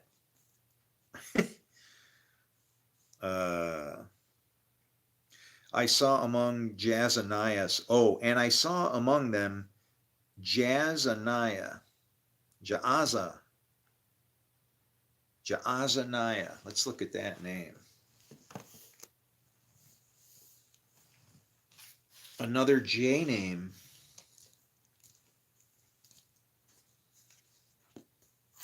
Not that I care. It's just words.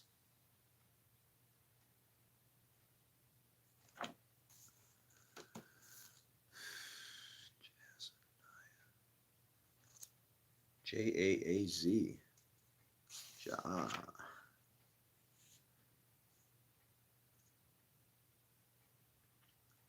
Gotta be up front, man. Jaa. Herd of Jehovah. Now this says, yeah, this is where I really need to. If I knew Hebrew, man, I could shred this to pieces in a minute because all you got to do is bust this in its component names. You'll get a better picture. But let's go back to 2970 and see what we get there. 2970, 27, 29, 30, 70. Where are we at?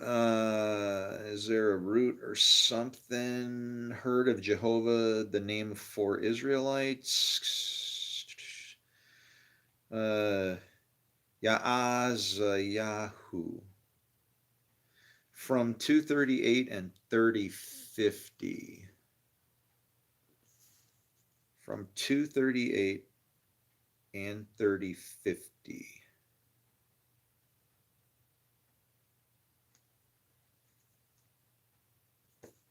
Yaza.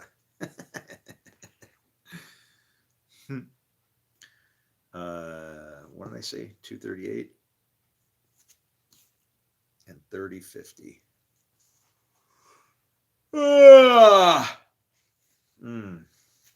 I'm beat, man.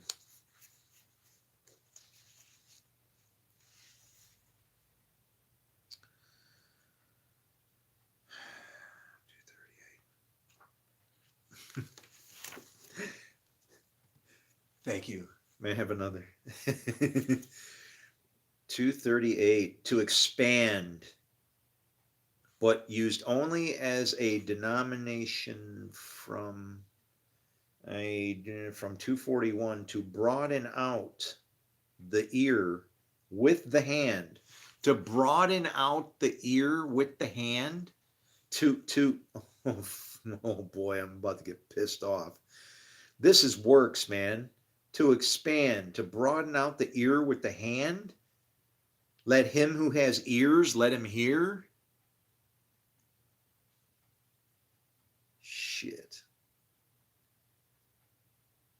to listen. Yeah. Give.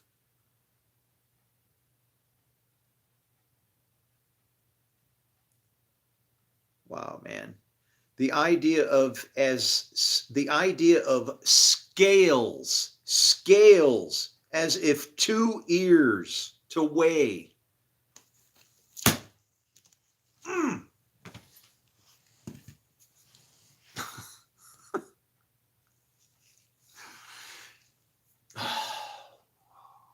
Look, they're using this to get us to fight each other or something, man. I don't care if you think it's spirit, God, but you better figure some shit out, all right? And read it right, and do it like it's supposed to be, or just leave it alone. Sheeps and goats. Those who respect, those who need to detect, those who are erect, those who are about to get wrecked. It's like they'll jump over the fence when they're ready. All right? Here, best verse for any ministry. You ready? I'll read it to you. Watch. Now, what was the most important verse in Scripture? Anybody? Anybody? What's the most artichoke? You're a ram? Me too. What's the most important verse in Scripture? It's John 2:5.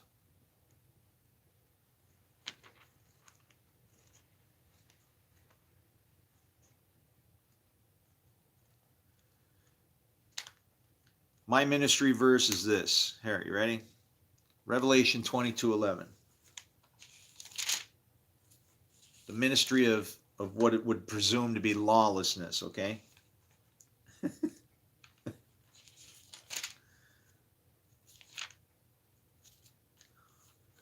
There. Let him who does wrong continue to do wrong.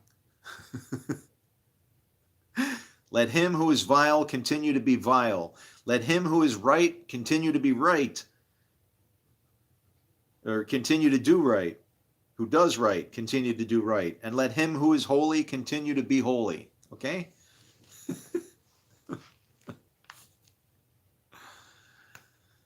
Uh,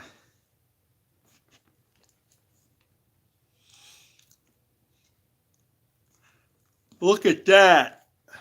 I looked and I saw beside the cherubim 4 wheels, one beside the other.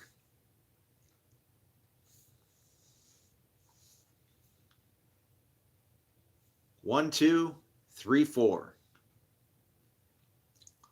The wheels sparkled like chrysolite. As for their appearance, the 4 of them looked alike. Each was like a wheel intersecting a wheel. A wheel within a wheel. The wheel that God has working is inside of you, okay? I'm trying to put some grease on that shit. Wake up. Oh no, now he's woke. Wait a minute. What happened? Medicine from medicine man and shaman, they want to understand. So, yeah, I don't know. One truth and only one God. The truth is when he talks about truth and grace, he's saying truth, which is this. Grace is the opposite of this. Okay? Grace takes what shouldn't be and binds it to God. I mean, that's not right, you know? In reverse. Enmity divides and creates war. Grace pulls together and brings peace. So like that's the battle you're fighting right there.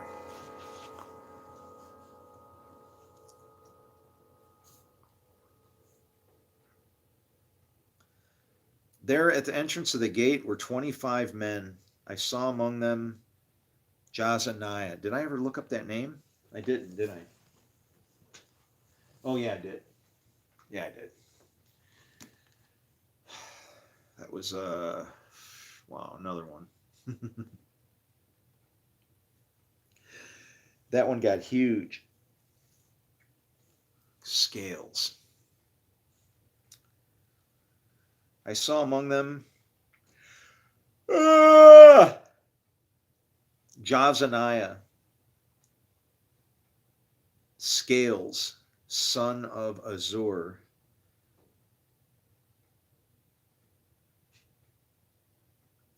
And that Pelatia, isn't that the little thing that's in your head? Didn't they name that part of your brain that thing too?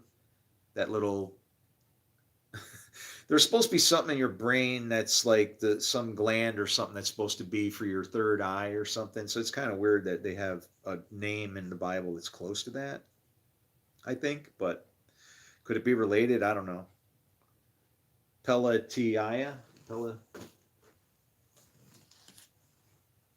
Pelatia?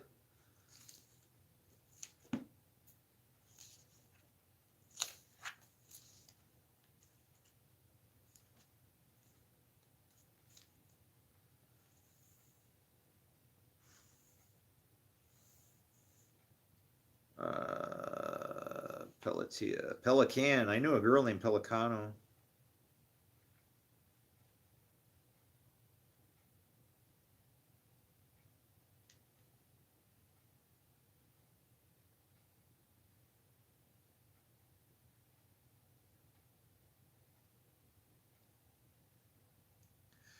Jehovah has discovered 6410. So you got scales on one side, and then Jehovah has what? Oh, Jehovah has delivered, excuse me. Same thing. Everything comes from him, so that's kind of a write off. 6410.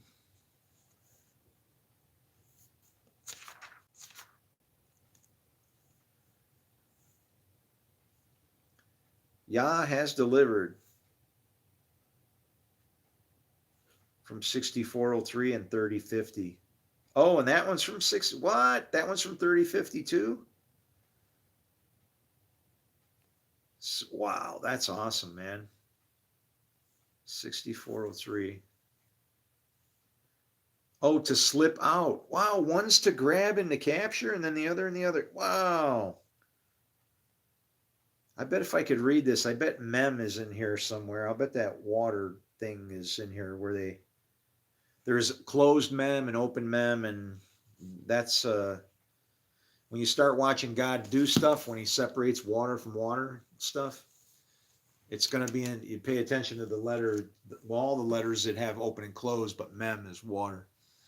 Like when it says he separated water from water, it actually uses two different ways to say water from water. This, you read it and it just in English and it just says water from water. You think he took a glass of water and split the seas like Moses, right? No, there's two kinds of water. Right? So anyway, Jesus missing 20 years of teaching was not written. I don't know. Do you think? Man, what a tragedy. Well, but see, that's weird for me. That's I don't I go tragedy and then I just say shut up. Anytime I think of something bad, I hear God saying like this, stop it. Okay, all right. Yeah, you're right.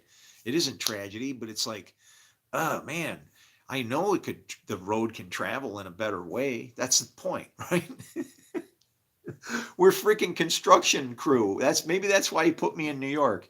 Every year, tear up the roads. Every year. Doesn't matter what.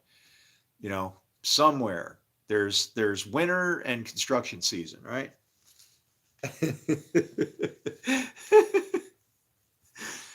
Ah, yeah, you need to be a road builder, right? Straighten out the highway. Make the highway straight. Why do you think that verse says, make my ways, make the paths straight, not path, paths, many ways. You'll get to know the Lord if you want him to beat you up until you find the right way. Yeah, he's willing to do that. He's patient and kind and merciful and I'm in love. That's my dad, man. I've never had an earthly dad that can compare. They've been good, try to be good, but like they've done some bad things, man. Beat me for no reason. Uh, it was all right. It was just the mistakes. I love my dads, all of them. I love you guys too. I need something to drink. I'm dying of thirst here. I'm all stuffed up from crying. Wah, wah. The crying prophet. All the prophets cry. Some of them just do it in private. Yeah. They all cry for you. It's not like it. It's not like you think. And it's funny because even in scripture, what do they say? Hey, can we get some other prophet to come over here? He never says anything good. And it's like, what the hell do you think a prophet is for? Like a weather forecaster or some shit? No, we just read the book and we know what God would probably do based off of things. And then you can plug in scenarios. I'm not kidding. That's what when it says logos, you should call this Legos because you can plug in scenarios and they will fit. Right now, Netanyahu is playing Samson going through Gaza. Okay? Sunshine. All right? Um, the father and mother that he should have listened to would have been to work in the bounds of the law. So eye for eye, tooth for tooth. When he goes in and into another neighbor's wife, and Delilah means dangling, that fruit was there, but he shouldn't have took it, right? He should have went, what the hell? What are you guys doing? Or some shit. But because he had 75 years, we have, as that nation has been there, 75 years to restore those relations and everything. This is not making our God happy, but he does things on the number. And that was actually a harvest festival, which by the bounds of the law, you have to invite everybody to that feast. As soon as I heard there was a fence in place, I went, okay, God did it. Yep. He's tired of shit. And so he's going to stir it up and stir the waters. And that's exactly what it is. He's stirring the waters. But nobody likes when a prophet shows up or can see this stuff. But like I said, it actually says that in scripture because it says, get somebody else. He never says anything good. And it's like, what do you think? The prophet shows up to like help you? No, that's what you go see a medium for. Go see a fortune teller. She'll tell you, whatever that person is, they will tell you how to try to evade God. Then I'm going to say, I understand what Israel means. Israel means God always prevails. So you can call it struggles with God. I don't look at things in the same way as everybody else. I look at it in the absolutes. If God, there's no wrestling match with God. You just lost by deciding to even enter in battle with him. So, but if you can manage to hang on, that battle through darkness can bless you. No, don't let go till you bless me. You get your trophy. You are Israel.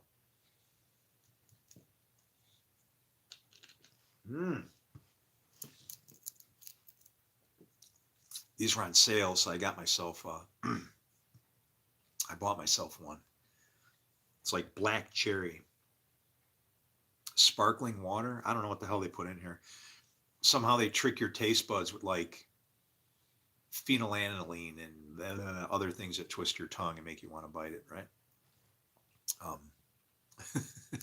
Definitely probably not kosher. Okay, it's not sugar. It's got junk in it. Who knows what the hell it is? You can attach all the discipline with the 9 planets. What 9 planets and 3 moons?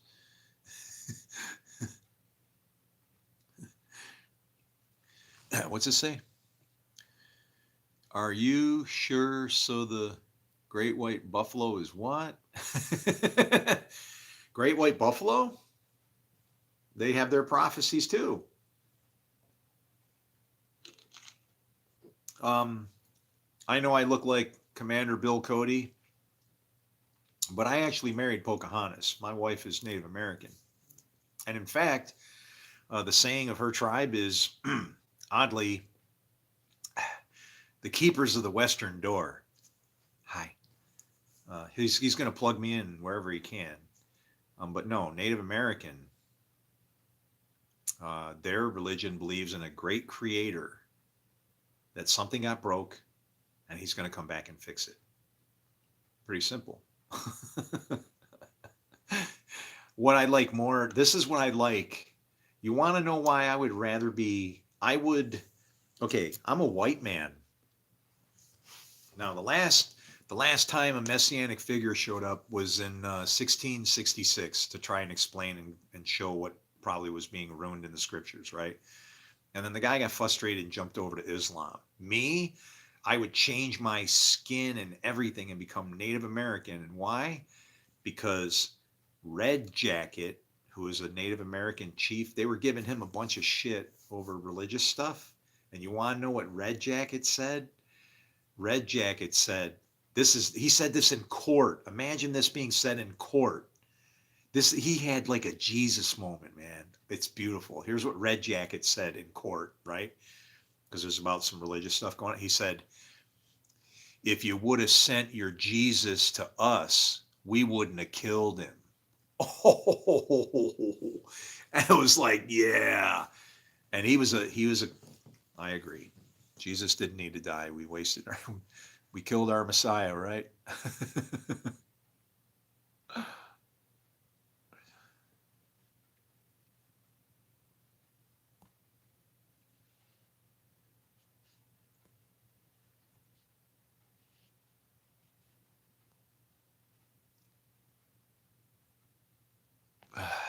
The answer you're looking for is life. But where do you find life?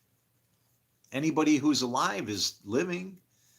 That's what Jesus meant when he says, even though he dies, still he'll live.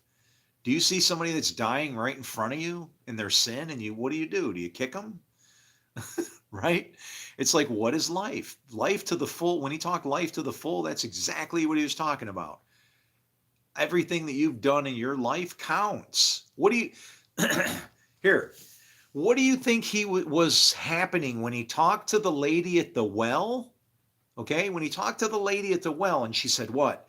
Meet the man who told me everything I've ever done. I'm telling you that's this. In its purest sense, God, the Lord, in having two puppet zone kinds of people, all right? He has those who he leads with a rod and those he leads with a staff. He was able to explain to her the idea that the Lord controls everybody. So if the Lord is in control of good and bad, how can I judge anybody? The reason why that bad is in front of me is so that the works of God can be displayed. And you're like, what works of God? My works, to clean them up, to help them out, to help them to see, to help them to walk, to help them to hear, right? Help them to see why they're destroying themselves. If they're having too much fun doing it, if they're enjoying the fire, leave them in there. He's in the fire, right? What king have they disobeyed? Our king. What does our king do? He does like any king. He throws them in the fire. Don't worry, the Son of Man is in there too. Let him do the work. Don't be a judge. You don't need to pull them out too soon, right? Don't stand in the way of sinners. Go like this. Whoa, wow, that sucker's headed right for the fire. Don't sit in the seat of scoffers. Hey! Oh, don't sit in the seat of scoffers. Sorry, I was going to yell at him. He's an idiot, ain't he? Guess what? Meditate on the law. Know that the law works in the day where you're walking. All things. All things are lawful for me. But not all things are profitable. But all things are lawful. What are all things? I form light, I create darkness. I make peace, I create evil. I, the Lord, do all these things. Who's doing it? Him. You, and even me, we don't know what we're doing. He knows us, all knowing. Makes the fruit. You feel creeped out yet?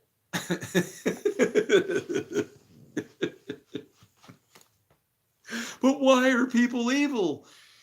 Because he calls from both sides. If wicked people are here, it's because the wicked people want it. What? The wicked are reserved for the day of judgment. Those wicked people are here for judgment. They're here to destroy. If that kind of judgment is needed, what's the other kind of judgment? What's the other kind? My judgment. And why? Because I would see that wicked person, and what would be said about him? Who sinned, him or his parents, that he was so jacked up? Look at him. He's still going at it. Why is he that way? So that the works of God can be displayed. Do I judge him, or do I let him burn himself out? Do I let him come out of the fire when he's ready? When all his bonds are burnt off and he's no smoke, nothing, right?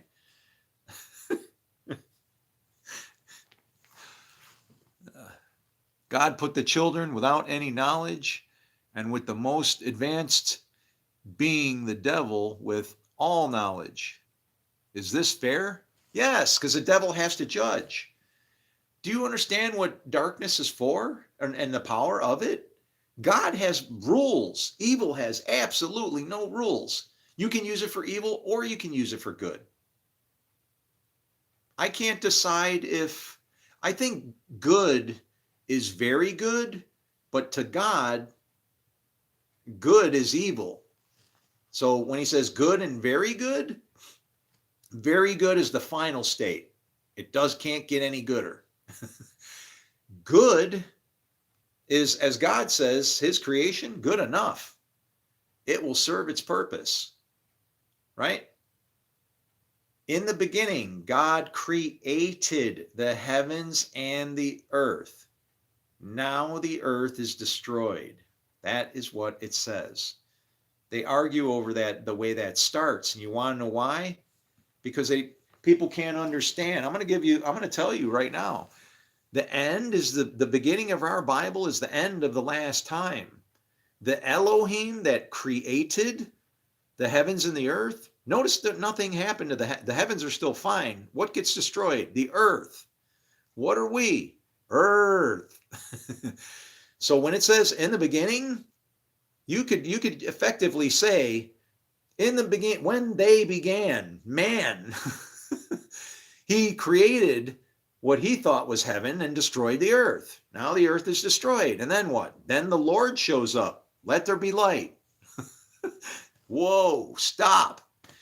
It's not intended for destruction. This is just like a reset. And that's the times of Noah. You rule from top and bottom. You squash it and crush it. There's a million analogies. You got a beast stomping on it until it's done. You got tree stumps, smoldering stumps with 2 rings around it. What kind of rings are they? They bronze? Are they gold? They silver? What? Probably bronze and silver. I'd say bronze rings, because then it would be a stump. It'd be like the hip area. You don't really have legs attached to it, but it's like, yeah, because that's above earth and under earth. Yeah. I'm going to say it's a bronze ring wrapped around the stump. But it's like all of this trees and stuff. You're a damn tree, according to this book. When Jesus plugged the guy's eyes full of mud and did all that stuff, what do you see? I see people like trees walking around. Well, trees don't walk around.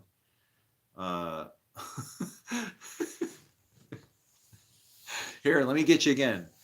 But I'm a strange character. I have taken this stuff very seriously. I went into war in Lebanon when they blew up the barracks in Lebanon. I could have pussied out. My family was crying. Whoa, you can't go. You want to know why I went? I was shitting in my pants. You want to know why? Because I stuck my hand on one of these things and said I would go. And then, of course, well, what happens? The devil tries to trick you to not to go. You know what happened the night before I was supposed to go? My buddies take me to see Pink Floyd The Wall. My whole crew, man. You know, here goes our friend, right, fresh out of high school. He's going right into war, and it's set up, man. It's looking good, right? It's going to happen, supposedly. What happens? We're watching Pink Floyd The Wall, and when they took me to see it as a present, a going away gift. Well, when the movie comes on, it's a war scene. And I don't know if they do it the same way. I've watched the cut that I have, and it ain't in there. So I don't know if they shortened it to fit it on a DVD or some shit, but it got hacked apart. I know what I saw, because this ain't no Mandela effect baloney either. You know, here, I got your Mandela effect. Hold on. There's your Mandela effect. Did I really fart? This guy, hold on, I got to get my sound effects ready for next time.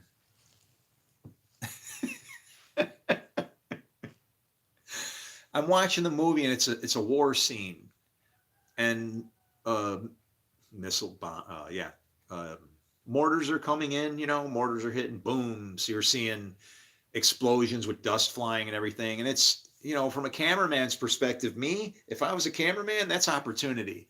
Poof, a puff of dust. The next thing they see, you've explained the whole reason you tore everything down, and then the dust clears, and then it was like the dust cleared, and then it looked like heaven.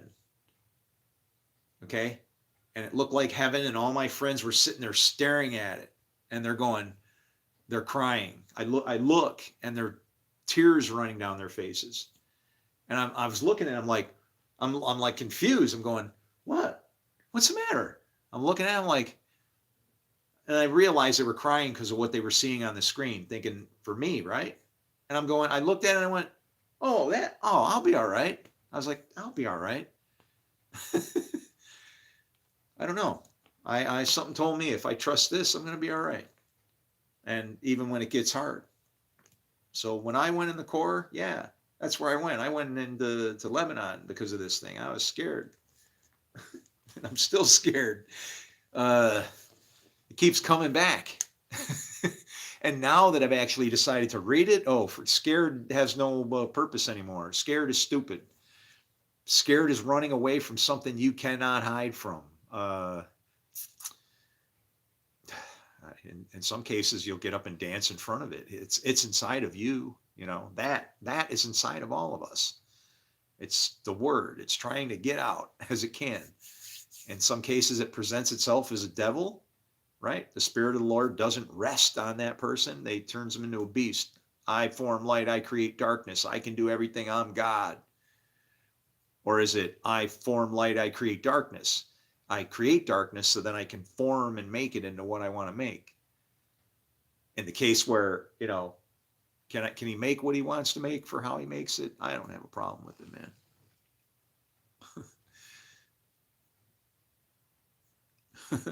I'd tell him go home. What the hell is going on in here? It's like a party or something, man. There's all these little hearts and shit. Are you guys drinking or something in there? Unbelievable. These kids, what are we going to do? Help, Lord. Father God, I pray a blessing over my family. I love all of them. I'll give my life for them.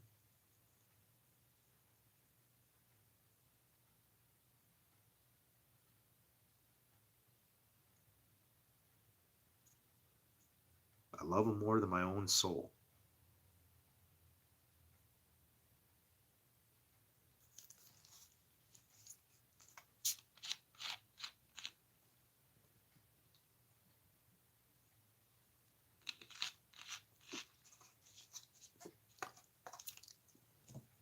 Obviously. Look at this freaking place. Service! Hey! Where's the maid, Martha!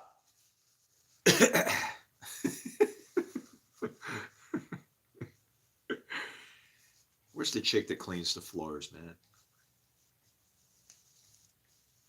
Why did she run away? Didn't she know I was going to wash her feet after she got done?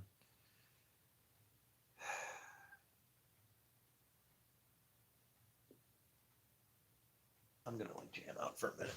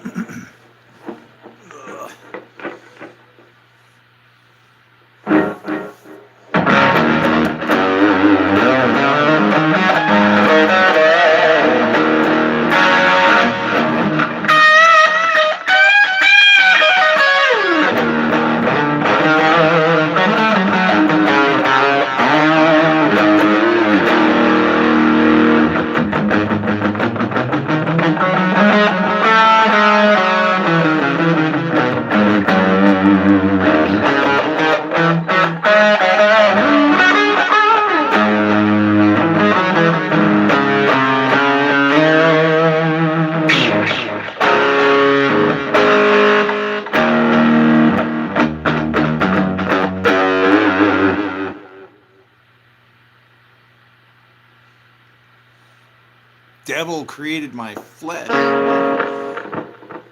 Ah, maybe the devil did create your flesh. Interesting. Where did he get the skin from? Interesting. Very interesting. And then you would have to crawl on your belly. Maybe we thought the snake had to walk, but we wound up actually, it's the reverse. We wound up having to crawl like snakes, and that's why Jesus said you got to lift up the snake. Makes sense. Thank you very much, sir. All my sheep will help me, because they're badasses.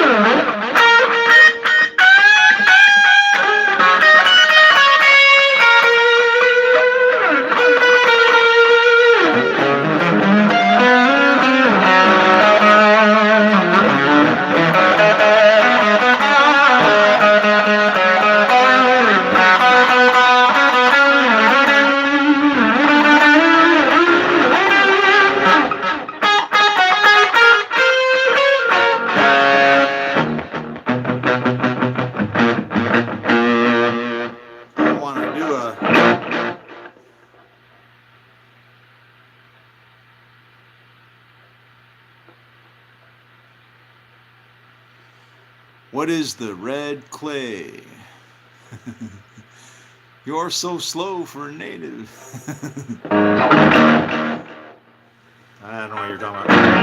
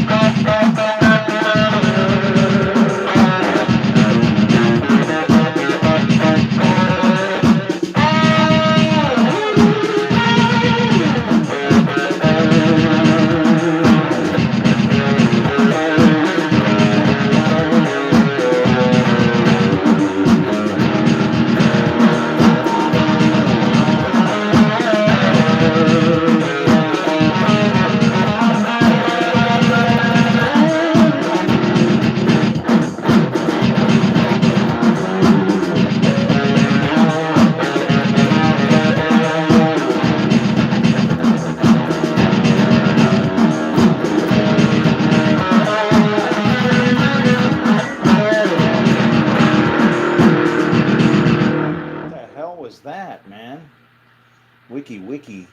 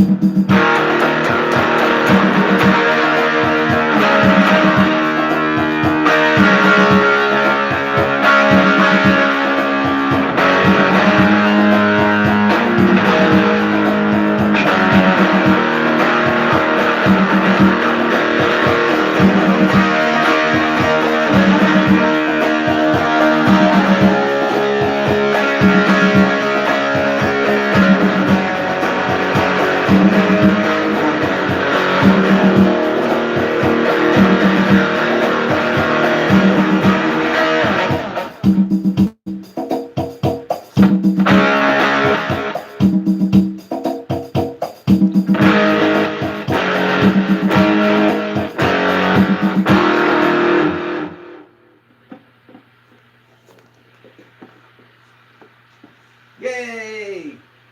Ugh. Thank you, Lord, for guiding my fingers, letting me play, helping me out with my pains and woes and struggles and strife, and trying to remember when I had a better life in times of yore, when things were happy and things were good and weren't so crappy. And my friends were all there, and we laughed and we sang, and there was no telling them. And I picked up the phone every time the thing rang, and I didn't know what I was going to do when this shit all hit the.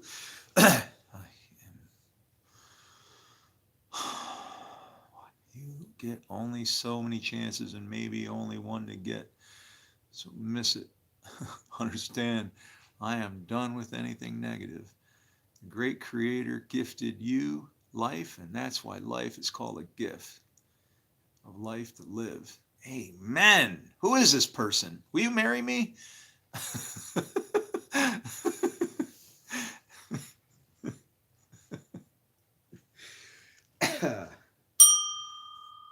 That's the best compliment I can give you. That's all I can.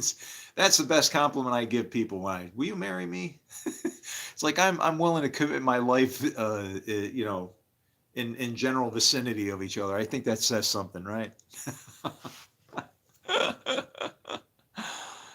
Oh boy.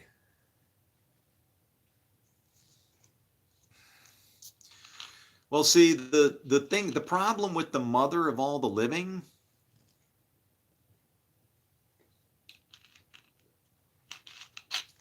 is what people don't understand is where everything comes from the darkness. That's why the end of the last time is put in the Bible that way. So you can tell that when times are bad, it's just the end of the last time. There's going to be light, right? It's going to happen. But when he remakes, that's what he crumbles it to. How dark, how much, let's put it this way. This is how I perceive this and my understanding of it. And you can understand it or agree with it, but here's how I view it, okay? We see in Psalm 139 that the Lord has an inability to distinguish between day and night. The light is, the night is as day to me. Darkness is as light. And it's like that confuses you, right? You're like, well, wait a minute, it can't be. Well, it can be. And when we see what we see a battle. He doesn't see it like that. He's in control of all of this. Darkness, light, evil. He doesn't look at it like that. He just does what he does. Uh, hmm.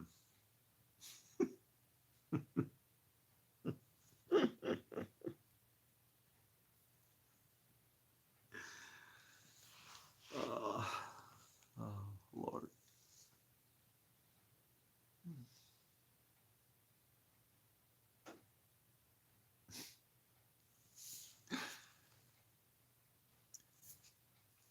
Look up the helper in Hebrew. Yeah, in Hebrew, the helper is more like rescuer. It's like, and it's actually used of David, right? David is called by that. He's called like the rib or that. But what the rib represents, it's like a half of man and woman are literally chopped in half. There's two creation stories going on up there. When he created them, he male and female made them he, and called their name, their Adam, one name, man and woman in one thing. Okay, then the Lord shows up, Lord God, and the Lord God takes the woman out of the man. And unfortunately, that's what Jesus says. It's what comes out of a man that defiles him. And that's unfortunately true in the Bible. Don't listen to your wife. But what happens then is Adam represents the son or good. Adam would represent Adam would represent very good, and Eve would represent. See, it's not that easy, because even if Adam was very good, nothing more could come from him, because he wouldn't have a woman to create life. So the woman is seen as like the bad part, the darkness, the evil, even that where it comes from. It's Ra and El. This is the woman you're supposed to pick up. This is the man. Pick up your cross, your woman, and follow me. I mean, I don't know if you want to, do you want to draw it down here? You know? But the problem is, what Jesus was doing was, there's a lot of things that could point him in a pretty negative direction, I hope you know, with regards to, like, if you think that the Watchers were bad, I think we're the Watchers. I think we're the giants that survived the flood. All of us. We're looking for giant people. We're the ones that are consuming the people of God and ruining them, right? Isn't that what's happening here? Doesn't social media and all this stuff like chew up your whole day and whatever? You're all absorbed in, war and strife and problems. Yeah. Because what was in the book of Enoch, the giants made a covenant by eating the flesh and the blood. So if you kind of think of what Jesus, the stuff he was saying, really that wasn't looking too good, especially if the book of Enoch already existed, right? So if was Jesus humbling himself that low to say, I'm one of the, the firstborn of the dead trapped in here? I don't know. I'm not above. I don't know what's going on like that, right?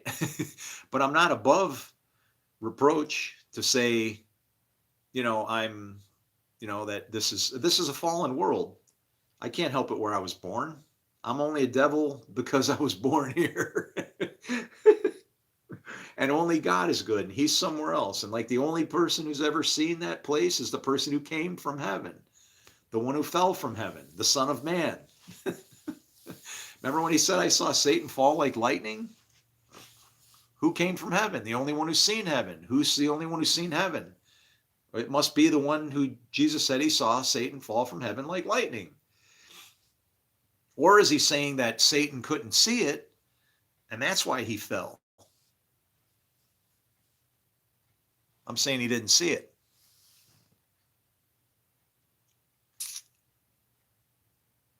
What's going on?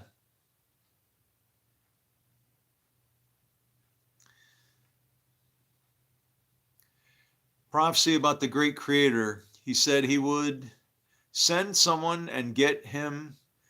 Look up why Adam.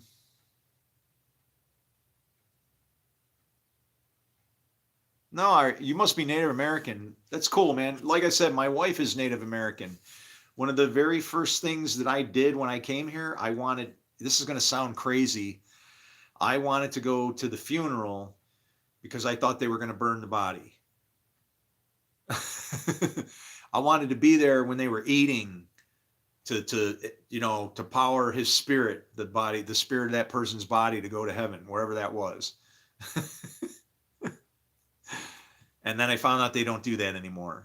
It was a strange day because I was trying to find the longhouse, and it was raining like as if to stop me from getting there. I mean, it was raining like can't drive, deluge raining.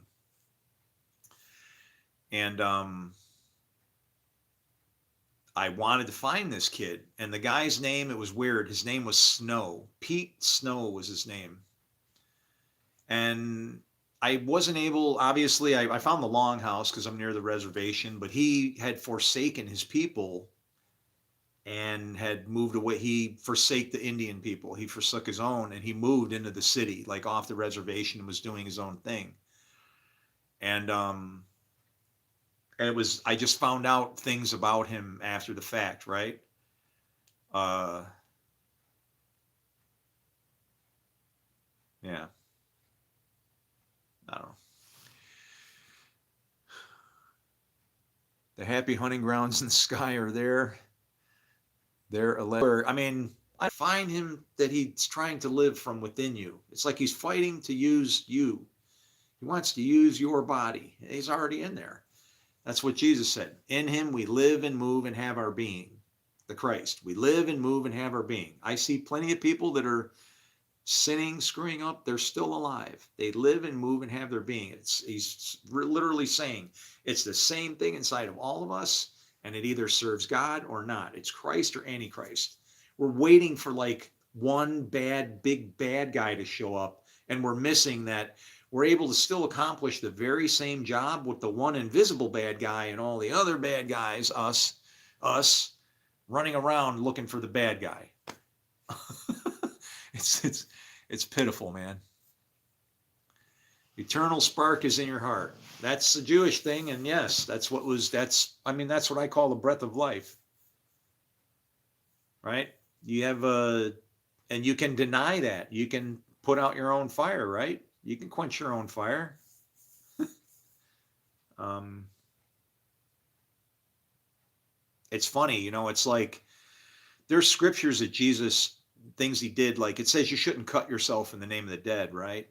Man, he destroyed himself, but he didn't do it in the name of the dead. He was saying that everybody here is alive, though some people are just asleep. They don't understand what they are. When it refers to somebody who's asleep or dead in Christ, asleep in Christ, right? Do you want to know what that's talking about? That's saying that okay, this is hard to picture, but it'll make sense once I tell you. Picture a bad person. Christ is living inside of them. He's trying to get out. That person is asleep. They're dead in Christ. Why do they rise first? That's our inheritance, is the dead, the flock marked for destruction, if you want to call it that. And if that person can't realize that that's inside of them, making them live and breathe and whatever, then that just goes on and on and on, right? I have to appreciate that that's what they are. If I can appreciate what they are, then the war's over. If I can show them what they are, then heaven is here. It's like that.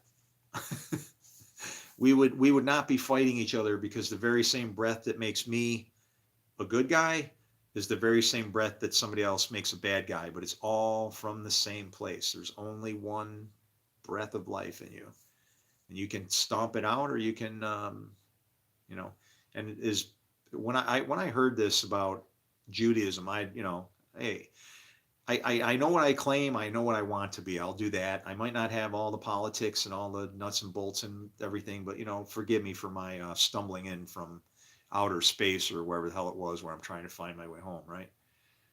Forgive me for that, will you? Please, thank you. I know you will.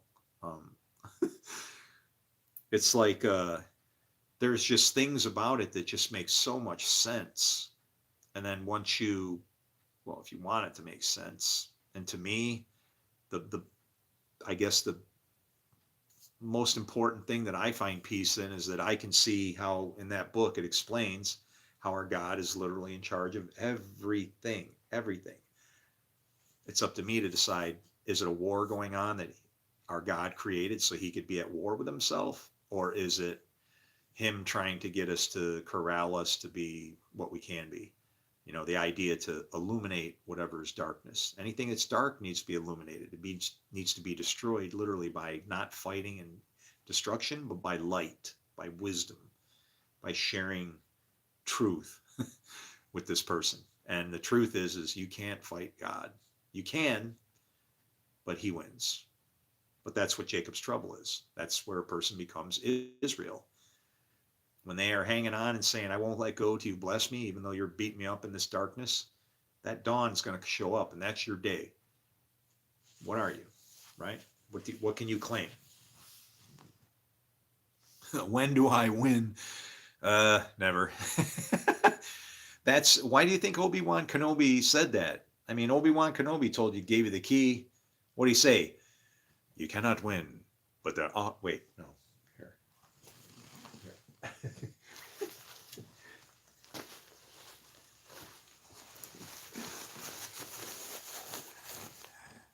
You cannot win, but there are alternatives to fighting.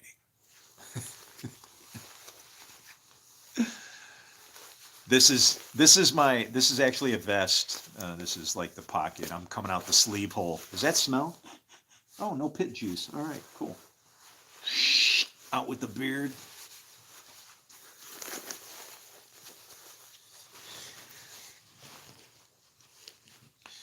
It's been a long time. I've been at this, grinding at this wheel, making this grain forever, forever, forever.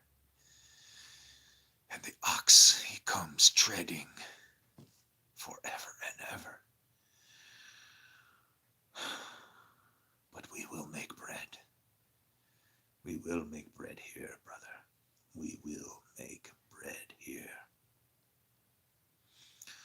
The cows of Bashan will be humbled,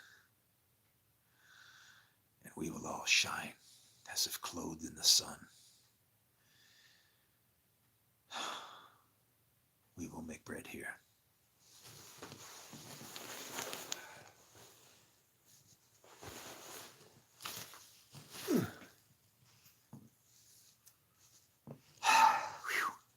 Man. It's not about winning or losing.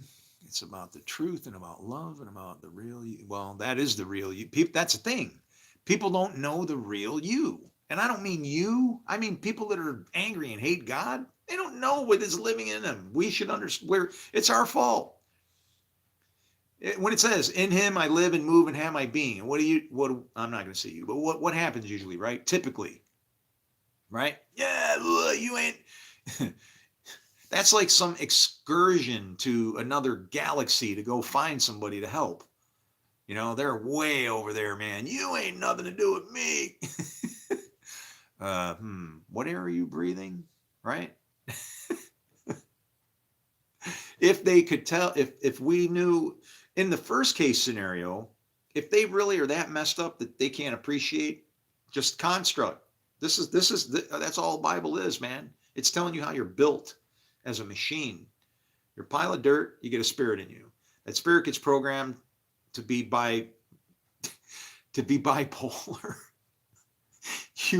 You either go this way or that way.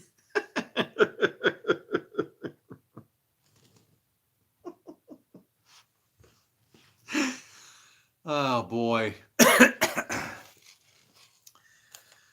Look at, if I had to describe you as being one of the most, that person over there that feels like they don't belong to our family, this is what they are. We, all of us are just sons of man, and you exist in this place is like being a chunk of God's creation in this superposition, which is just to say your path is already cut for you, but you literally get to pick the path before, the path is there, but you have to choose which one. And that person is just, they're on the wrong path. If they're that far down the path you can't get to them, what can you do? Let them go into the fire. Let the fire chase them back in the other direction. But otherwise, if you see somebody that looks, how do you entice that person to come to our side? You have to demonstrate. You have to show the Father. You have to give him something to want to come to. Sin and darkness has its purpose. It's the teacher that nobody skips school on, right? It's fun that way. But the lessons are what they are. Sin is crouching at your door. Its desire is for you, meaning its intention, the intention of it, the purpose of it is a good thing. But you must master over it. So it's like the thing that it's what was being said right there was saying, okay, I told you not to eat from the tree. This is what you ate. Now don't do it anymore, right? It was like too late. Now we know how to disobey. That's what the problem was. When you disobey, then you're evil. And so then what happens with you if when you take evil, now don't think you're not of use to God, you still are. Remember, the wicked are reserved for the day of judgment. So now God starts to talk to you and he says, all right, he's got to ask some questions. He doesn't ask questions because he doesn't know. He asks questions because he does know. He's testing your spirit. If you tell a lie when he asks you a question, he already knows the answer. And you gave him yours by what your answer was, right? We know this because when he goes to see the evil spirits that he's going to send to kill King Ahab, he starts asking them questions. And then you know what the very first question he asks? It's a sad, sad question because when he wants evil to go, they fight over it to go. When he asks good to go, there's nobody to be found. So that's why I prayed and I said, I will be the nobody to be found. Send me. Somebody's got to go and fix this shit. I see it. I'll go it. I'll do it. Send me. Is our God not able to send, or is he a liar? You can say you've been asking him to send you, but how hard have you asked for that, right? Um, I don't know what to tell you. When he sends you, you'll know. Uh, I think you die then. I think your life ends. I don't know if I really haven't had my life in a long time. I mean that to the heart. Really, really, really care about absolutely nothing but fixing this problem. And it's all just a misunderstanding. We read the book wrong. You'll know if you understand what you're reading. What does it make come out of you? Does it turn you into a monster and judging somebody like a devil? Or does it fill you with compassion for somebody that can't see they're fighting a beast that they can't beat? Do you know what this is? The beast that came out of the sea? Here, this would be if God likes you, it'd be, you know, God loves me. This is a Levite. He helps me take care of my temple. God loves me. This is Leviathan. Since I won't learn his language across through some of his words, I guess I'll get those right and he can help me out. But in the event I say words that condemn me, have the law, don't have the law, just like Paul said, I'm under the law. This is your beast out of the sea. Remember Moses? Where'd he come from? Taken out of the water. If you're not going to obey it and do what it says and do it in love, like Jesus said, then just throw it away, burn it, whatever. It will have no purpose otherwise but to destroy you if you won't do what it says. It's a blessing or a curse, exactly as it says. 2,000 years of curse we've had because we've been thinking that I'm very good. I don't know. Oh, well, then that makes God good, right? I never thought of that. That makes Elohim good. And Lord God would be very good because not only could he be good, but he could be bad. So that's even better than good. I like it. You are Elohim, just like it says. All of the things just fit together. It's like a house of cards. You find one brick and then they just all start fitting in place. It's a mess. It's not good.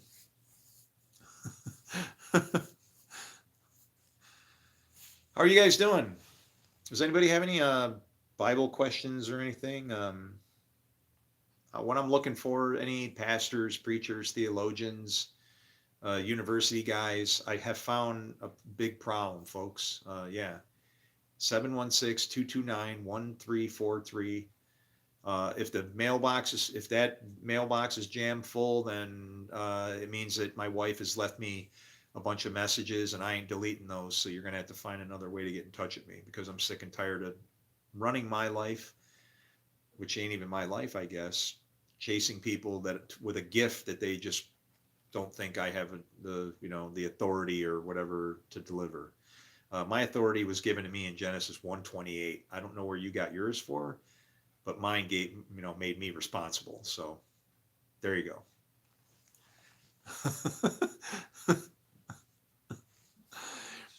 Enoch is secondary to the word preserved. Secondary to the word preserved. Wow, really? That's freaky.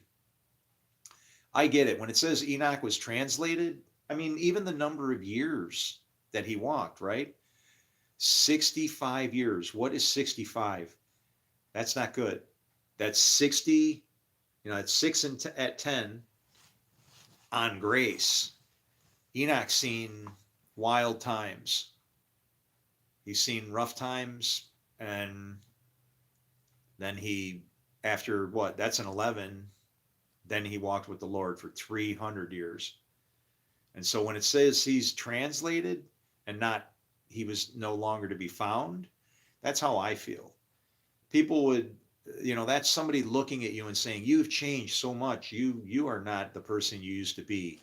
That's what it was talking about with Enoch. Did he really literally get sucked up to heaven or something? It doesn't have to be understood that way. It still has its purpose. You can rob all that supernatural stuff and get rid of it. Forget all that power and prideful stuff. If this is really truth as it is, it comes down to earth and it fits right here. And it does. It does. Just because I see it in a different way and I remove all the drama from it, I don't need to see my God in a tornado, right? I understand he's in a speck of dust, right? When people are looking for all that drama, they're like Elijah looking for, wow, I can fly. I'm going to live forever. I'm going to rise from the dead. Man, I don't know how that shit works. I'm not worried about it. But I do know there is a God, and I do know that I don't need to believe in any of that to serve him. I just need to love people. Jesus said the same thing. It's like, just love each other. What is the problem? Stop with the kicking. The living word, exactly. The living word to me, when the Bereans tested this every day, I don't think they tested it by going, what do you want to work on today? I don't know. Let's grab the book of Leviticus. And there was no numbers, so then they just started like jamming through it, Psh, okay, here's one.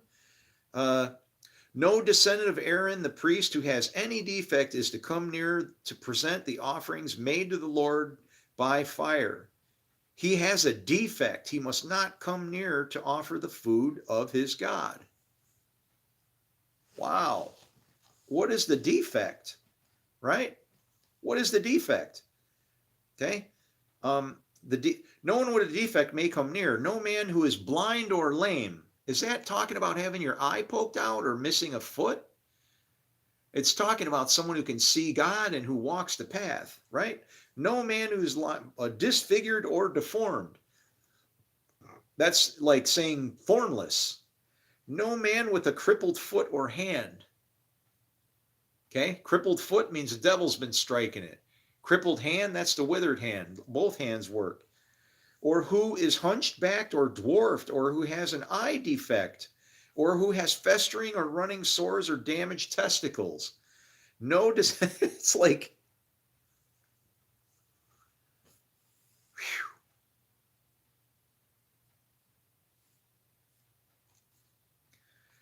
The woman he marries must be a virgin. He must not marry a widow, a divorced woman, or a woman defiled by prostitution, but only a virgin from his own people.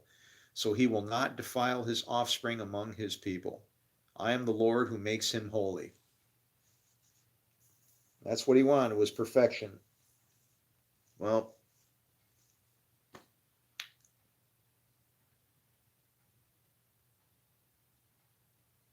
yeah.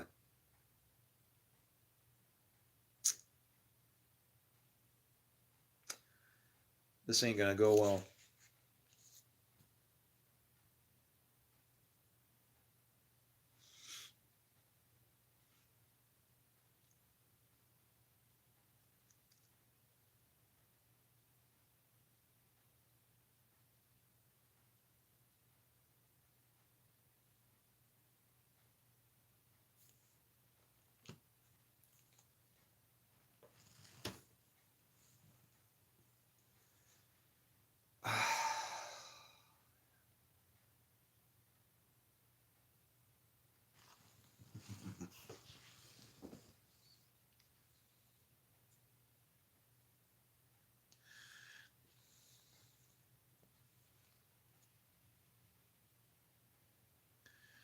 Why did God tell the brother to take his dead brother's wife, then to have kids? Oh, if you couldn't marry a widow, huh?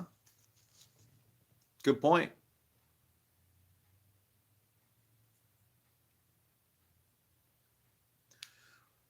What is a widow? What did I say a widow was? You know, when Moses remade the tablets, they kind of got a little messed up, just saying. Okay. When he broke the first set, they weren't written on both sides for the second set, right?